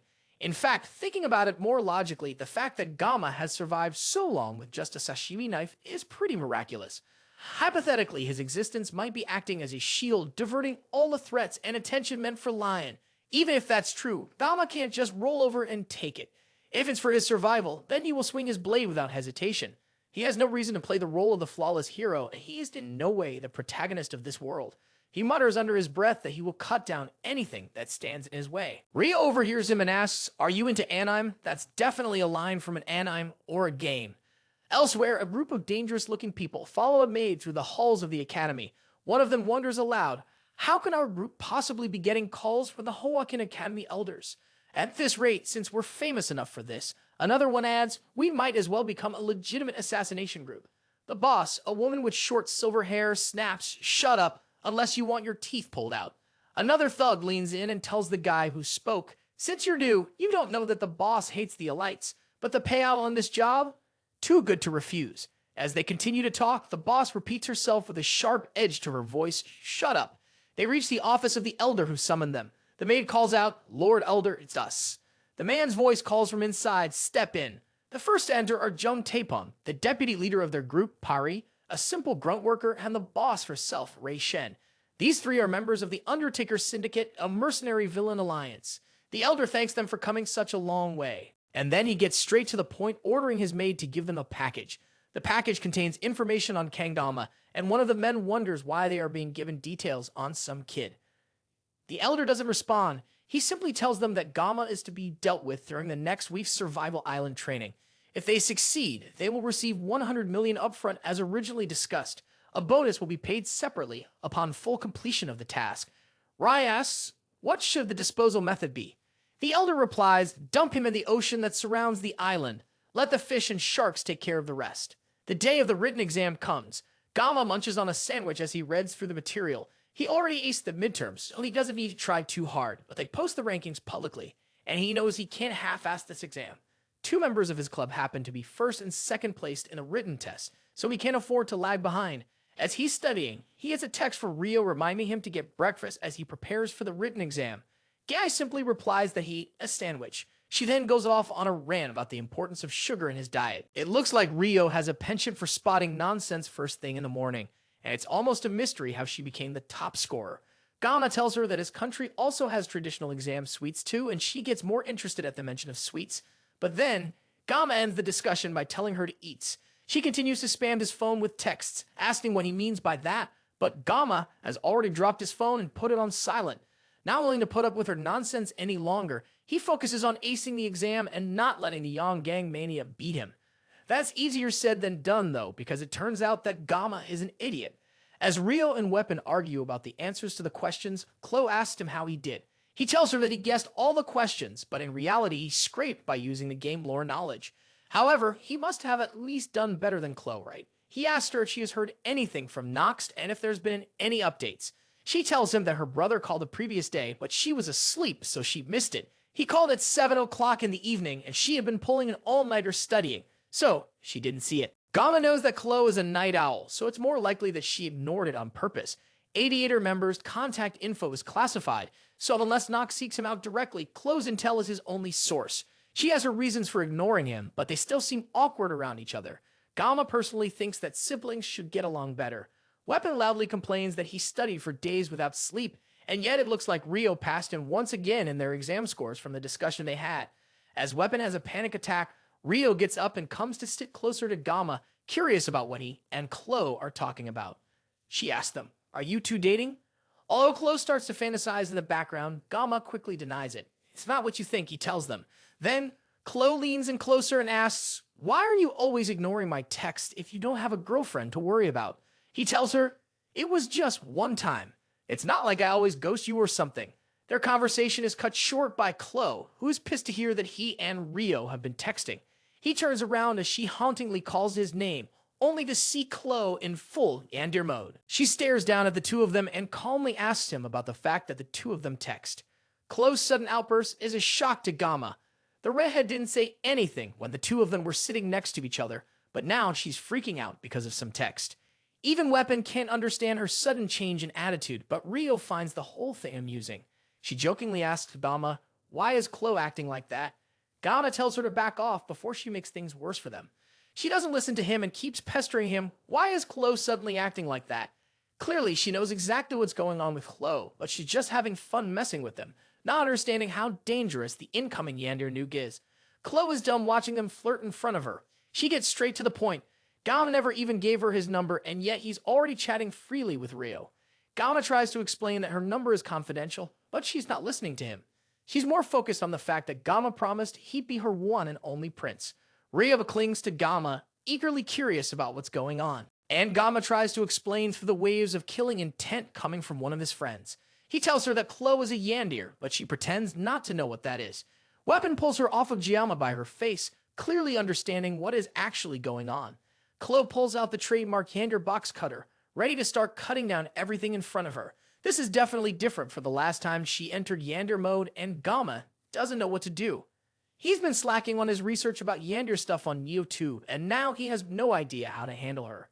Chloe starts to take a few steps towards him, telling him that from now on she will make sure he'll only ever look at her without giving him even a second to react. She rushes in to cut him down with the box cutter. That's when even Rio realizes that this is seriously bad. Chloe continues to slash at him with the box cutter while ranting that Geomma always makes her so sad. He's always hanging around with and flirting with other girls instead of her. This time, the box cutter misses Geomma entirely and heads straight towards an unsuspecting Rio. Geomma is fast enough to deflect and protect her hand before it can reach the girl behind him. Then he pushes her down on the table, getting on top of her to stop her from squirming away. Weapon and Rio watch in surprise as Geomma tries to calm her down. The archer looks particularly annoyed by the interaction. While she's held down, he tries to get her to talk to him. She still tries to push him off, but her hands are already getting weak with him on top of her. She doesn't want to listen to him, though. This entire time, he hasn't even wanted to keep in touch, but now he suddenly wants to talk. Geomma leans in close to her and tells her that he wants to talk to her face to face, instead of just through a hunk of metal like a phone. That seems to calm her down a little. She starts to shiver as Geomma leans in even closer, intent on putting an end to everything right here. He thanks her for always thinking about him, and that's enough to put Chloe in a state of yandere overload. Geomma's riz is so potent that even Weapon starts blushing. Then he gets back up. Now that Chloe has been completely immobilized by his raw riz, he reminds her of back in the Buffalo Dungeon when he relied on her help, and they worked together. They've had many experiences together, so there's no need for her to get so upset so easily. Now that Chloe is calmed down, Geomma takes the opportunity to escape, happy that he managed to handle the situation somehow. Weapon asks him if he's alright, but Rio remains silent and looks completely disappointed. Their conversation moves along and Geomma tells them that they should clean up and head out while Rio steps out of the room. Later on, both Rio and Weapon walked together back to their dorms with Geomma on both their minds.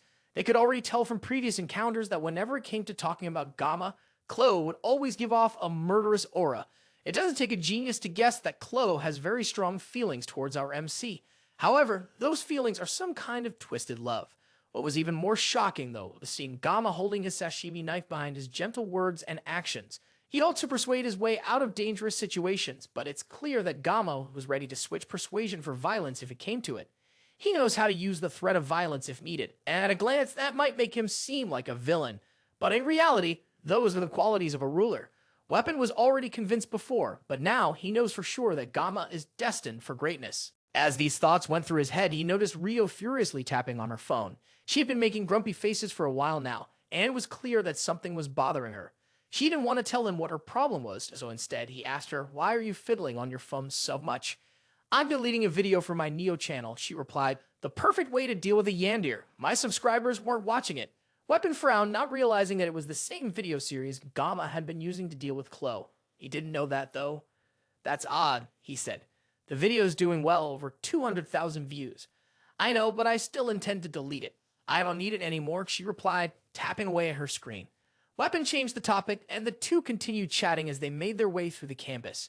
Elsewhere at the Academy Library, Geomma was looking through a series of books with his fellow cadets. Starting next Wednesday, there was a scheduled deserted island survival training on Avalon Island, which would last for 3 days and 2 nights. Going by the name, it sounded like a serious survival camp, but cadets could only make teams of 1 to 4 people. The school had even posted an official announcement with all the details to every cadet. It all seemed more like a school event than an actual survival test. Similar to camping or a school trip, Geomma is in the library picking up various survival guidebooks to better understand how to survive during the training trip. Since it's called survival, the Academy will evaluate each cadet's self-sufficiency, but the end result won't affect their grades. Now that he thinks more about it, even for Geomma, who is a player of the game, the training event left a lasting impression on him. It's part of the main storyline where the main character acquires the hilt of Belong, which is the protagonist's primary weapon during the island training. An incident will also happen that sparks feelings between Abel and Leon. Geomma was really into the event at the time, but now he's not as jealous anymore. Since entering the school and enduring endless peril, it has made him cynical about love. The Academy elders are after him, and there's the mysterious instructor too. There's way too much for him to worry about to think about sparking a romance. No matter how pretty she is, this isn't a situation where I can catch feelings, he thinks. Love can wait for my next life. In this current life, as a swordsman, what I'm more interested in is the Holy Demon Sword. Belong. Maybe it's because he's a swordsman, but he honestly can't help wanting it. As a former player, he already knows where Belong is and what it can do, but finding scattered Belong pieces is also a key part of the story's narrative. And even if he knows where all the pieces are, he still can't get them. The condition to obtain Belong, which chooses its own master, is to manifest the blessing of a miracle. That means that the weapon is literally designed exclusively for the protagonist. Compared to Geomma with the sashimi knife, the difference in their worthiness is just way too much. Instead of longing for the impossible, it's better to focus on learning what he will actually need to know for the 3 days on the island.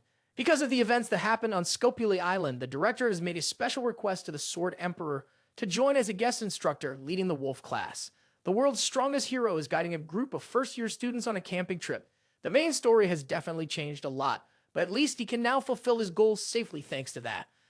Geomma heads over to the shelf to get another book that could have something he needs to know. He didn't come to the library just for basic survival info that he could get online. He's looking for something specific on Avalon Island. He opens a book that talks about the history of the island and starts reading. Avalon Island is located in the far western sea and is a mystical place where the terrain constantly shifts. In the very center of the island, there's an ancient lake called the Queen's Lake. Among certain tribes, it's called the Land of Beginnings. Currently, the island is uninhabited. All these things are things Geomma already knows, and it looks like he will have to search the whole library to find exactly what he's looking for. As he's combing through the books, a voice calls out to him, and a firm hand grasps his shoulder gently. It's Lion. The blonde-haired protagonist greets Geomma with a small smile. Some girls behind them squeal in joy at the mere sight of Lion, but Geomma is more focused on the book that the protagonist has in his hands. It's a book on an introduction to magic, and it seems like Lion is trying to learn from what happened during the midterms. But even if that's the case, the protagonist shouldn't be in the library studying magic right now. Geomma finds himself distrustful of this setup. Lion takes a seat in front of Geomma and asks, "What kind of books are you reading?" Gamma explains that he's just trying to learn more about Avalon for their upcoming trip. Lion says, I find you surprisingly diligent. Our MC can't exactly deny it. With exercise, dungeon exploration, and studying magical beasts, his life is super busy since he knows what will happen in 3 years. Gamma has been doing his absolute best to prepare ahead of time for his own sake. At the end of the day, he's just trying to look out for himself. Lion thinks about that for a while, then tells Gamma, you and I are different. That reminds our MC of the incident where Lion asked him where he came from. The blonde isn't acting all that different from how he hid in the game, but there's something that feels off about this person compared to the Lion that Gamma knows. There's a hint of sadness on his face, and there's also something about his troubled attitude. Without giving Gamma a chance to figure out what's going on, Lion gets up and wishes him safe travels back home. There's definitely something up with the protagonist. Maybe it's the weight of being a hero, carrying humanity's fate. Whatever it is, it's definitely a heavy weight on his shoulders.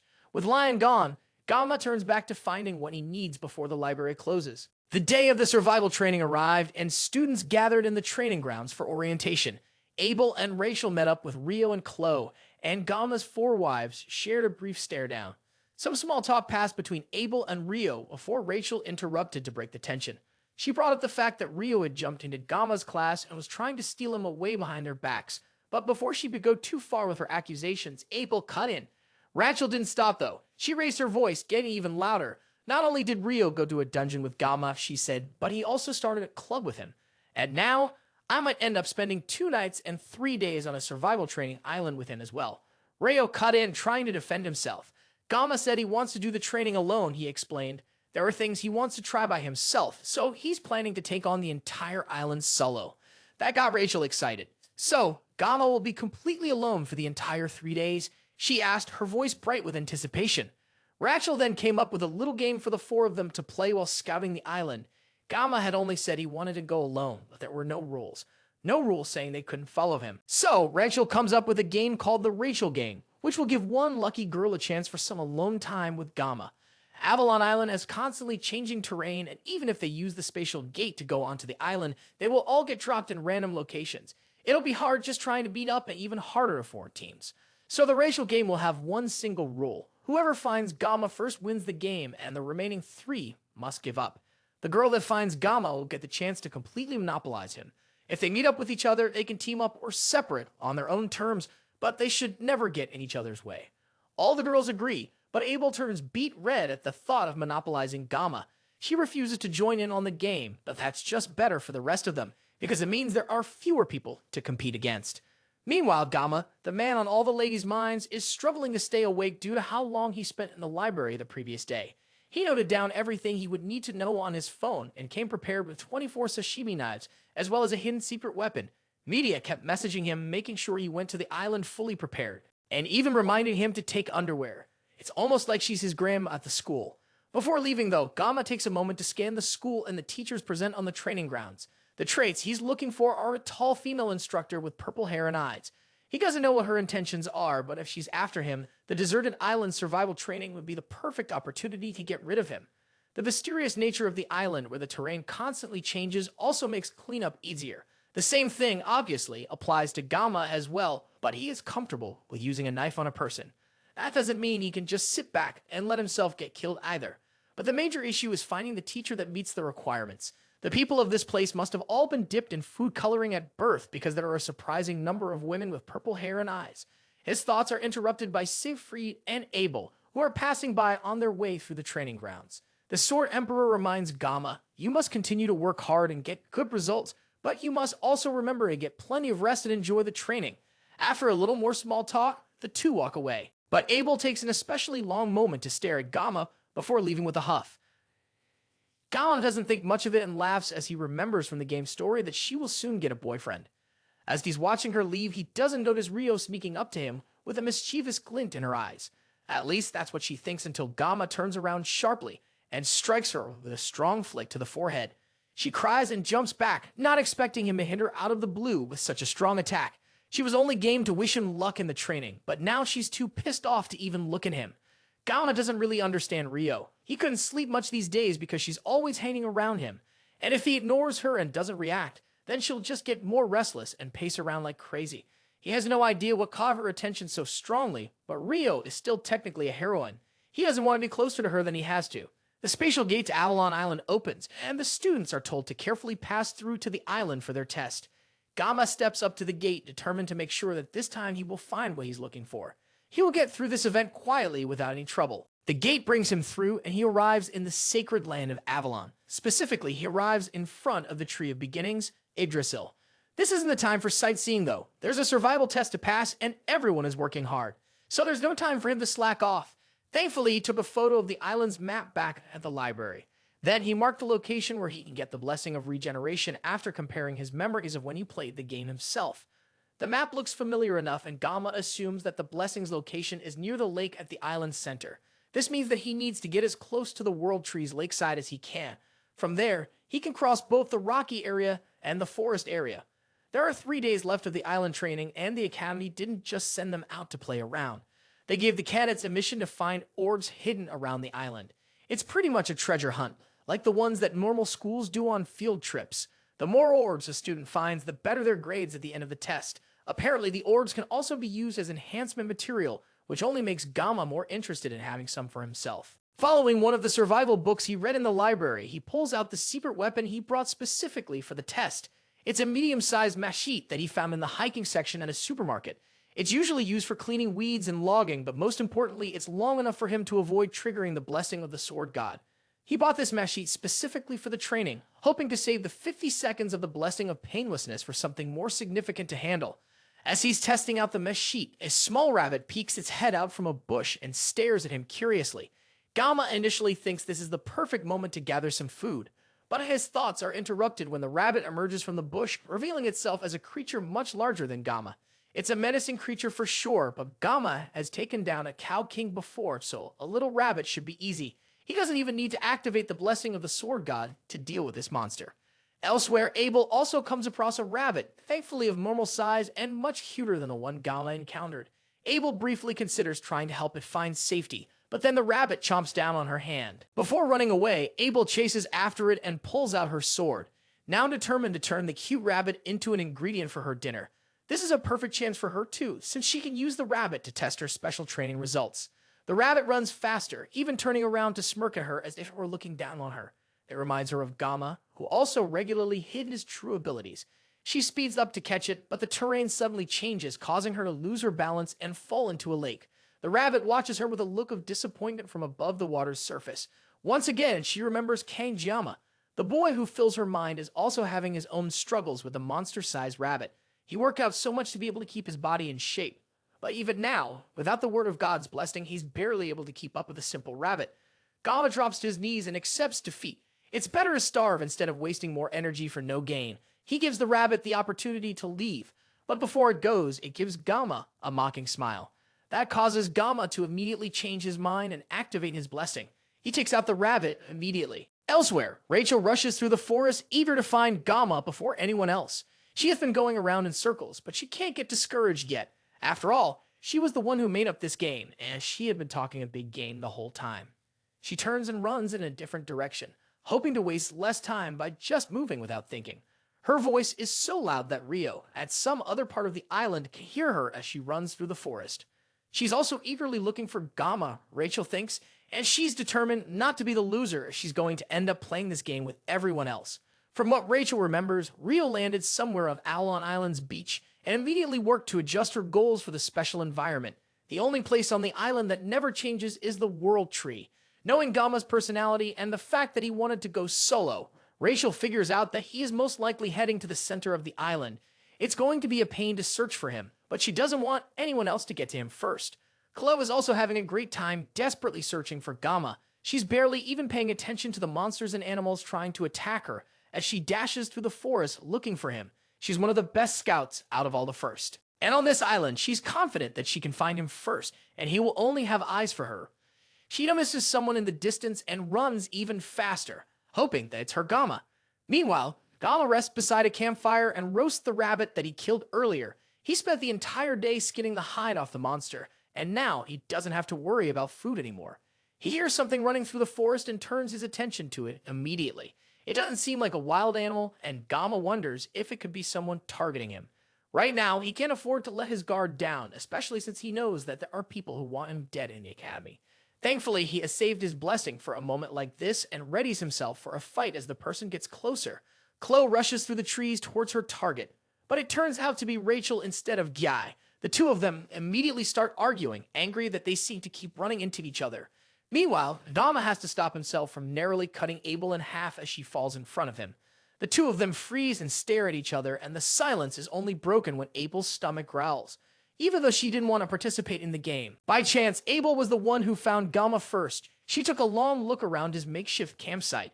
Geomma seemed to be doing quite well. He had a warm fur coat and enough dried meat to ensure he wouldn't go hungry. Even in this survival test, Abel still felt like she was falling behind him no matter how hard she tried. The thought made her feel a little embarrassed. Because she had dived into the lake earlier, her body was still chilled. Geomma walked over and handed her the fur coat to wrap around herself. The real reason she had tracked him down was the irresistible aroma of the food he was cooking. Still, the coat was warm enough to help her relax. She had also twisted her ankle earlier while chasing a rabbit. The moment Geomma noticed, he quickly set about bandaging it, carefully tending to the injury to prevent infection. Once her wounds were taken care of, he asked why she was wandering alone. The racial game instantly came to her mind, but of course, she couldn't say that. Instead, she told him she simply felt more comfortable by herself, which made her a little like Geomma in that regard. She also remembered how she had confidently told the other girls she wouldn't be joining their game. But now that she's here with him, she can't resist the urge to win. She picks up her phone and snaps a quick picture, showing that she had found Geomma first. She sends it to their group chat, immediately confirming that she had won the game. The rest of them can't get close to Geomma now. Rio and Rachel throw a fit as soon as they see the picture, but the deed is done. Abel stares blankly at her phone as Geomma hands her a piece of meat. It's awkward between the two of them for a while before Abel breaks the silence. She asked him, "How did you become so strong?" Geomma doesn't answer immediately. Although most of his fights barely last a minute, he still shows an incredible amount of strength. It must have caused a stir since he came to the academy.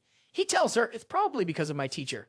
Abel can relate since she spent 17 years of her life learning the sword from her grandfather. She was confident that she knew more about swords than anyone, but meeting Geomma makes her realize that there's still a lot she needs to know.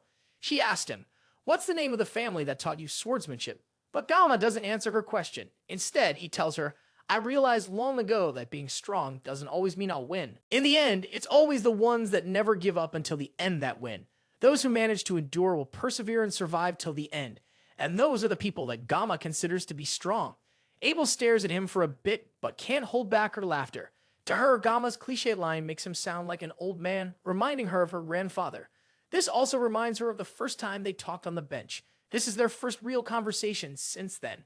He hands her another piece of meat, and Abel thanks him as she takes it. She gets so comfortable that she doesn't even realize she falls asleep. When she wakes up the next morning, Geomma has already left. He left all this food and supplies behind without a word. Her leg has also completely healed, all thanks to his help the previous night. Abel can't help but cry as she realizes this is the first time she has ever felt truly cared for by someone else. No matter what happened in her life, she always had to face it alone. Even when she encountered huge obstacles, she managed to overcome them eventually, but it was always alone. That was the duty of someone who carries the family name of Nibulo. But now, Kang Geomma has done all of this for her. While seemingly expecting nothing in return all this time, she has envied and been jealous of people who offer kindness without expecting anything in return. And now, he does this for her. With newfound energy, she picks up her sword and prepares to set off. Nothing will change for her if she just sits and cries. She has to start moving. She wears the coat that Geomma gave her proudly and sets off to continue her survival training. Meanwhile, Geomma pushes his way through the forest and his mind wanders to Abel.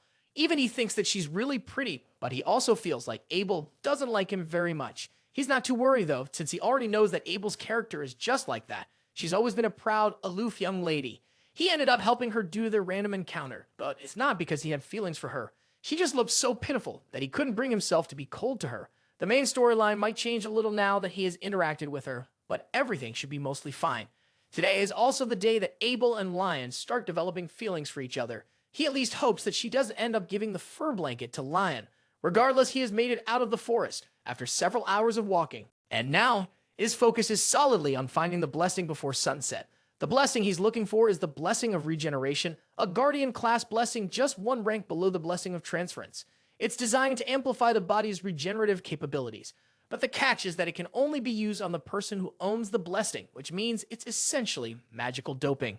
However, because he possesses the blessing of transference, that restriction doesn't apply to him. He should also be able to patch up his sashimi knives as well. At first glance, the blessing seems like a cheat, but the regeneration isn't powerful enough to regenerate lost limbs. It only accelerates the healing of wounds. The blessing is also treated as a hidden bonus in the game, so it doesn't particularly affect Leon's growth. Since Lion will eventually grow stronger later on and gain more buffs, he has to make sure to get this blessing, no matter what. After a little more walking, Geomma finally finds what he has been looking for, the blessing of regeneration. It's right beside a gigantic orb from the test, and with how obvious it is, it's practically a freebie. He came here for the blessing, but he gets an orb too, which is a lucky bonus for him. He goes to grab the orb and take a closer look, but suddenly someone blocks his path. It's Leon, and he already knows that Geomma isn't here for a sightseeing tour of the world tree. Leon stares Geomma down, fully aware of Geomma's true intentions. Geomma lies. I just saw the orb from a distance and came to get it, he says. Leon draws his sword. Come and try to take it, but only if you could defeat me in a fight. From the day Leon was born, half the world smiled with him. At least, that's what he's been told all his life. He's found something that proves he's a hero. The sword in Leon's hand shines brightly as he continues to stare Geomma down. This isn't right, though. Liam is supposed to be with Abel right now. Today is supposed to be an important turning point in the story. It looks like Geomma accidentally stole their event and nothing ended up happening all night. But even if he knew that, fighting over it seems a bit pointless. Leon slashes the wall behind him, and it crumbles immediately without any resistance. He's serious about this fight. Nothing is changing his mind. Geomma can finally see the sword that Lion is holding, and it's balming, the hero sword that Lion is supposed to find. But its condition is strange to Geomma. Belong is the world's worst, most sinister demon sword. The blue gem embedded in its center is a catalyst. The gem grants holy power to the holy demon sword Belong, and that is what neutralizes its magic.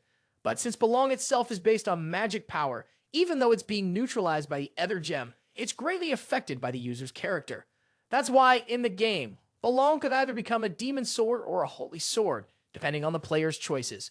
Lion tells Geomma to calm down and only think of this as a sparring match. Lion must be crazy though, since he can't even use the mental realm yet. There's no way he can defeat Geomma in their current state.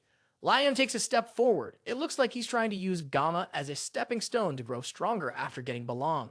Art of C can kind of understand where Lion is coming from, but it's just a guess. One thing that he's sure of though, is that the orb is just an excuse. Lion is done waiting around. He launches toward Geomma to start the fight. Elsewhere, Rio scratches her neck in exhaustion as she walks through the forest. At some point, she runs into Weapon, and the two of them walk together while she tries to find Geomma. Weapon didn't want to bump into her, but the two of them reluctantly walk side by side. He takes a guess that she's probably searching for Geomma, and she doesn't deny it. At this point, it's clear to Weapon that Rio is interested in Geomma. Until a month ago, the only thing Rio would do is nap in the archery range. But now, whenever Kang Geomma is mentioned, she starts acting more active and different. He's also noticed that she started doing extra things without being asked, even though she always hated doing anything complicated or tedious. Rio suddenly stops, turns to him with a heavy blush on her face, and asks, "Do you think my feelings for Geomma are too obvious?" As the two of them talk, a loud sound erupts in the distance, startling the birds in the trees. It seems like an earthquake, but Rio can tell that this commotion is caused by Kang Geomma. Geomma himself is facing a dilemma. Lion is far more powerful than Geomma had given him credit for, and the machete he'd been holding as a secret weapon has already been snapped in half. Lion doesn't even think that Geomma is fighting back and sees this as our MC not having any respect for him at all. The truth is that Geomma just couldn't react at all. He didn't expect Lion to actually swing Belong. But Geomma doesn't want to get dragged into some fight when he doesn't even know what's going on. He hesitated because if he tried to use his blessing, he might accidentally cut Leon down.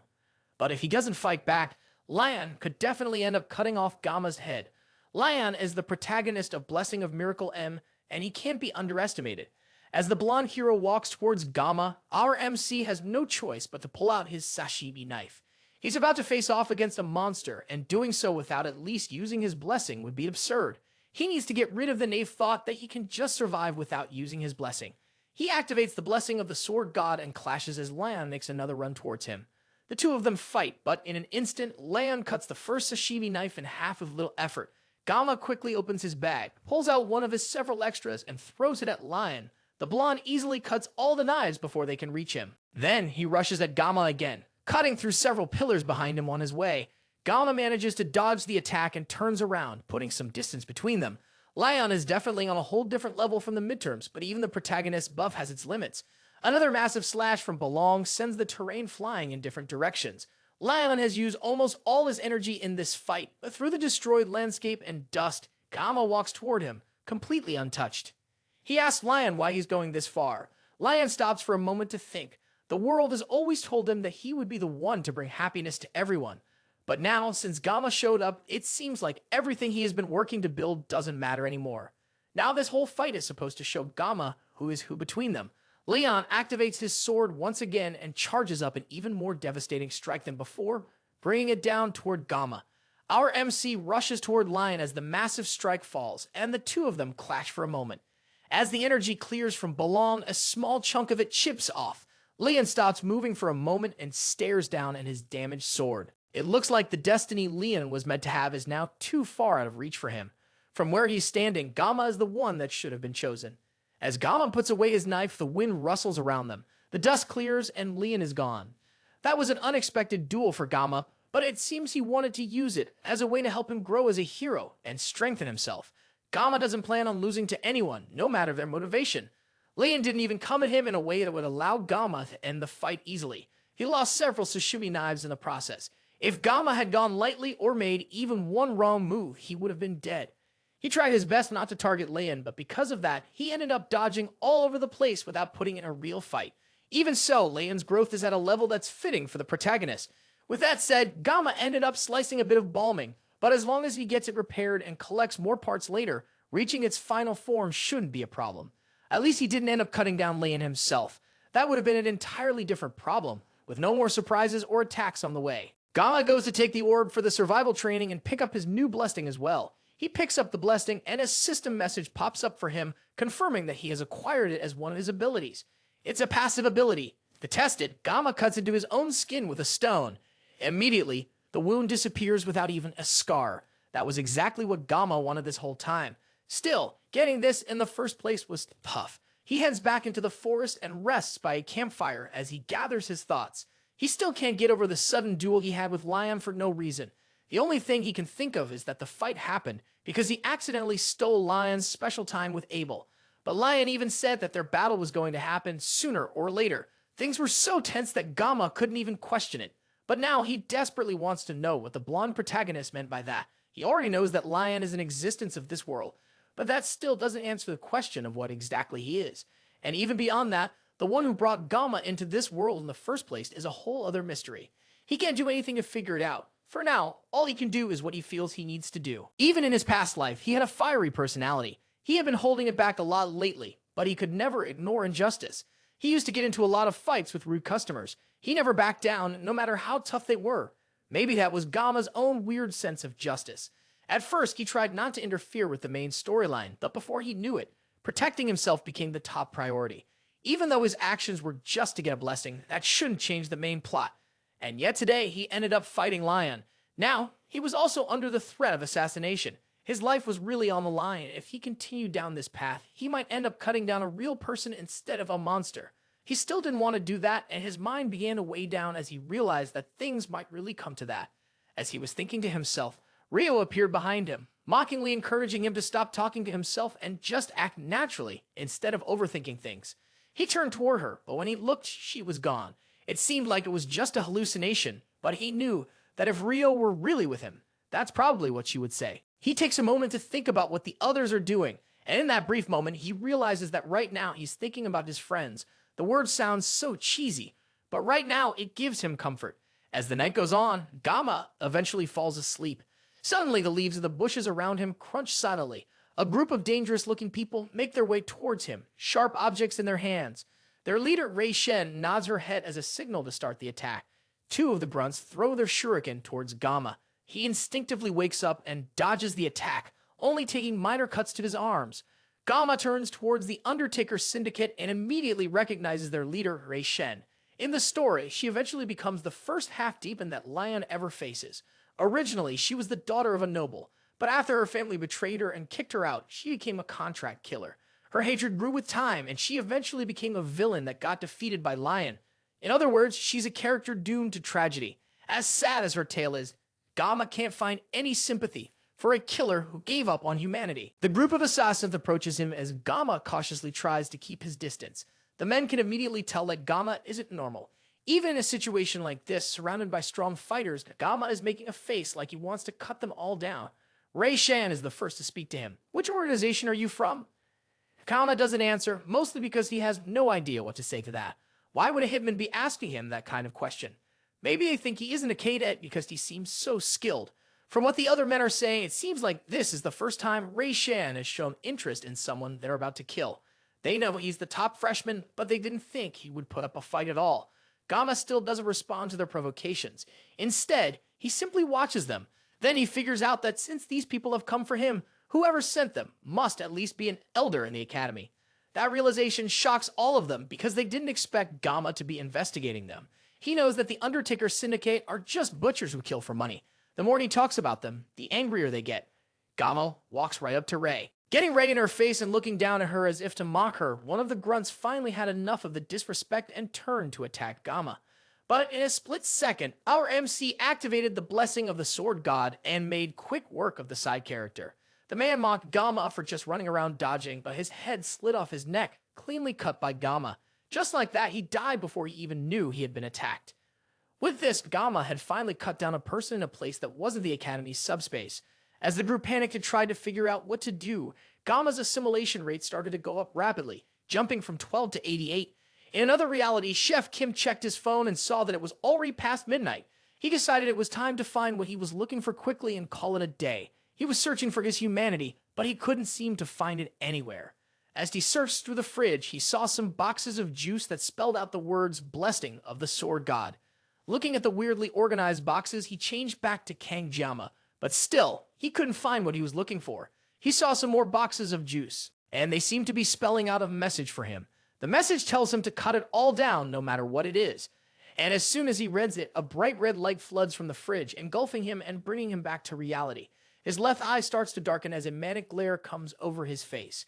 It's clear that Geomma is ready to take out anything and everyone in his way. The other goons don't get the hint that they're already dead.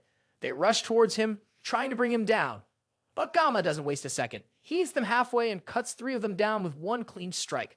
Another pair of assassins come at him, their swords drawn.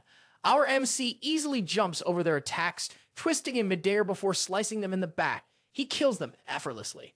The men try to encourage each other not to get taken down by one brat and rush to attack him all at once. Meanwhile, Ray Shen, their leader, watches from behind as blood, guts, and body parts go flying in all directions.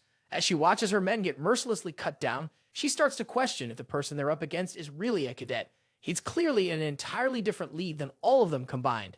And at this rate, they are all going to be wiped out. The goon closest to her yells out in fear, calling for his captain to tell him what to do. But before Rai can even process what he's saying, Geomma swiftly appears beside him and ends his life in one swift motion. The kid was supposed to be an easy target for them, just a quick kill that they would forget about by the end of the week. But now, all of her men are dead, and she's most likely going to be next.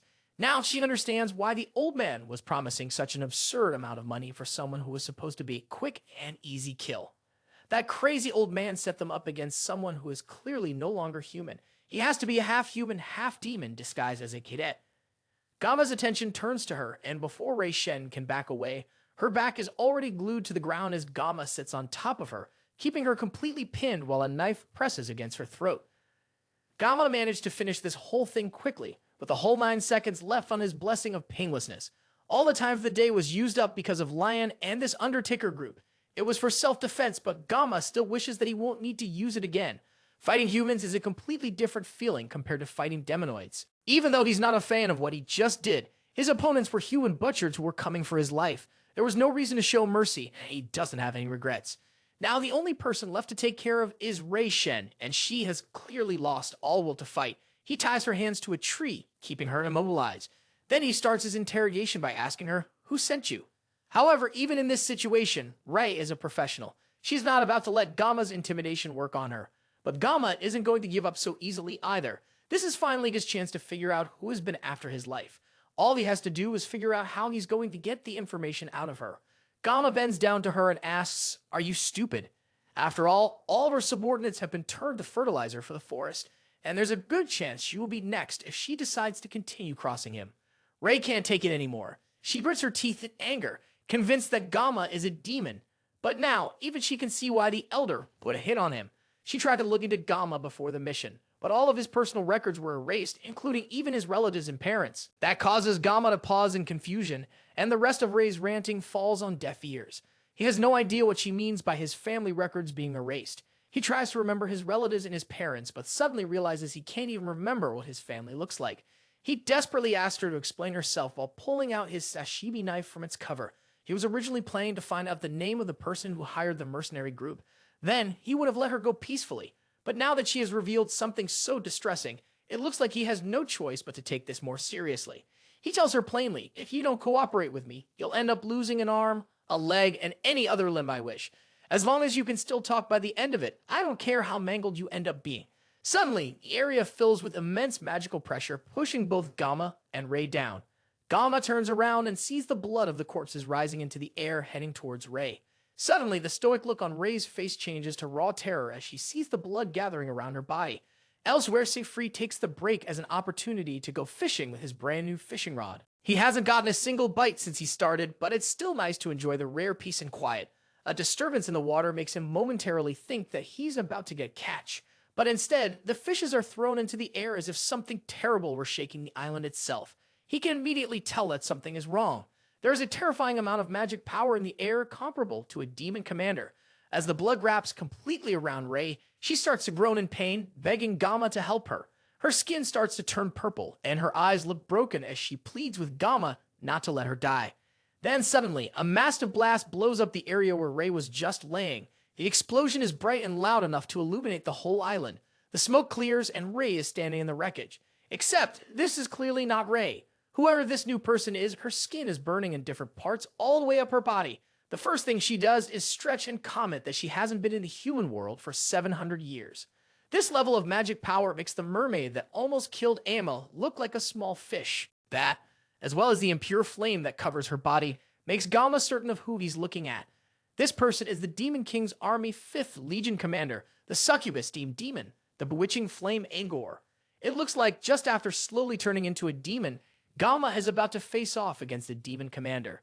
The dream demon laughs in glee as even the birds in the sky fall to the ground from the immense heat her appearance caused. She asked Geomma, is this not how humans greet each other? After all, she continues, it's been 700 years since I last stepped out of the demon realm. I'm not used to human customs anymore. Regardless of whether she's right or wrong in how she introduced herself, she does it again. Nice to meet you, she says before asking for his name. Geomma is still stunned into silence as she continues to ask him questions. Questions he can barely even hear anymore.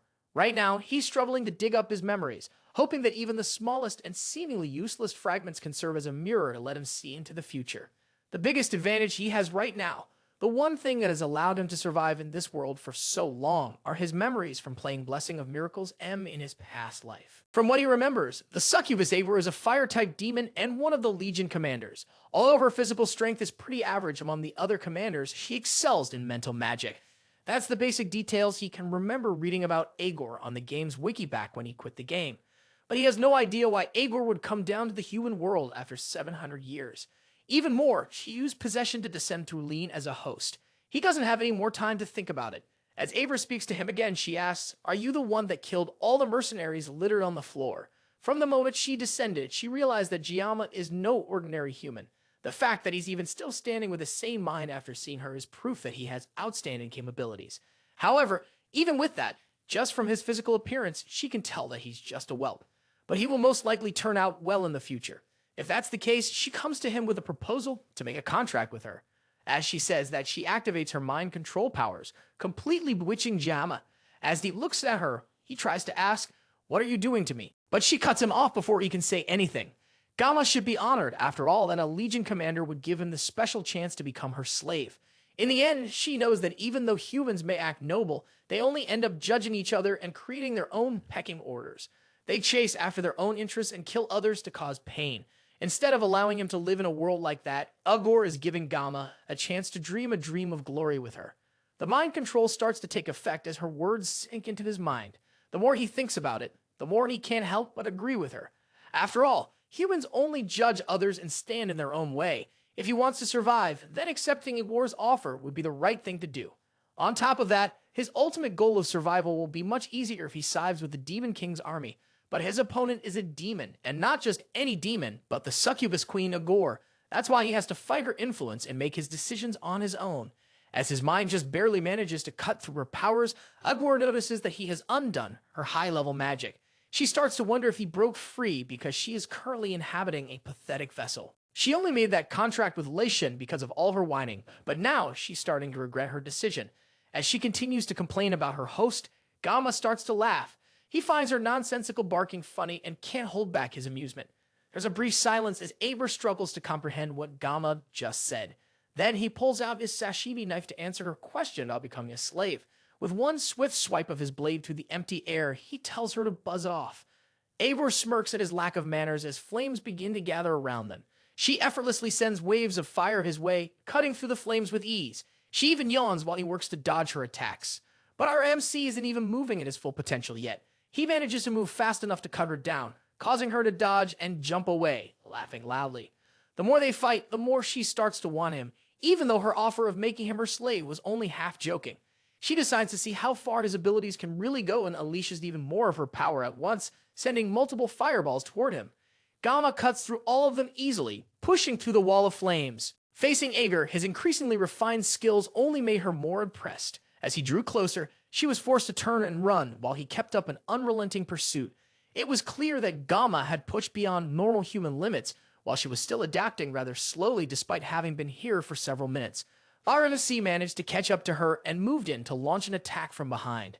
At that moment, Aigor was genuinely surprised by Geomma's speed. He was able to close the distance so quickly. The two clashed with such force that a powerful shockwave rippled through the surrounding area. When the dust cleared, Aigor stood before Geomma, effortlessly blocking his strike. She remarked on his impatient nature and asked if he was in a hurry. In truth, he had nowhere specific to go, but Geomma wasn't willing to waste a single moment. Gathering all of his strength, he broke free from her hold and pressed forward for another attack. His body began to glow with aura, showing his determination to bring this battle to an end. There's no time to waste, and the clock is slowly ticking down until his blessing of pinglessness ends, leaving him completely vulnerable. Aigor notices that he's somehow getting even faster. Despite already overcoming what is humanly possible, the two of them continue to clash, sending sparks of flames flying all over the place. As the seconds tick away, their battle grows brighter and brighter. Finally, his blessing of painlessness wears off, leaving Geomma completely exhausted. He pants heavily, barely able to stand, while she towers over him. Aigor, meanwhile, has nothing to show for the brutal fight besides a severely cut-up hand covered in flames. If it were for the clause that the humans and demons signed 700 years ago, this battle would have gone a lot differently. As she stares at her hand, she can't get used to seeing her own red blood pouring from her multiple wounds. It almost feels like she has become human herself. And just like that, she uses her flames to completely heal her arm, leaving her as good as new. She approaches Geomma, who can barely even stand upright anymore, and tells him that it would be a waste to leave him as just a human. He has a burning determination that consumes his body, and it captivates her. He may be lacking in manners, but Abel likes his fiery passion. At his age, he might even have more potential than the other kid who was prophesied to be the vessel of the past hero. Aigor laughs as Geomma continues to glare at her defiantly. Now that she is almost adjusted to her new body, she starts to see Geomma differently. She wonders if he will be the one to fulfill the wishes of the demons. To find that out, Aigor decides to give him one last test to see if he truly is what she's searching for. She charges up even more flames around him as she rises into the air and tells our MC, "If you can survive my next attack, then you pass." The flames rise and form a ball in the Legion commander's hand, looking brighter and hotter than anything she has used so far. Geomma's eyes start to glaze over as she charges up the attack. It's clear that he has no energy left in him. Aigor tells him, "You have to endure at least this much," as she tosses the mini-sun toward him. At the same time, someone else rushes in from the side, leaping up toward them and stepping in front of the blast to block it from hitting Geomma. It's Siegfried, and he arrives just in time to save his young student from certain death. As he uses all his strength to block the burst of fire heading towards Geomma, he tells our MC to pull himself together and snap out of his daze. Aigor is mildly annoyed by the old man's sudden interference in their battle. She tells Siegfried not to butt in between them. However, the old man absolutely cannot let Geomma fall in battle, especially with all the potential he has shown. Since the Swordmaster has chosen to put his life on the line for Geomma, Aigor is more than willing to put him through the challenge to see if he can actually protect the younger boy. Meanwhile, Geomma's consciousness floats in an empty space as he struggles to regain himself. His first thought is asking if he's dead as he hears coughing coming from somewhere in front of him. He's just barely able to come to his senses and sees someone standing in front of him. The first thing he notices is a flaming knob where an arm is supposed to be. As his vision clears, he sees the Sword Emperor standing in front of him with a missing arm. Despite his missing limb, the Sword Emperor is still determined to make sure that a peerless talent like Geomma isn't lost in vain to a pointless battle like this. With all his strength, he uses his sword in his bare hand to completely block an attack from a Legion commander. And even as he lost his entire arm, he still stands in front of a student like a protective shield. All of this is because he knows that the boy he's giving his life to protect will surely become the link between humans and demons. He will grow to become the hope that breaks the chain.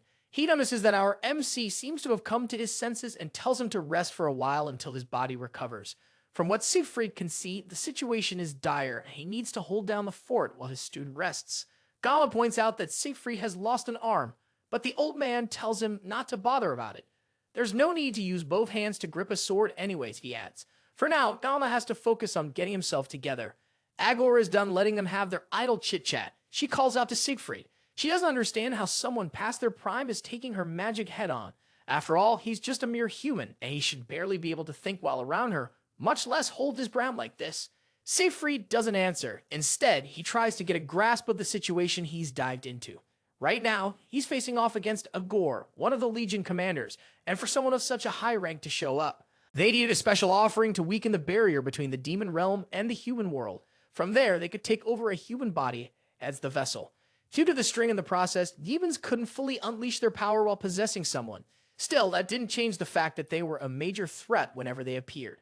Fortunately, it seemed that Abel and her current host body were not a perfect match. Struggling against Geomma was understandable, given his overwhelming strength, but she was even being pushed back by an elderly man in poor condition. She didn't know what methods Siegfried had used to hold out for so long, but she resolved that her next move wouldn't be so easily countered. With that thought, she charged forward. Siegfried responded in kind, advancing with his sword, held firmly in his remaining arm. As they passed each other, he struck with precision, rendering one of Aigor's arms unusable. She stopped momentarily, clearly affected, while Siegfried asked if she was starting to feel afraid now. His words only fueled her anger further, and she goes in for another attack, spawning massive flames that cover the entire area. Siegfried calmly holds his sword as it builds with aura, preparing for a counterattack. He doesn't know exactly why she crossed from the demon realm into the human world, but he can see clearly that her eyes are filled with fear. As the flames move toward him like a molten whip, the old man cuts it away easily and dodges the attack. Then he leaps away from where he's standing, moving faster than Aigor can see. The succubus still doesn't think that Siegfried is much of a threat, and she's so busy mocking him that she narrowly allows her head to get cut off by his sword. In an instant, Siegfried appears beside her, swiping his sword at her neck, which she very narrowly manages to dodge. Siegfried has such a dense aura around him that she can't even sense his movements. That's when she takes a moment to seriously look at his face and realizes that Siegfried is a descendant of Aura, one of the heroes of old. That may be the case, but Abel tries to calm herself before panic washes over her. After all, Siegfried is still just a human with a body far past its prime. There's no need for her to get so worked up over someone like this. She flies up into the sky to put some distance between them, then summons a barrage of flaming spears above her head. Descendant of Aaron or not, there's no way a body as frail as Siegfried's will be able to dodge this next attack. The spears fill the sky, and the heat is so overwhelming that even the clouds start to give way. She laughs like a maniac as both Geomma and Siegfried realize that this next one is going to be tough to dodge. Without giving them more than a second to think, she unleashes the flaming rain down to the ground. Siegfried may be old, but he still has some spring in his step. Moving fast enough to dodge the rain of fire, Geomma can do nothing but watch and call out for his teacher. He'd like to help him, but right now it's taking all the strength he has left to barely stay conscious. If he lets go of his sashimi knife, he might never be able to grab hold of it again. Giving up his blessing in this situation would basically be suicide. Siegfried continues to jump and avoid the molten spears as they rip apart the ground around him. With his one good arm, he slashes his sword at any attacks that come too close, perfectly cutting the fire spears in half. Even Abel commends him on his impressive display with such an old body. She upgrades him from a meddling bug to a scurrying rat in her eyes. The attacks are still falling, and they don't seem to have an end. Siegfried hasn't just been blindly dodging them this entire time, though. He's been getting closer to her with each step. Now he's within jumping distance. As he closes the gap, he agrees with her that demons are absurdly stronger than humans. In fact, in his youth, he resented the world after coming to terms with that fact. He understood that his effort alone wouldn't be enough to overcome it. but he has realized something now that he has reached old age. Mocks him as he speaks, but even though her words are dismissive, she can't ignore the raw skill that shows off just how experienced the old man is with the sword. Siegfried is almost within striking distance, and she still hasn't found a weakness to exploit. Then she notices it, right as he gets closer. His left side, where his arm is missing, is wide open and a sitting duck for an attack. She smirks as an idea comes to her head and tells Siegfried to keep babbling. The old man leaps into the air, getting closer to her. With his sword primed for the final slash, he screams out to Aigor. He tells him that humans can develop and evolve, even in hopeless situations. And that's what demons fear the most. That's why they are constantly trying to invade the human world. With that, Siegfried finally makes it into stabbing distance and raises his hand above his head for the final strike. Once he's close enough, Aigor starts to laugh. With a quick move of her hand, she stabs at his foot with a spear of fire that bursts from the ground. Siegfried's heroic leap is hindered, leaving him wide open for a finishing attack. Aigor doesn't waste a second and closes the gap between them, placing her hand on his chest. She's tired of listening to his babbling, and there's only one way she can put an end to it. With that, she shoots a burst of fire from her palm that tears straight through the Sword Emperor's stomach. The beam then explodes, completely engulfing the older man in bright flames. Aigor walks away, once again looking bored of the whole fight. Siegfried spits out blood and falls to his knees, coughing in pain. His body is on fire, his arm is missing, and there's a bowling ball-sized hole in his stomach. Honestly, the old man has definitely had better days. Now that he's well and truly defeated, Aigor gives him every neat dream, placing a flaming foot on his head, pinning him to the ground, left with no strength in his body. It looks like Siegfried has no words left to speak. Aigor knows humans well, and whether it's 700 years ago or today, the heroic types are always so cliché. The mighty Sword Emperor can't even open his mouth to argue as she tears him down with her words. Geomma calls out for his teacher again, still barely able to move or do anything to save him. Aigor almost forgot about the kid, but her attention goes back to him after his cry. For the first time since they met, she calls him by his name and approaches him to continue their conversation from before Siegfried arrived. Now that the intruding matter has been taken care of, it's time for her to give him the results of the test she gave him earlier. The Sword Emperor tries in vain to yell for his student to run, but it's already too late. Geomma passed her test, and as a reward, he gets another taste of mind control. His already weakened mind can barely hold back as the Legion commander places her flaming hands on his body. In her eyes, Geomma will definitely serve as the perfect host for the hopes of Deankind. She lovingly tells him that they will see each other in hell, while Siegfried yells for her not to turn her back on the enemy to go after a young cadet. Aigor laughs at his attempts to save RMC as she prepares a seal on her tongue. She doesn't feel like hanging out with an old man like Siegfried, and her attention is fully on Geomma. She leans in and places her tongue on his forehead, giving him a devil mark as a seal of approval for passing her test. With that, Geomma falls to the ground, seemingly completely taken over by the demon woman's magic. The demon mark seems to take root in his head and spreads all over his body, completely covering him with her power. The system immediately detects the unauthorized external intrusion and starts to freak out. It activates its self-defense program automatically. But just like with the Sword God's Blessing, the program cannot execute because the user's level and the world line are too low. So instead, the system uses Yggdrasil as a catalyst to temporarily increase Geomma's level. Then it uses its restraint to readjust and synchronize the world line. If you have no idea what this means, dear user, it means that our OPMC is about to get absolutely busted and Aigor is cooked. Geomma's synchronization level increases from 12.7 all the way to 99%, and then finally 100. With that, the condition for his mysterious locked power has been met, and Geomma is about to wake up. Meanwhile, Siegfried still tries to fight against the overconfident demon, but in his weakened and bruised state, he's barely a threat. He's a lot slower now. Even Aigor can't help but commend the fact that he's still moving despite his injuries. It's not too much for her to understand though, since bugs are known to keep moving even after their heads are cut off. Siegfried still tries to fight back as Aigor playfully dodges his attacks. Even if it costs him his life, he's determined to take both of Aigor's legs with him as he dies. His blade shines with his aura, and Aigor takes note of the color. It's just like 700 years ago during the war, when the Sword Saint used their aura as well. He evolved his aura right up to his dying breath to fight her. It looks like she has no choice but to kill the old man for good before he becomes a problem later. She rushes at him for one final battle, and Siegfried prepares to meet her head-on. But they are both interrupted as a blast of magic comes down from the sky, socking Aigor to her core. She turns around, enraged, to find the origin of the magic, and her eyes widen in shock. She first thinks that what she's looking at is Geomma, but this definitely can't be the boy. The feeling that runs through her body as she sees the glowing form of whatever is coming towards them. She hasn't felt this unpleasant sensation for 700 years. The system forcibly raised and manifested the level of all of Geomma's blessings, including the blessing of painlessness and the blessing of regeneration. Then, it used the blessing of transference to help a world's pain and damage with the other two blessings. Aigor grits her teeth in anger as she stares at the person that dares to interfere with her plans. She calls out to the person in the air above them. Woiken. Geomma descends from the sky towards them. The blessing of the sword god has been temporarily disabled in this new form. Instead, it announces that the god should bear witness as he wields the blessing of pseudo-invocation. Elsewhere on the island, Abel rests her sword against her back as she walks through the dense forest. Today is the last day of the training exercise, but something is clearly wrong. It's almost 7 o'clock in the morning when Ryojo checks her phone to make sure she's not going insane. Weapon wakes up behind her and asks, "What are you doing walking around when it's not even dawn yet?" But she tells him that dawn is already over. Sunrise was a long time ago, and yet the sky is pitch black, as if it were still the middle of the night. Regardless of what's going on, though, it's about time for the cadets to head back to the academy. They will all eventually meet up there, even Chloe and Rachel, who are fast asleep, dreaming of Kangama. The other cadets are also waking up, realizing that it's time for them to reunite at the return point. Rio is sure that many others have already gathered there since yesterday. No matter what's going on, Rio is certain that this isn't a good sign for them. Back at the battlefront, the smoke shows no signs of clearing. Geomma calmly floats down to the demon and human who were just about to kill each other not too long ago.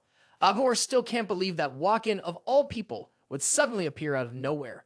For the first time in the entire battle, the fear that Siegfried had been seeing in her eyes is now written clearly on her face.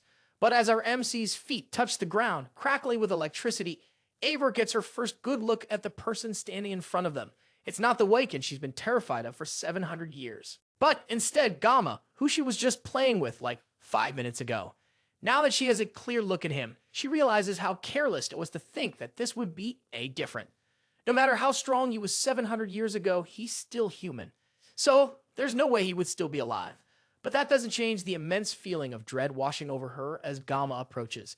And at this point, even her judgment is starting to slip as a result. Whereas Siegfried, during all of this chaos, he's basking in the light of a new god. As soon as Geomma gets close enough to him, his knees buckle, and he falls to the ground in respect. Geomma stares at him for a moment before raising his hands, and Siegfried's wounds immediately start to heal and seal up. Once Siegfried has been taken care of, Geomma closes his eyes to concentrate. Then he opens them, unleashing a burst of power as the electricity that was coursing through him earlier starts to engulf the entire area. In a flash, he disappears. Before Aigor can even blink, he reappears behind her and starts walking toward her. Meanwhile, the Legion commander is petrified with fear as her brain struggles to process just what the heck is going on here. She can't get a clear grasp of his form at all, and it's almost as if his new powers are beyond her comprehension. She starts to wonder if it's because of the lossy body that she's inhibiting, but it's definitely more than that. This entire situation is just beyond understanding. One thing that she's definitely sure of, though, is that this guy is surely not human. If that's the case, then she has to take back what she said a while ago. She apologizes to Geomma for taking back her words as she reaches under her, drawing magma from the earth for one massive attack. It's a shame that she has to give all her strength to take him out now. His body would have made a fine vessel for someone else. But if she doesn't take him down here, then he will definitely become someone that blocks the path of the rest of the demon folk. Geomma stares calmly at her as she charges up a powerful attack in her hands, and the magma from below the earth breaks through the ground and takes shape in front of her. Then she takes it all together and turns it into a massive fireball that she holds over her head. Siegfried grits his teeth in shock at the display of raw power, but Geomma doesn't seem fazed at all. Then she sends the massive fireball hurtling towards Geomma. Wishing him one final goodbye with a promise to see each other again in hell, the massive ball of fire shoots toward Geomma and Siegfried. It's so large that it breaks apart the earth as it flies toward them. Siegfried can barely believe his eyes at the size of the attack, and there's not much he can do to stop it from taking them out. Geomma walks forward as the flames fly toward them. For the first time since he descended with his newfound power, he speaks inside him. The system runs through multiple calculations to keep his new form active and maintain all of his blessings at once. Considering the world line values that were tampered with, the manifestation time is limited to 60 seconds. This means Geomma doesn't have a lot of time to finish this. But considering his new form, it's not like he needs much time anyway. The world itself seems to freeze in place as Geomma walks toward the fireball with only one intention: to cut it as perfectly as possible. Several potential cutting lines appear on the massive blazing ball, but only one looks usable.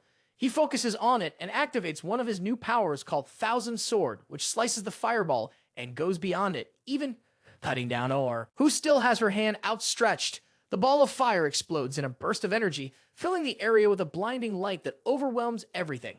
Once the light dies down, Aigor's body falls to the ground, split perfectly in half from Geomma's power. She falls to the ground with no energy left to spare. Then her eyes look to the sky as it starts to brighten.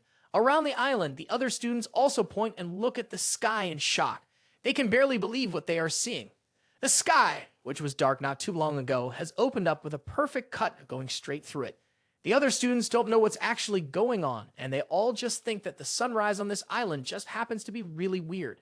Back with Aigor, she struggles to even breathe properly, as her blood pools around her in what looks like molten magma. She can't regenerate her body, and it feels like even the very source of her mana has been cut.